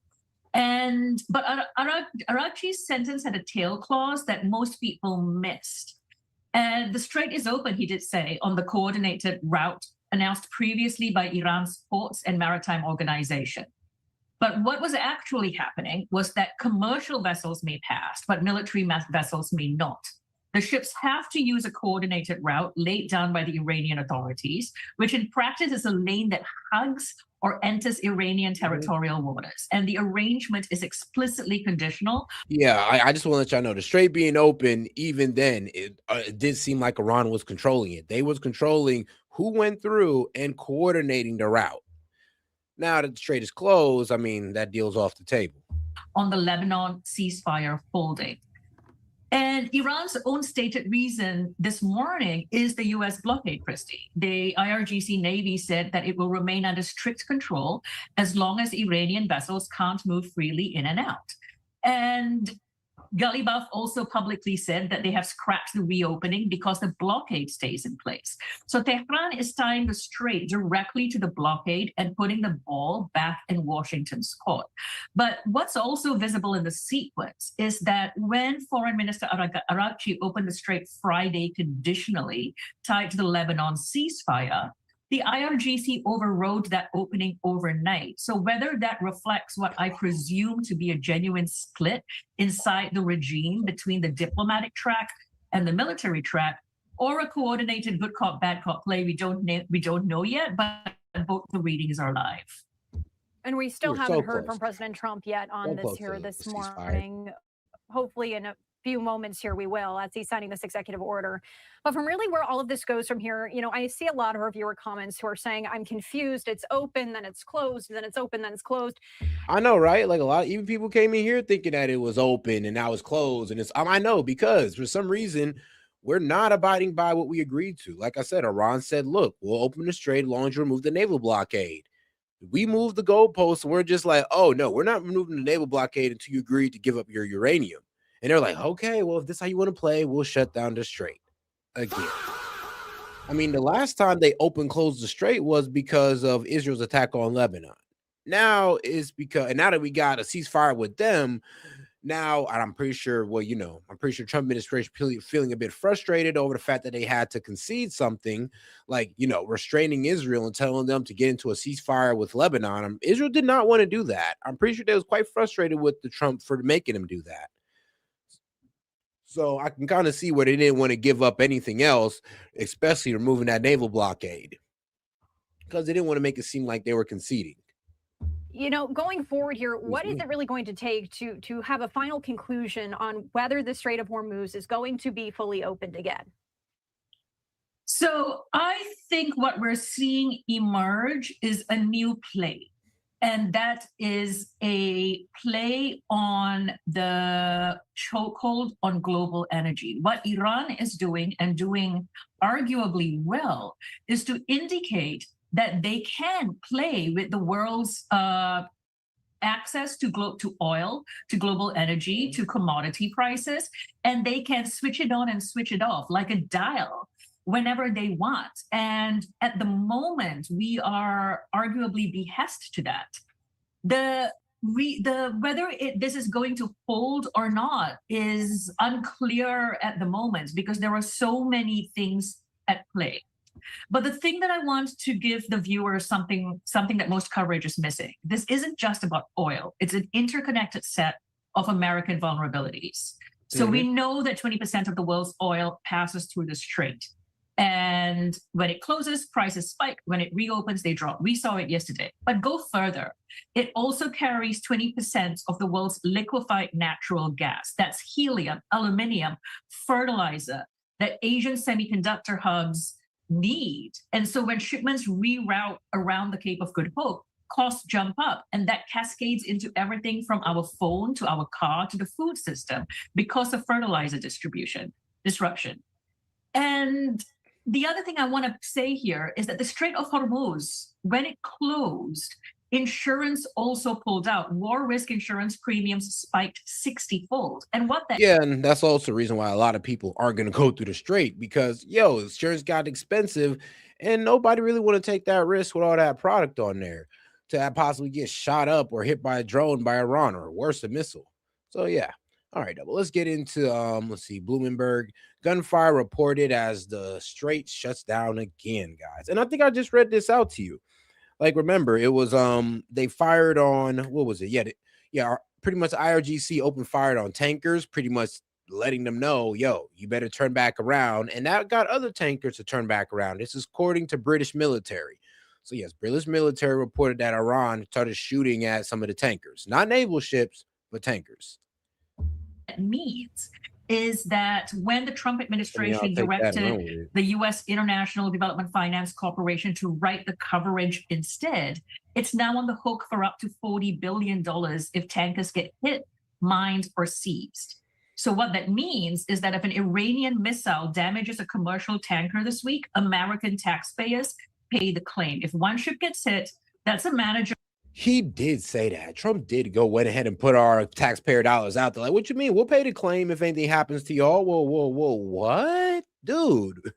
First off, a lot of people don't even want this war. Now you're telling us we're gonna be paying for insurance claims because these ships go through and get hit, and we got to cover that. I'm like, come on, bro. That's not right. We ain't sign up for that. But all right, though, let's see what these guys in Bloomberg talking about. Philip, let me start with you and just get a sense of your understanding of the state of play. You were there in Pakistan last weekend for those talks with Vice President J.D. Vance. There hasn't been an official announcement of a second round of those talks. What are you hearing from sources there on the ground of what might happen there in the coming days when it comes to negotiations over peace in the region? Well, look, there's certainly optimism that Islamabad can be the city and indeed Pakistan, the country, as the facilitator that puts up a second round of talks between the United States and Iran. Of course, as you just mentioned, there's all sorts of confusion right now as to whether these two sides are close enough right now or can come close enough over the next few days to actually meet in person. It seemed like everything was falling into place yesterday. Essentially, the announcement of a ceasefire between Israel and Hezbollah, and that was a holding ceasefire, and indeed largely still is. That is a key building block toward further talks between Iran and the United States. Then the announcement from the president that the Strait of Hormuz was open again. That was an announcement that was mirrored by the Iranian foreign minister. But then it was again entirely stopped by the Iranian leadership. It now says the Strait of Hormuz is closed. And indeed, the UK military, which is the authority on this kind of thing, says that not one but two ships, one tanker and one cargo vessel, have been attacked. One by Iranian gunships of the Iranian Revolutionary Guards. That's according to the UK military. So things not exactly under control right now, I think is the fair way to put it. But that doesn't mean that the two sides cannot get together at the negotiating table. The rhetoric can be all over the place at the high level, and it might even be for domestic consumption in the United States and Iran, indeed, as well, while the two sides still are able to get together at the negotiating table and somehow not necessarily come to an overarching peace agreement, but at least get that little bit closer, at the very least in the short term, to extending a ceasefire, because the ceasefire between the United States and Israel on one side and Iran on the other, it is only 2 weeks long. It's only got a few days left, and that needs to be extended. That is why Pakistan hopes it can get the two sides together here in Islamabad as quickly as possible. Michelle, I want to bring you in because you did a really great podcast talking about how Pakistan ended up where it is, with the only real country, with maybe one other exception, that could facilitate these talks. And then how well are they going to be able to execute this? Because it's a terrible position. We've been saying Iran is saying one thing is true, the president of the United States is saying the other thing isn't true. Is it clear what the Pakistanis? Oh, my bad. Let me go ahead and read this tweet from Trump as well, though, because let me see here. I didn't think I got to this. Shout out to our president here. He says the USA will get all nuclear dust created by our great B-2 bombers. No money will exchange hands in any way, shape, or form. This deal is in no way subject to Lebanon either, but the U.S. will separately work with Lebanon and deal with the Hezbollah situation in an appropriate manner. Israel will not be bombing Lebanon any longer. Yeah, you heard that, Israel? Like, open your ears up a little bit. They are prohibited from doing so by the USA. Enough is enough. Thank you, President Donald John Trump, most likely. No, shout out. That's it. I mean, all right. Thank you. He pretty much did what Joe Kent said to do. Pretty much put Israel on a lease so we can go ahead and get something done, because apparently Israel didn't want anything to be done. And the only way to make sure we can have a lasting ceasefire and a peace deal with Iran is to pretty much push Israel off to the side and lock them in their room. So I'm actually happy about that. You know, no money will exchange hands in any way, shape, or form. We'll see about that, because Iran says they're not giving up anything unless they get some unfrozen assets back. So we'll see about that. If he can get that without giving back any assets back, I'm all for it, but it does seem unlikely.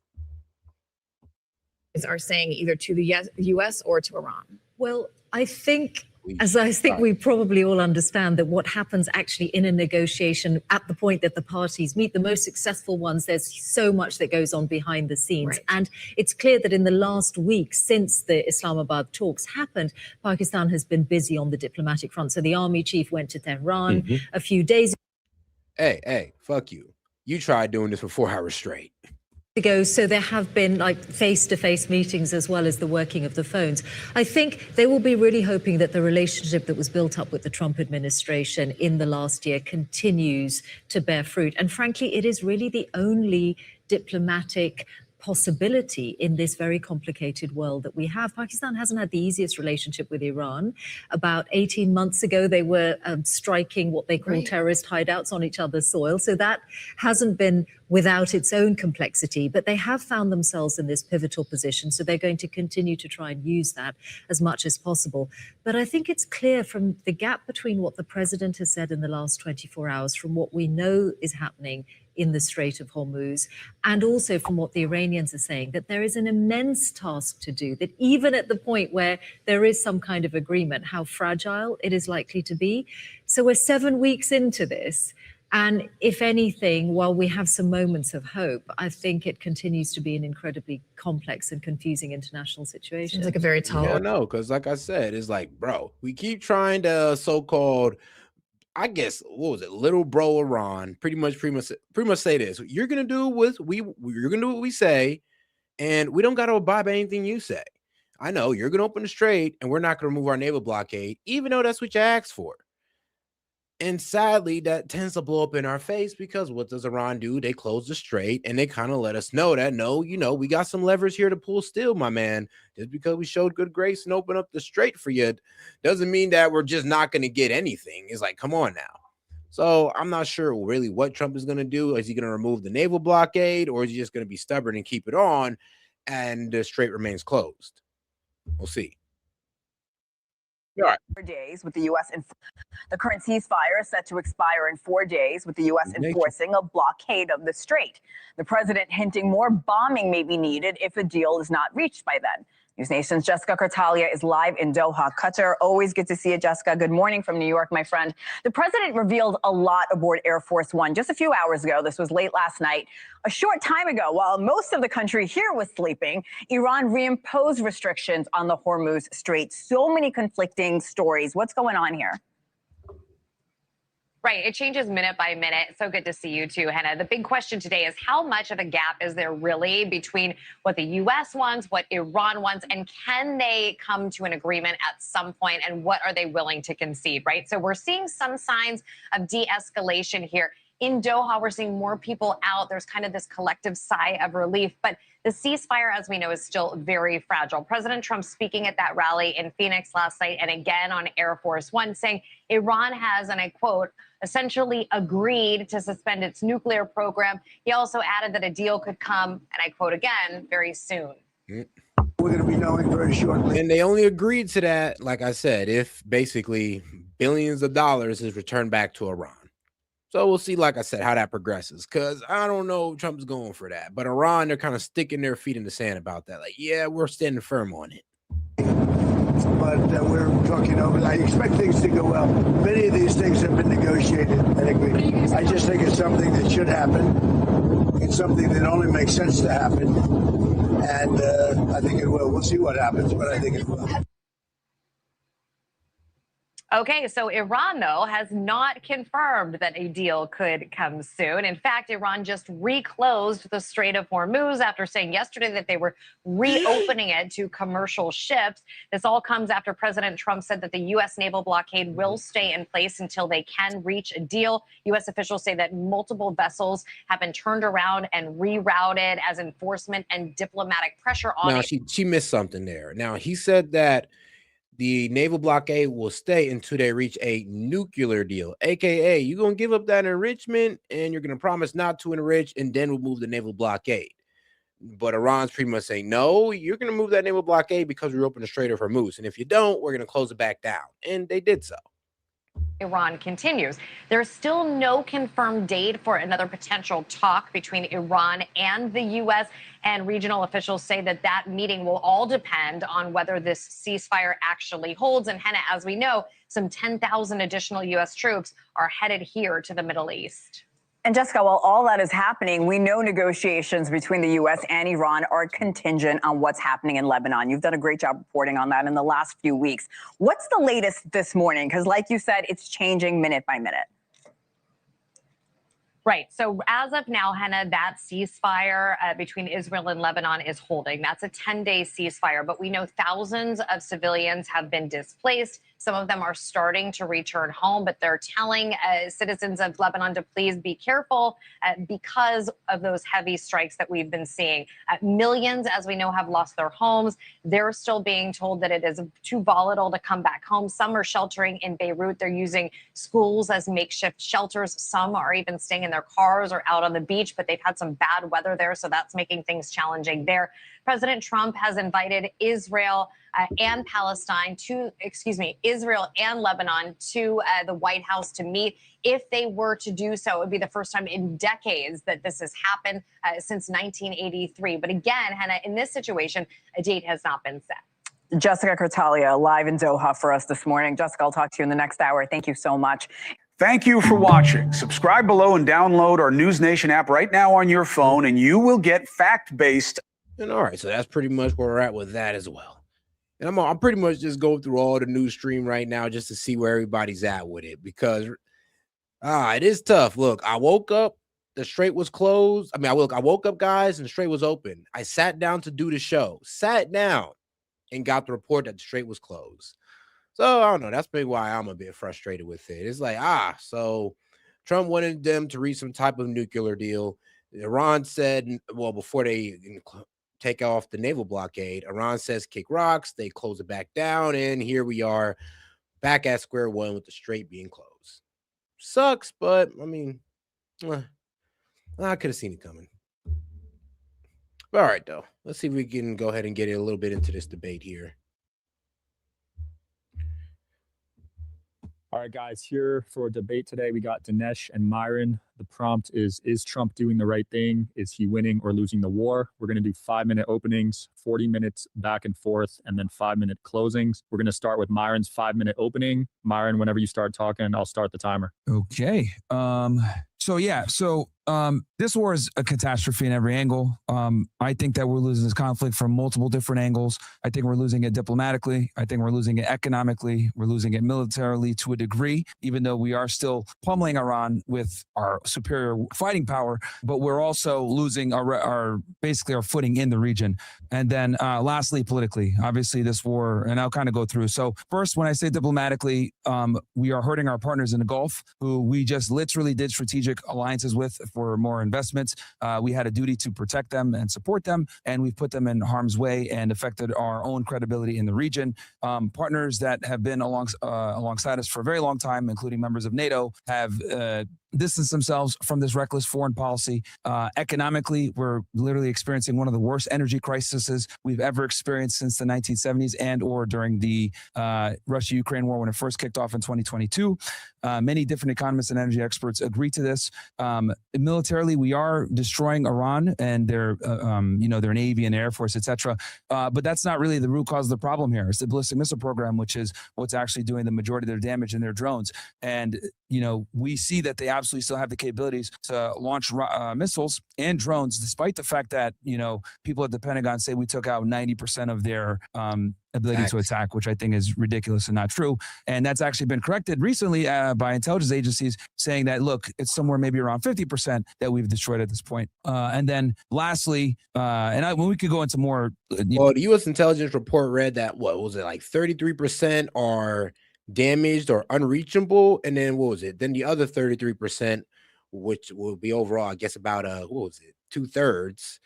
So about 2/3 of their missiles is either one buried or destroyed, and that's what intelligence said. Intelligence said 33% we are confirmed to be destroyed, but the other 33% is pretty much buried and they can still reach to.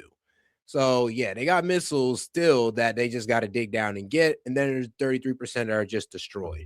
But they're still able to fire missiles rapidly into Israel, rapidly into the Gulf countries, and even with the missile defense system like the Iron Dome and the Patriot missile system that they got in Qatar and other countries, it doesn't matter. Iranian missiles and drones are still getting through it, especially the drones. Later, but this is just my opening here. And then lastly, politically, Trump campaigned on no new wars, and the fact that he has gone back on that promise and got us into another conflict with a fairly formidable power has created a lot of issues for us alongside all the other issues that I've stated before. So this goes against what he campaigned against. It goes against what a lot of us voted for. One of the main reasons I voted for Trump was foreign policy and not getting us into wars, ending the Russia-Ukraine conflict, not getting involved with Iran, not creating more Middle Eastern wars like we did with Iraq. When we've seen that was a monumental failure. And quite frankly, he's betrayed his base, and it's that voted for him for the anti-war perspective. So these are the reasons why I think this war has been a catastrophe and a strategic failure in many different ways, despite the fact that we might still be winning it militarily in some limited perspective. You still have 2:20, Myron. Do you want to end it there or keep going? No, because I just wanted to kind of overview my different views of why we're losing this thing, and then and then we can expand later on based on whatever Dinesh wants to go into. Okay. When you start, Dinesh, I'll start the timer. All right. Sean, thanks for having us. Really appreciate the chance to have this conversation and participate in this debate. I'm in a little bit of a funny position because I have a defense of Trump and a defense of what he's doing in Iran, but it happens not to be Trump's own defense. In other words, I want to argue that it's very common on the left and the right among people who don't like Trump, but even people who like Trump, to try to understand him in some kind of ideological framework. Like Trump campaigned on being sort of an isolationist. He said, we're not going to get involved abroad. And I want to argue that Trump is not fundamentally an ideological guy at all. He is a transactional guy. If you want to think of how Trump thinks, he thinks like the Chinese. When the Chinese go to Africa, they don't say, we're going to help you create democracy. They say, hey, listen, we'll give you some money to build a port, and we want to have some leverage over your economy, and we want to have part ownership of that port. And so the Chinese are building their leverage that way. Let's remember that a lot of people who voted for Trump voted for a businessman. They said, we don't want a politician. We've heard the normal political. Yeah, and war's bad for business. I mean, that's just such a common saying. So it's kind of funny he's kind of making this point of Trump being transactional. And it also kind of teeters on the point of, oh, well, what? Yeah, you can't take him as serious. You don't know when he's being transactional, when he's being presidential. I mean, like, come on, guys. Is he Mr. Fuck Around or Find Out, or Mr. Transactional, or Taco President? Or is he all could that combined? But let's be honest, let's be real. Trump has had a constant recent message of an anti-war position, of anti-Middle Eastern intervention. People want to go back to the 1980s interview and be like, oh, see, this was him being pro-war. Yeah, well, that was in the 80s. Current day Trump, and during his campaigning, he mentioned that, we don't want to get into more Middle Eastern interventions and no new wars. He was priding himself as the peace president until now. Talk, a lot of it fundamentally dishonest. Let's bring in a guy who's transactional, who knows how to run things. In fact, we're going to bring in not just any kind of businessman, we're going to bring in like a real estate guy. And that's in fact what happened. And so Trump, I would argue, is sort of the world's first, certainly America's first real estate president, by which I mean he's protecting the property values, of course, the home values, of course, the people, also the assets of the United States, and he views the world through that framework. I think it's important to understand Trump before we defend Trump, before I attempt to make a defense of Trump. So in my opening statement, I'm going to make no defense. I'm just sort of laying out how Trump, I think, views the Middle East, how he views Iran. Essentially, Trump is trying to create a peaceful, prosperous framework. See, but within that argument, that's why what Trump is doing doesn't make sense. If you're saying he's looking out for the prosperity of the American people and our real estate, then this war is doing the opposite of that. It's raising prices and it's causing more concern with the American people when it comes to things like affordability and all that good stuff. So I'm sorry, but if that's your argument, then I mean, that don't even make sense. the Middle East. Even when Trump looks at Gaza, he's like, hey, listen, I'm a real estate guy. This is a bunch of rubble. Why can't we have buildings, coffee shops, maybe a Trump Tower, people going to work every day instead of all this death cult, instead of we love death more than life? Trump looks at the Middle East. You got any question, comments, jokes, or disagreements? I'll be happy to read it out loud and post it to the top of the screen. Appreciate the support. All right, but let's keep it going. And you go and make sure to double tap that screen. East, and he sees many Muslim countries that want to trade, that want to do business, that want to sell oil, that want to do AI, that want to build robotics. And here you've got this death cult in Iran, and it's been going for 50 years. And it's all about debt to America, and we want to get nuclear weapons, and we want global jihad. And basically, I think Trump's view is that these are arsonists in a real estate neighborhood, and they need to be stopped. So I think that is the fundamental motivation of Trump in this situation. I'll make my defense of it later. Here, I'm merely giving a description, a brief description of how I think Trump sees the region and indeed the world. Okay, that was 3 minutes. You want to call it there, Dinesh? I'm fine for right now, yes. Okay, so we'll move into timed responses now. Myron, you want to start off 5 minutes? Yeah. So first, Dinesh mentioned that Trump is a transactional president like the Chinese. I disagree with that. The Chinese don't start wars. They don't back genocides. They don't give support or other countries support to drop bombs on babies. So I disagree with that. The Chinese are far more pragmatic and anti-war than Trump is. Also, the Chinese are not controlled by the lobby like Trump is. As far as Trump having he has peaceful ideas in the Middle East, I disagree with that. And the reason why is because he's backed Israel's campaign all across the Middle East to bomb all their neighbors and attack, despite the fact that, he said that he wanted to bring some type of peace to the Middle East. And it's Trump's own policies, honestly, that have created a lot of the problems. He recognized the embassy and moved the capital to Jerusalem. He brokered the Abraham Accords, which the Abraham Accords was a large reason why Hamas invaded on October 7th, because they were basically trying to get, Netanyahu for a very long time has been trying to get around the Palestine question. And one of the ways that he was doing that was through the Abraham Accords, trying to get these Muslim countries recognized as a sovereign country or recognize them diplomatically. And Saudi Arabia was flirting with potentially joining the Abraham Accords. And this is actually what led to a part of the reason of what led to the Hamas attack, because they understood that if Saudi Arabia was to join the Abraham Accords, this would create lots of problems for them and they'd never be able to get the sovereignty that they're fighting for. Also, I think it's important to note, besides that you said, you also mentioned death to America argument and radical Islam. Now, when they say death to America, that's more of like and I just had a discussion with Scott Horn about this. Death to America is more like American, right? It's like if you stub your toe, as he famously says, you're going to say, oh my God, death to this corner over here that hit my foot. So it's more of a phrase rather than a political ideology. And I mean, let's be honest here. We've been interfering in their affairs since 1950s with the Operation Ajax in 1953, where we overthrew their democratically elected leader, Mossadegh, which led to the revolution that put these people into power in the first place. Mossadegh tried to nationalize the oil. We couldn't allow that. We stepped in with the Brits, MI5, as well as Mossad, and we basically got him out of power so that we can maintain control. And then we put the Shah into power, and that Shah ended up getting overthrown because he didn't have the best interests of his country. And then you also mentioned Dinesh, radical Islam. It is funny though, the same Shah that they want to bring back was the same, the same family that was selling out the Iranian people and selling their resources over to the U.S. and Britain. Not really helping their own people out too much, but those are the guys we want to bring back for some reason.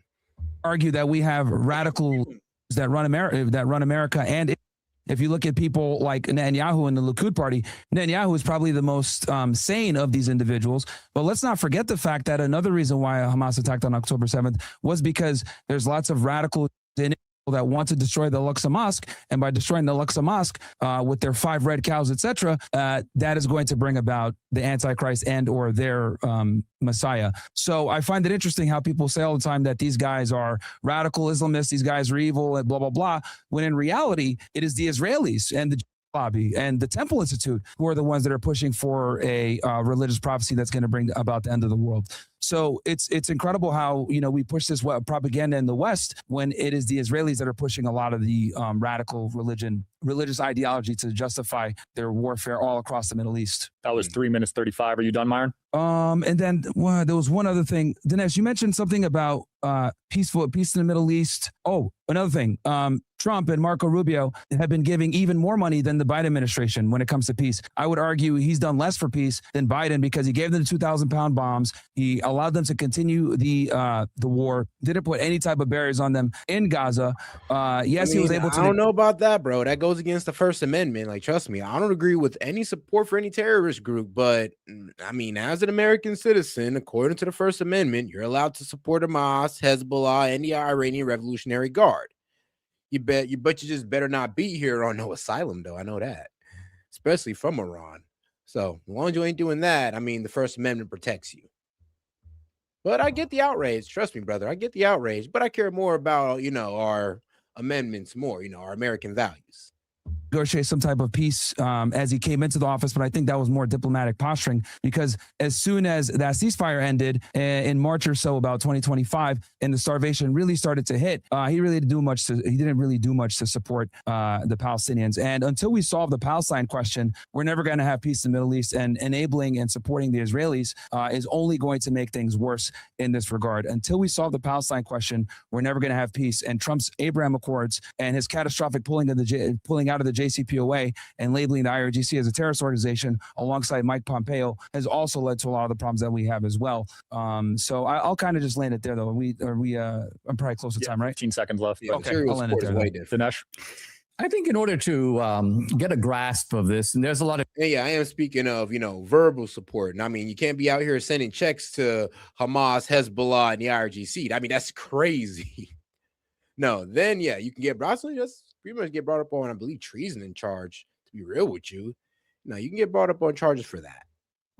Detail here, and I'm happy to go into really all of it. Nah, you're good. But I want to stay initially, at least on the big picture a little bit, because radical Islam comes out of the deserts of Arabia in the 7th century.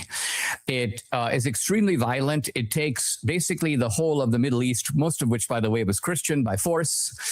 Islamic armies move north into Europe. They move east into Asia. They move south into Africa. They create multiple Islamic empires, many times 4 to 5 empires at the same times. The Umayyad, the Abbasid, the Mamluk sultans of Egypt, the Mughal Empire in India, obviously ultimately the Ottoman Empire in Turkey. The crisis of Islam comes when the Ottoman Empire collapses because it's the last caliphate. And you'll notice that the Muslim Brotherhood is formed right after that, 1928. That's when Hassan al-Banna, an Egyptian school teacher, forms what is now the most powerful organization of radical Islam in the world. Notice that nothing is going on in Israel. They don't have a state. Israel is not even going to be founded for another 20 years. This is long before World War II.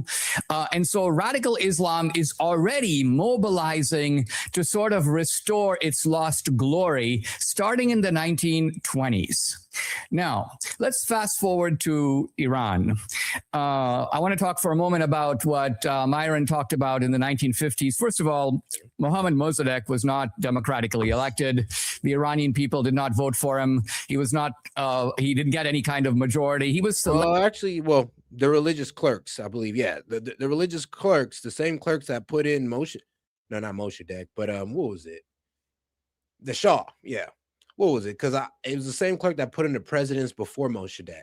Like, because the way Iran works and works like this till today, even with the Shah, like these guys pick the presidential candidates. They got to get approved by the Shah to be, a presidential candidate. So the Mossadegh was brought in the same way that the rest of the presidents were brought in under the Shah. So it was actually pretty normal for them to be brought in that way. And that was considered diplomatically because they had to vote on it. That's why it's diplomatic. Maybe not to the people, but diplomatic to the representatives. But okay. Elected by and also Mossadegh was immensely popular amongst the people of Iran because he was nationalizing their oil and making their resources work more for the Iranian people than the US and the Brits. the Majli by the parliament, he was ultimately appointed by the Shah. So this is how Mossadegh came to power. Now, true, when he came to power, he sort of changed his stripes.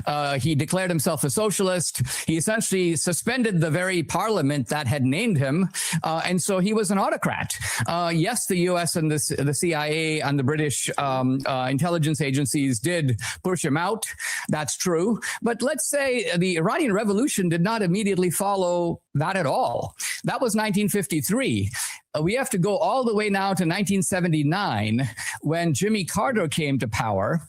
Jimmy Carter was sort of a human rights guy, and Jimmy Carter said, listen, the Shah has a secret police. He's an autocrat.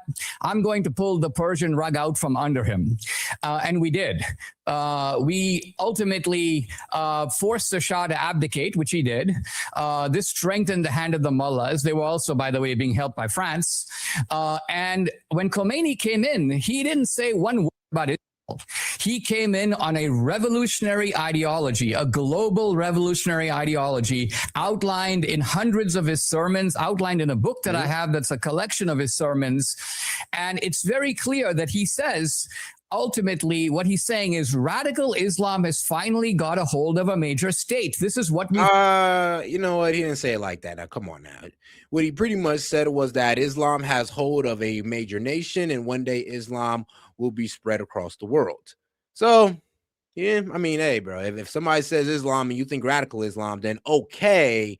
But I ain't gonna lie, though. That's pretty fair to think since it's coming from the Ayatollah's mouth. So that's fair.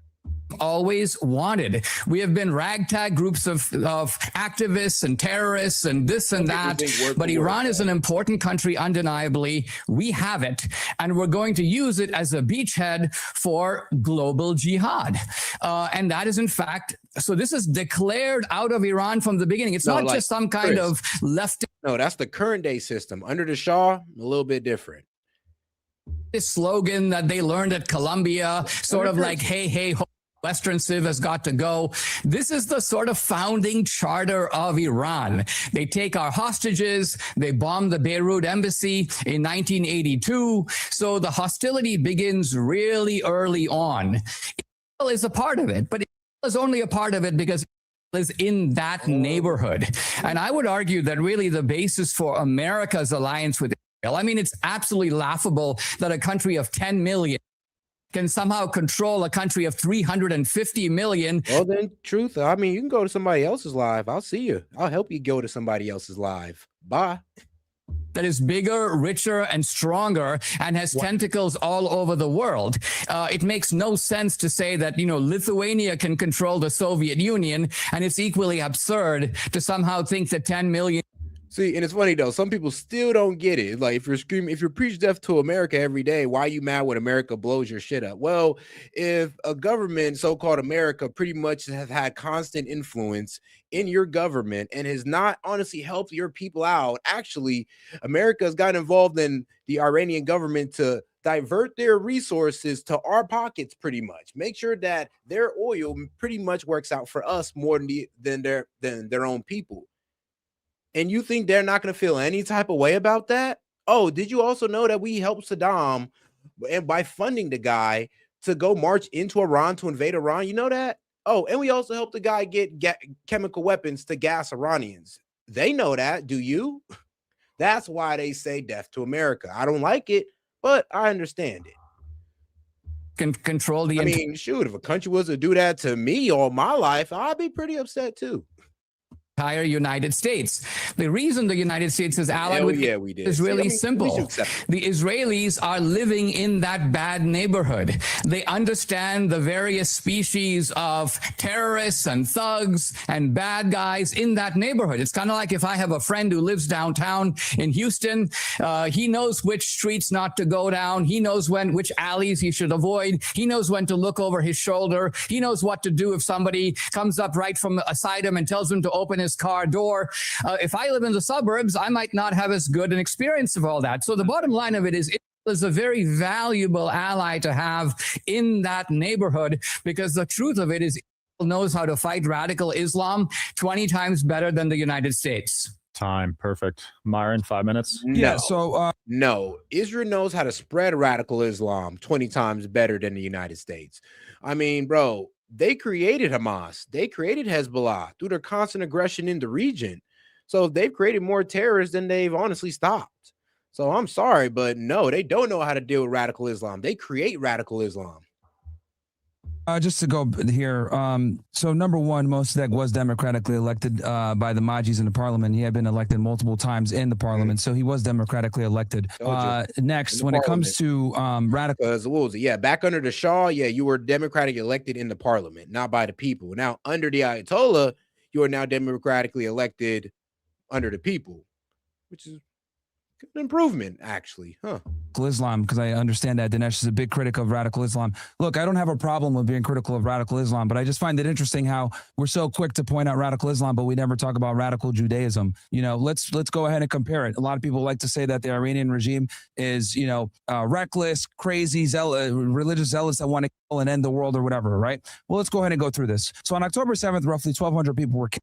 400 of them were military, so that leaves us with about 800 people. Those military individuals are fair game under international law, unfortunately. Obviously, the loss of life is always horrible, but let's be very candid here. They're fair targets for Hamas, right? That leaves us with about 800 people after that, right? 800 people were killed. And we don't even know who from them were, IDF, off-duty, reserve.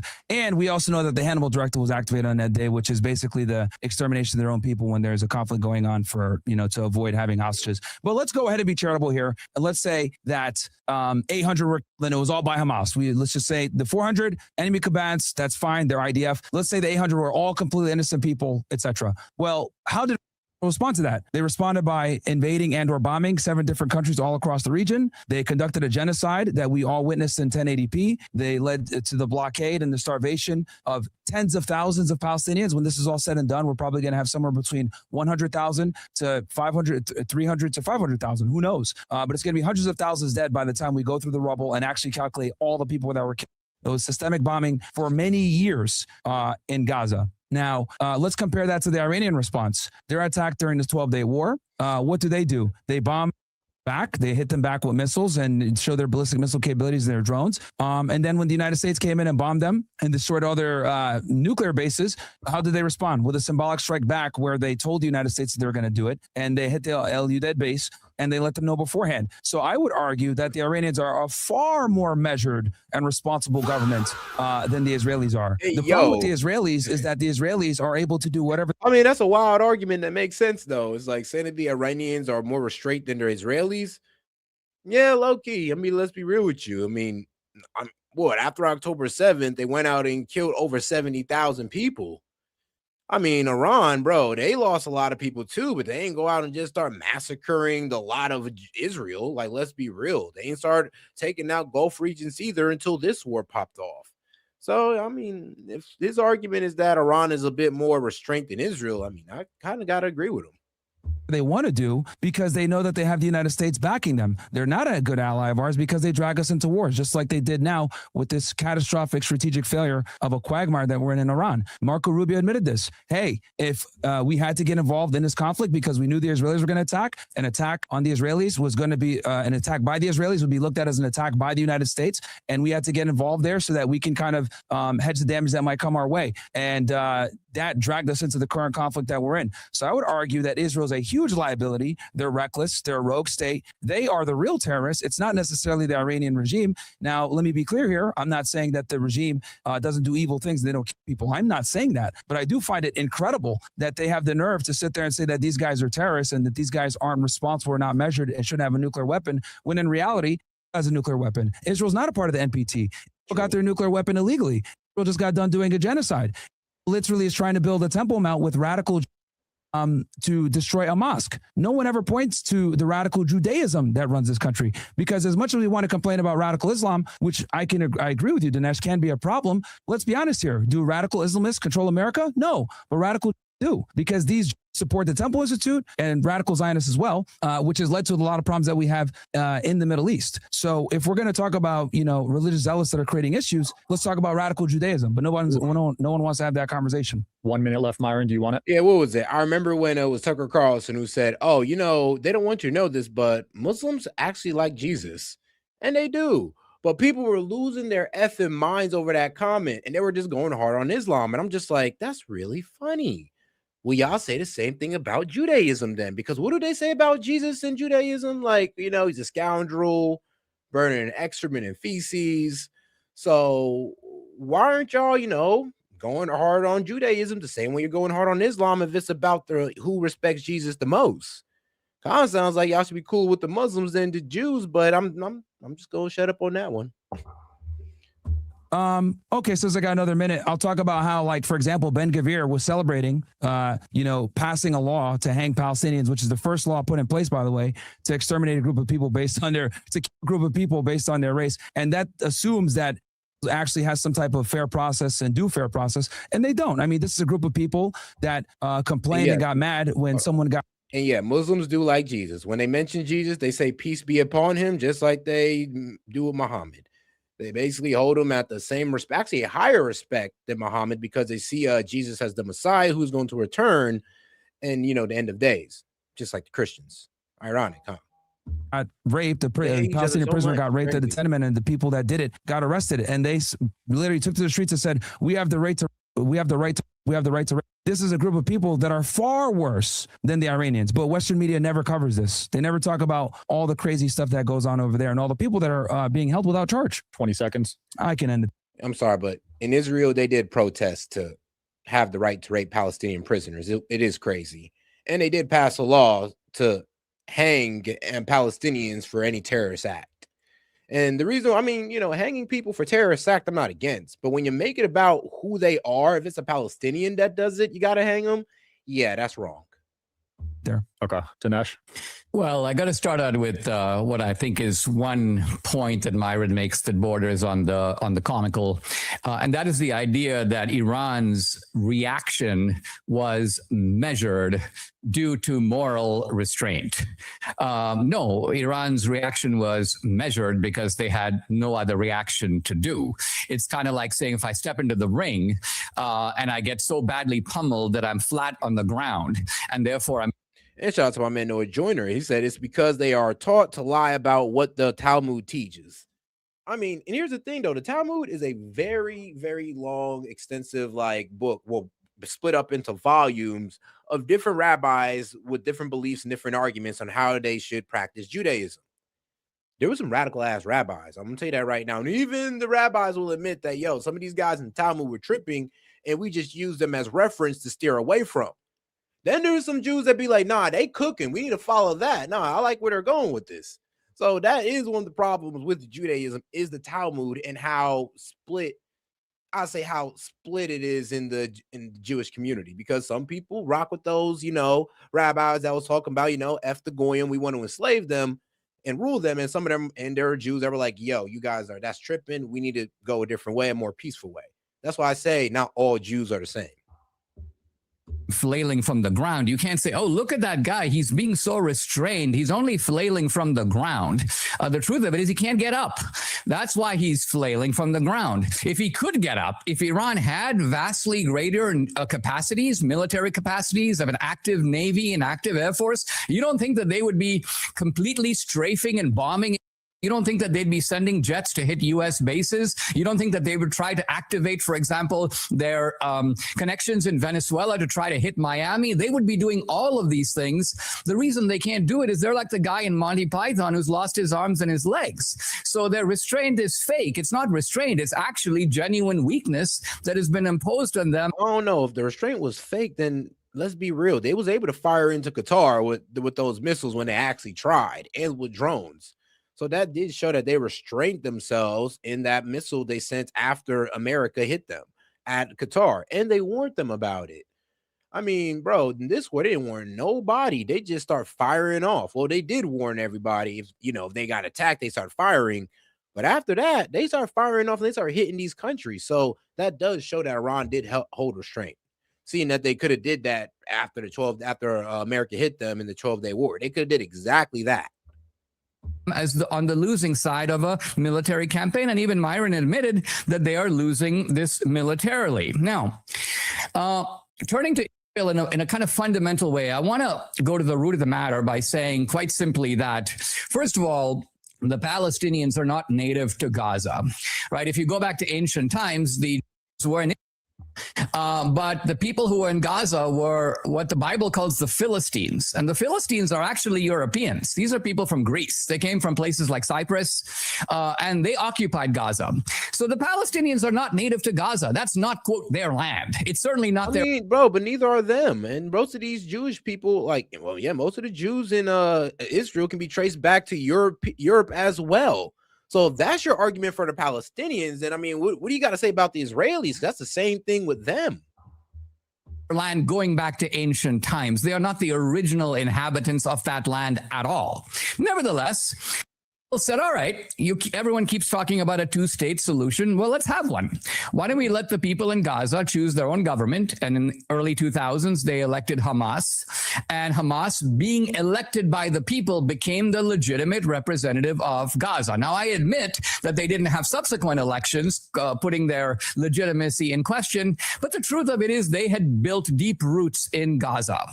And so when the October 7 attacks occurred, and I think, Myron has done a lot to try to minimize those things. The simple and shout out to Steph. She said Israel isn't the same as was when Jesus was here, which is, in my eyes, Jesus was actually God himself, just in human form. But yes, Israel isn't same as he left. Yeah, it isn't the same as our man Jesus left. Like, let's be real here. That's what I'm saying. This is like eschatology, and it branches off from, well, I guess mainstream Christianity.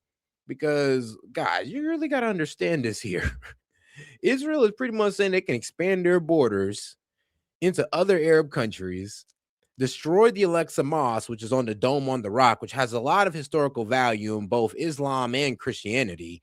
And they want to destroy that and pretend like that's not going to bring down the wrath of billions of Muslims upon them. I mean, this shit crazy. Like, they're literally losing it. But this is what they're dedicated to. I mean, Mike Huckabee, when Tucker Carlson asked him, you think it'd be okay if they strive for greater Israel? He said, it'd be okay if they have it all. Which means F Saudi Arabia, F Lebanon, F Syria, F Iraq, because that's going to in greater Israel. Oh, and F all of northern Egypt. So, yeah, you see the problem with that? Like, does anybody see the problem with that, or is it just me? Truth of it is, when somebody else attacks you first in this way, you are not bound by any rules of so-called proportionality. It's sort of like saying if someone does a home invasion on me, let's just say my wife, my kids, and then he runs off and he's got 9 kids of his own. He jumps in a car. He's trying to make a getaway. And he goes, hey, listen, I want to make sure that your response is proportional to what I did. I want to make sure that you don't do anything to me that's worse than what I did to you unprovoked. So the truth of it is, in every example of warfare that I'm familiar with, Pearl Harbor comes to mind. I understand, if I recall correctly, there were something like 2,000 U.S. casualties in Pearl Harbor. Very low levels of casualties. In fact, who could argue that Pearl Harbor was a military target? And yet the United States goes to war with Japan. In fact, not only that, declares war also, begins not only on the Pacific front, but also on the European front, levels essentially the nation of Japan with ultimately 2 atomic bombs. And so if you try to measure the original provocation and the U.S. response, I would argue the U.S. response was disproportionate, but Japan started it, and the United States had every right to finish it. Now, no one can deny that October 7th was not merely a Hamas operation. It was an operation that was cooked up. Yes, it involved the Hamas guys, but many of the Hamas guys were in Qatar. Iran was involved, Turkey was involved, the Sudan was involved. This was a carefully planned operation over a long period of time. And so has every right to say that we are striking back not just against the operatives from Gaza who launched the immediate attack, but we have every right to strike back at the planners of October 7th. Will Iran publicly deny that it was involved in the planning of October 7th? No. In fact, the mullahs take credit for it. They're very proud of it. They see it as part of the global Islamic jihad that they're part of.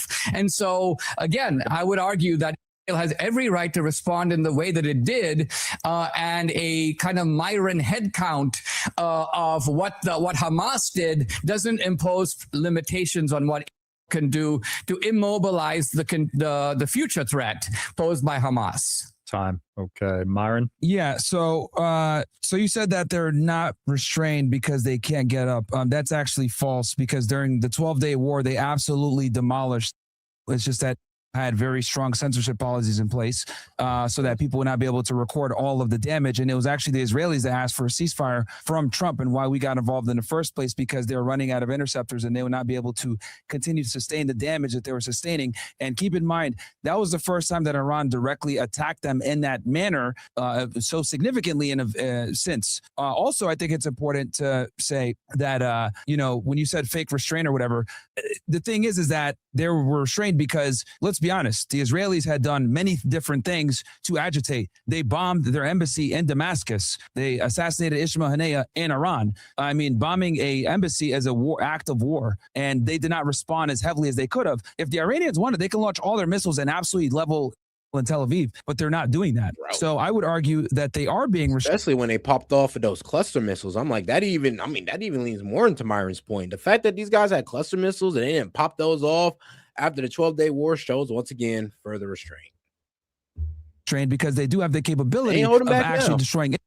Especially when it comes to their ability to launch ballistic missiles that go against the Iron Dome, and they don't have enough interceptors to deal with their capabilities. Also, you mentioned that proportionality doesn't matter. Well, it actually does, because that goes to show the restraint of said country. I find it interesting how they lost pretty much identical numbers. On October 7th, the Israelis lost somewhere, we'll say, to be simple, 1,000. And during the 12-day war, the Iranians lost 1,000. Well, one responded by conducting a genocide and bombing all their neighbors and invading other countries. The other one responded by not bombing everybody else, and then doing a ceasefire after, and then even responding to the United States after we bombed them with a symbolic strike where they didn't kill anyone, and they gave a notification before they did so. So as much as people want to say that the mullahs aren't as restrained or as pragmatic, etc., I would argue that they absolutely are, and far more than the Israelis.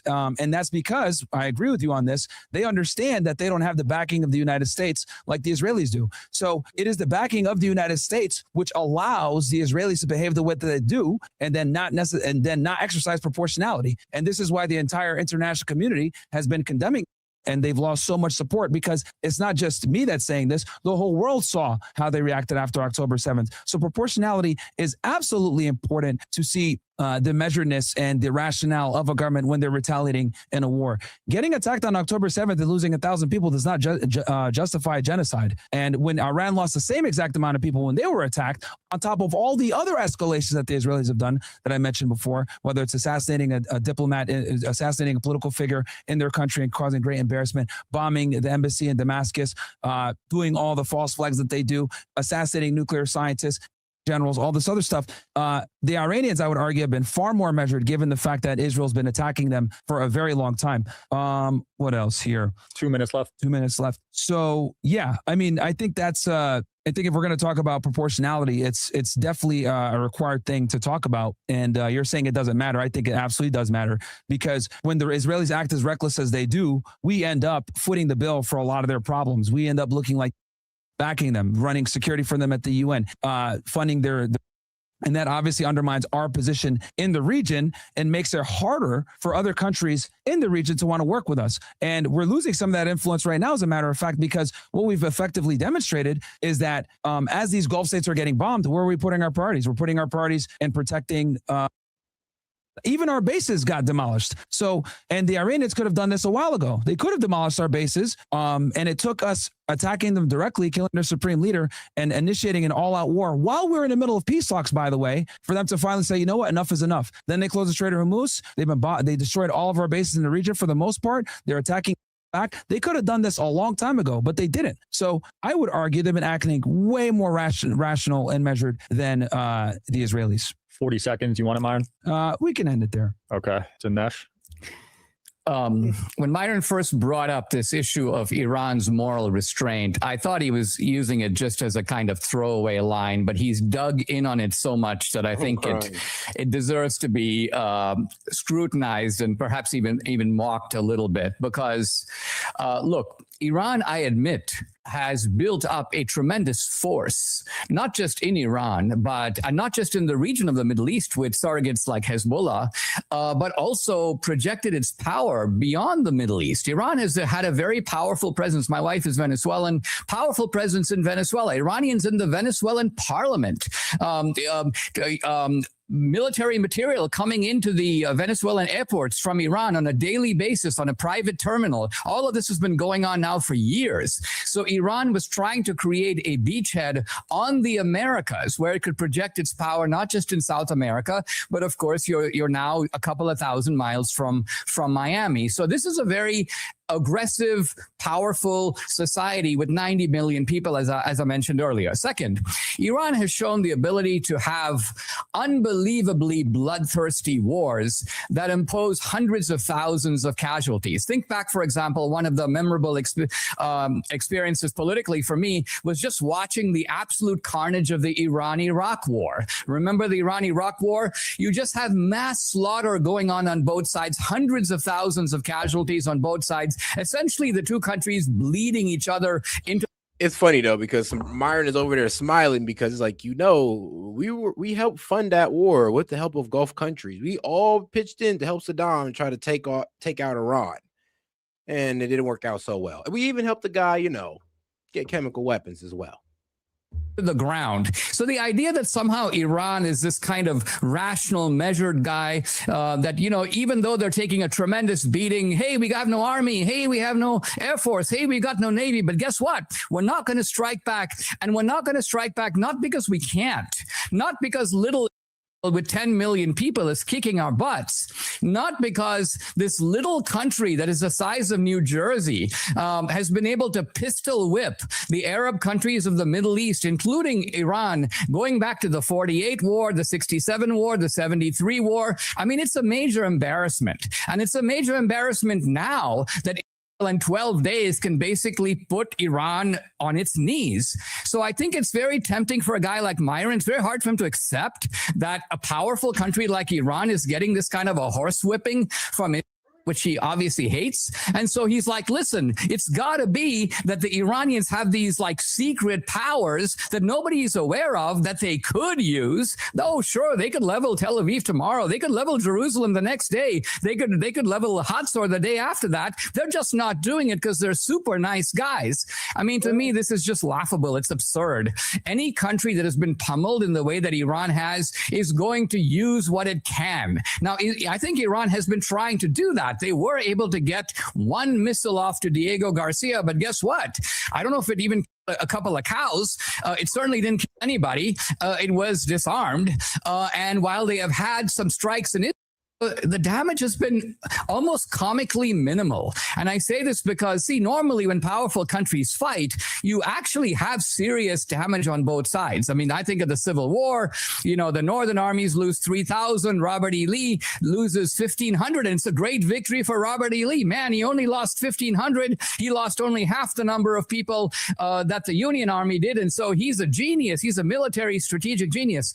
In this case, you can almost count on like two hands the number of casualties on the American-Israeli side, and the Iranian casualties are much greater, and the damage to Iran is huge. So an immensely powerful country has been leveled by the combined operations, highly successful military operations. And look, at the end of the day, you can say, we're losing diplomatically, we're losing reputationally, we're losing blah, blah, blah.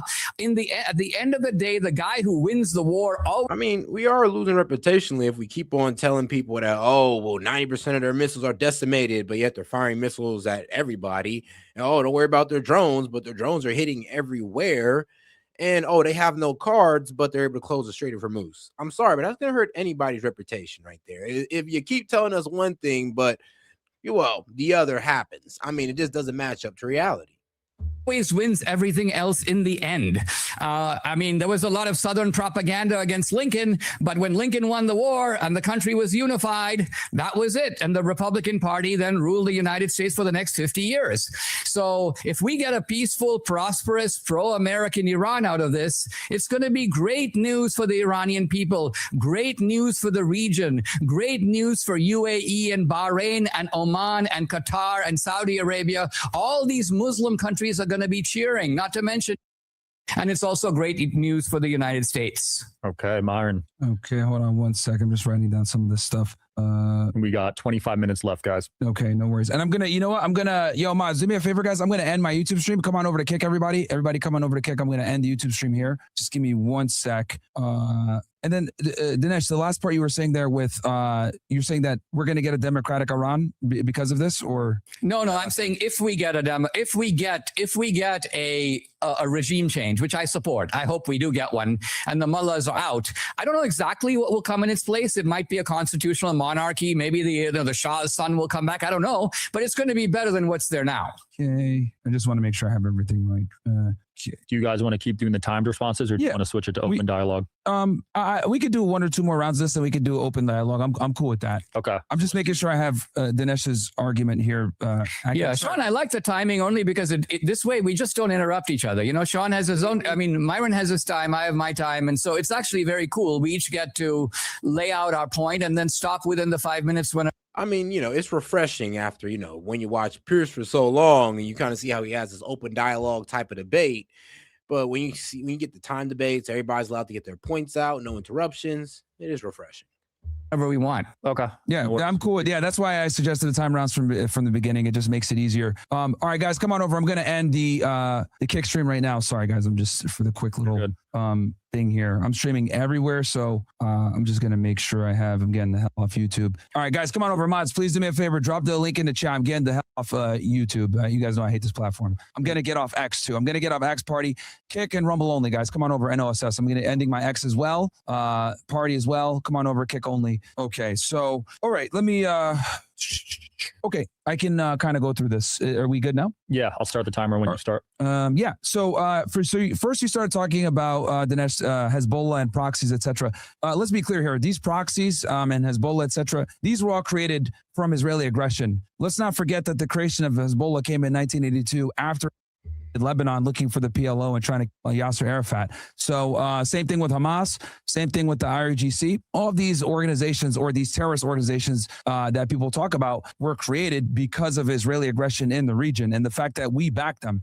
Next, you made a comment saying that Iran is a bloodthirsty country with wars. That's not true. Saddam Hussein actually invaded Iran. He failed. And who backed him? We did, as well as the Israelis, because at the time, we wanted to support and get rid of the Shiites, and we supported him in invading them. They ended up losing, and ended up being a war that lasted almost a decade with almost nothing to show for it. And then this actually is what led to Saddam Hussein's aggression after the fact with invading Kuwait and everything else like that, because that war put him in an enormous amount of debt. So our backing, as usual, typically leads to a lot of the problems that we cause, right? So this is another reason why intervention creates so many problems. Also, you mentioned that Iran was put on their knees during the 12-day war, but that's not true because we know, well, hold on, let me rephrase. They were absolutely attacked and hurt quite a bit from the 12-day war. I'm not disputing the fact that they took some significant losses. A bunch of their generals were killed.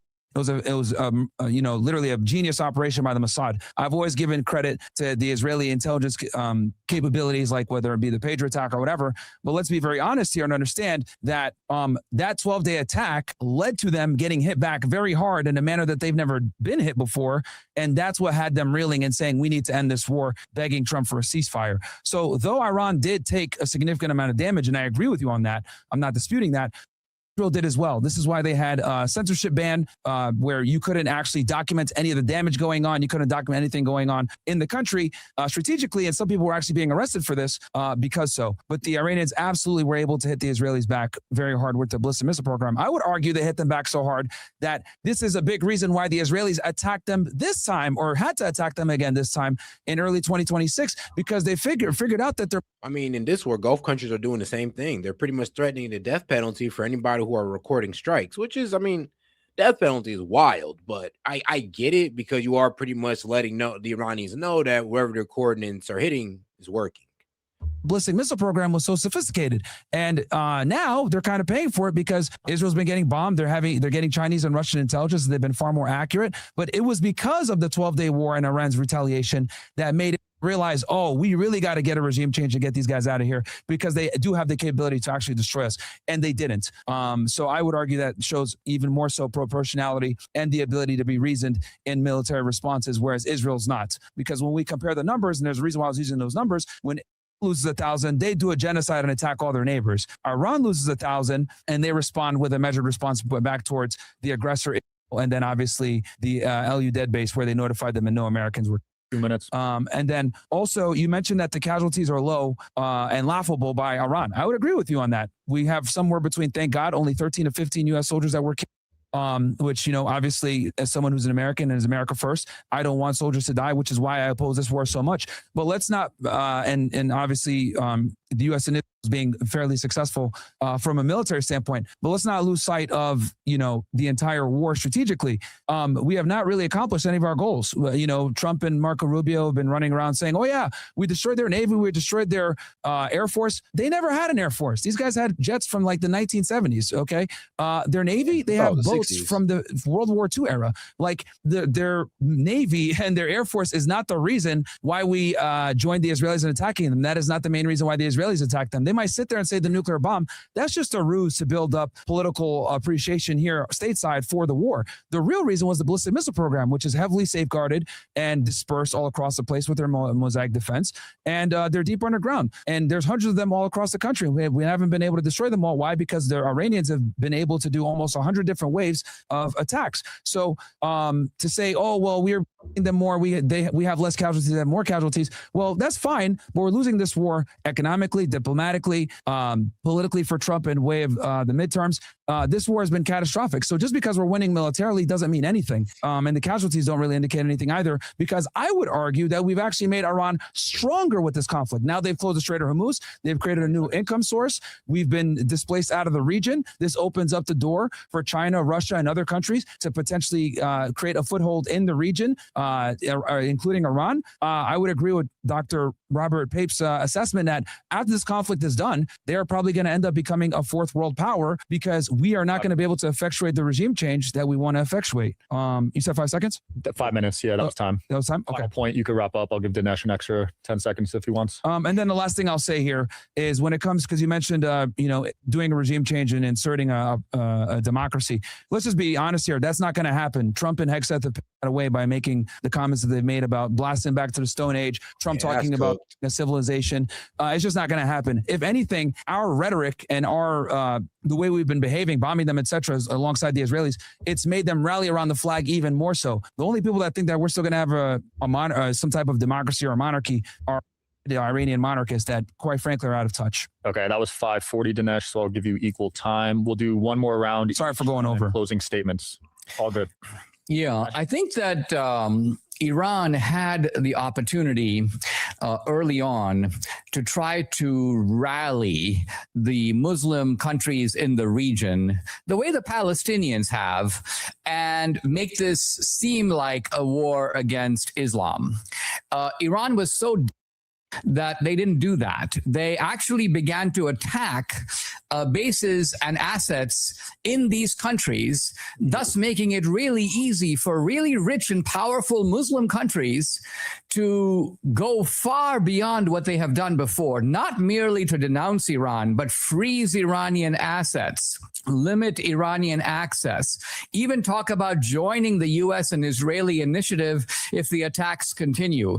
So Iran has done something, I think, monumentally, and that it is alienated its other potential allies in the Muslim world, even in the Middle East. Forget about Muslims in Pakistan and Indonesia. I'm just talking about Muslims in the region. This, I think, was a catastrophic blunder. Now, with regard to the regime change, here's my view. Trump did not sell this expedition as a regime change war. And I don't think that for him it is. Trump would be very happy to immobilize the Iranian ballistic missile program, incapacitate Iran as a potential destructive terrorist power in the region, and finally have commercial traffic flowing freely through and around the Strait of Hormuz. Which is hilarious because they closed the Strait of Hormuz today. Very interestingly, Myron said, hey, these Iranians, they don't even have any ships. They don't have a navy. And then 2 minutes later, they're controlling the Strait of Hormuz. Well, how do you control the Strait of Hormuz if you don't have any ships and you don't have any navy? The truth of it is, Iran has been trying to have a kind of cordon, a circle around the Strait of Hormuz. I mean, they have, that's hilarious. I mean, it's kind of easy to answer. They have missiles and they have drones. They could fly into the Strait of Hormuz. And then they also got kamikaze drone speedboats that they could fly into ship, or they could sail into ships. So yeah, that's how they do it. By the way, you know, if you build the Panama Canal, and it's very expensive to operate the canal, you can charge tolls to people who go through the canal because this is an asset that you've created. The Strait of Hormuz is not like that. It's just an opening where the oil goes through. Iran doesn't do anything, but they're like they want to control it for the same reason the mafia wanted to control Canal Street. And Trump has sort of outsmarted them. He's like, okay, you build a circle around the Strait of Hormuz, we'll build a bigger circle around you and control the ships that go to Iranian ports. And so Trump has in a way checkmated Iran, even in the one kind of final remaining card, what the Iranians thought was their Trump card, if I can use that term, and Trump has sort of outsmarted them. Now, I think does want regime change in Iran, and maybe the Israelis want to keep going even after. Like I said, I mean, putting a naval blockade on the Strait of Hormuz isn't really outsmarting Iran because, let's be real, they closed the Strait of Hormuz, no problem. And like I said, that whole financial hurt that's y'all, you know, claim that Iran's going through, trust me, they've been going through financial hurt since January. So it isn't really anything new to them. And that's just the sad reality of it. Iran has still shown the authority to be able to close the Strait of Hormuz on their whim. So I'm sorry, but to sit there and say that, oh, Donald Trump outsmarted the Iranians, well, no, not really. Iranians still show resilience and still show that they have a card to play when it comes to the Strait of Hormuz, and then be able to shut it down when they want to. If we don't give them what they want, they keep it closed. And that's obviously a card they just keep on holding in our face that our media tries to tell us that they don't have. But hey, even that narrative blows up in their face, and Iran just proves that they have control of the strait. The United States has completed its mission. This shows that American and Israeli interests are not identical. We do what we need to do, America first, and then we're done. And if the Israelis want to keep going, that's up to them. In my opinion, you cannot do regime change without a land invasion, without going door to door. You can't do it. And so what that means is not that regime change cannot happen, but if regime change does happen, it has to be done in the end by the Iranian people themselves. Remember at the end of the Cold War, when the people themselves of Poland, Czechoslovakia, which is now the Czech Republic, Romania, Eastern Europe, Berlin, these are people who took back their own countries themselves. They pulled down the Berlin Wall. They went into the Romanian palace and grabbed Ceausescu and pulled him out of his office or his home. So in other words, in the end, I think that people have to fight for their own freedom. I don't think that we can assure regime change to Iran, much as I would like to see that happen. I think we can create the conditions for it. I mean, I don't even believe we should create the conditions from it. Just leave it to the people. I mean, they did it with the Shah. They can do it with the Ayatollah. If the Ayatollah is ruling that bad, then they will be overthrown. I mean, we should stop trying to force it because it never really works in our favor, and we end up creating a rally around the flag event. Maybe can create the conditions for it as well. But in the end, it's up to the Iranian people. Now, if Myron is right, and that the Iranian people are really happy living under this autocratic rule of the mullahs for 50 years, and there are very few of them that actually support freedom, support democracy, support any different regime, any kind of replacement for the mullahs, he has nothing to worry about because the Iranian people are going to be very content. But I don't think that they are content. In fact, there were a lot of them who were on the street, and many of them who were killed by the mullahs not that long ago. So quite clearly, there's a powerful movement of dissent in Iran. And ultimately, I'm counting on those people, not the people who have been killed, obviously, but people like them to take back their own country. You got some time left. You want it? I'm good. Okay. Myron, final 5 minutes, and then we'll get into closing statements. Okay. So you mentioned a couple of things. Number one, you mentioned that Iran has alienated their Muslim neighbors in the region. Yeah, you can make that argument to a degree. They picked off the Saudis and some of the Gulf states or whatever. But let's be honest here. Who have they hurt more? Their reputation with them or the United States? I would argue they hurt the United States more, because what they've done is exposed that we cannot guarantee them the security from which we claim and justify the usage and the creation of our bases and placement of our military bases in their area. Keep in mind, these countries only allowed us to have military bases there in exchange for protecting them. And what they're seeing now is that we not only have led to them getting attacked, but we can't even hold up our end of the bargain and protect them. So this is the issue when it comes to that. So yes, has Iran alienated their Muslim neighbors to a degree? Absolutely. But I would argue that we're taking a way bigger hit from this, because now our bases are destroyed. And quite frankly, unless there's a regime change, they're not going to allow us to rebuild those bases. So yes, they hurt themselves in the process, but they've hurt us way more and showed that we could be a paper tiger when it comes to maintaining our military bases in the region. And more than likely, we will not have the same foothold in the region because of this. Next, you mentioned that Trump didn't sell this as a regime change. That's laughable. February 28th, as he was invading and bombing, not invading, but bombing, he literally said at the end of his speech, hey, Iranian people, rise up, take your government. You know, it's yours to take. We're going to help you guys with bombing them, etc. The problem is that Trump grossly miscalculated the amount of people that would be willing to go against the government by getting bad intelligence from Mossad and Netanyahu, who claimed, oh yeah, we're going to be able to go ahead and get a regime change. Once we go ahead and Khamenei and these individuals on the opening day, is going to create instability. They're not going to close the Strait of Hormuz. They're not going to have the balls to attack their neighbors. All of that was a lie, and all of that ended up happening. And not only did we Khamenei, we went ahead and put his son into power, who's a bigger hardliner. And as we continue to keep different layers of the Iranian leadership, number one, it's irrelevant because they have a mosaic defense and they're able to attack with or without a supreme leader in place anyway. Mm-hmm. They figured this out after the 12-day war, and they've always had this set up. But by assassinating Khamenei, the guy who didn't want nuclear weapons, who had a fatwa in place, we put his son in who wants nuclear weapons, who's going to say, the West, we're going to go ahead and hit these guys. We can't trust them because we attacked them, 2 or 3 times now at this point while we're in the middle of negotiations. So Trump absolutely wanted a regime change. He's just walking it back now because he's realizing that he can't get the regime change. How else do I know this? Well, Scott Bessent crashed the Rial on purpose in 2026. They had Mossad riots, smuggled in a bunch of Starlink. They smuggled in a bunch of weapons. Trump admitted to this a couple of days ago that they smuggled weapons in, trying to cause some type of uprise, and it all fell flat on his face. And if anything, all we did was rally the people even more so. Again, let me be clear about this. I am not saying that the Iranians love their government. I'm not saying that. And I'm not saying that the government's good. I hate the fact that I even have to defend these guys. But there is so much information and propaganda in the West that I have to come out and tell the truth here. The reality is, as much as they might hate their government, as much as they might hate the supreme leader or the parliament or Prezeskian, etc., they're going to side with their government when a foreign invader like the United States and are bombing them nonstop. And then the fact that Trump made the Truth Social post he made about the civilization or destroying their power plants or, bombing them back to the Stone Age. All of this has made the Iranians realize, these guys don't care about actually helping us. They just want to destroy us. So we've made them rally around the flag 10 times more so, to the point where there's several videos where people are protesting in the streets and they get bombed. And as they get bombed by U.S. and Israeli assets, what are they doing? They cheer, oh, the United States. We've made them even more extreme in their want for revenge. And the Mossad was obviously behind a lot of these different riots. Pompeo admitted this on Twitter, saying a Mossad agent walks amongst you. Trump admitted that he had smuggled the guns. We know that the Starlinks being smuggled in were funded by also the CIA.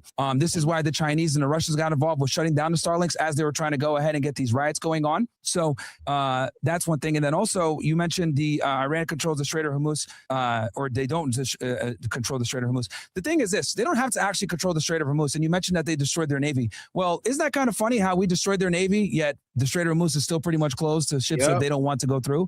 And that's because the Iranians, all they needed to do was project the ability to destroy ships that go through. They don't actually have to do it. All they got to do is make They just did today by shooting at a tanker.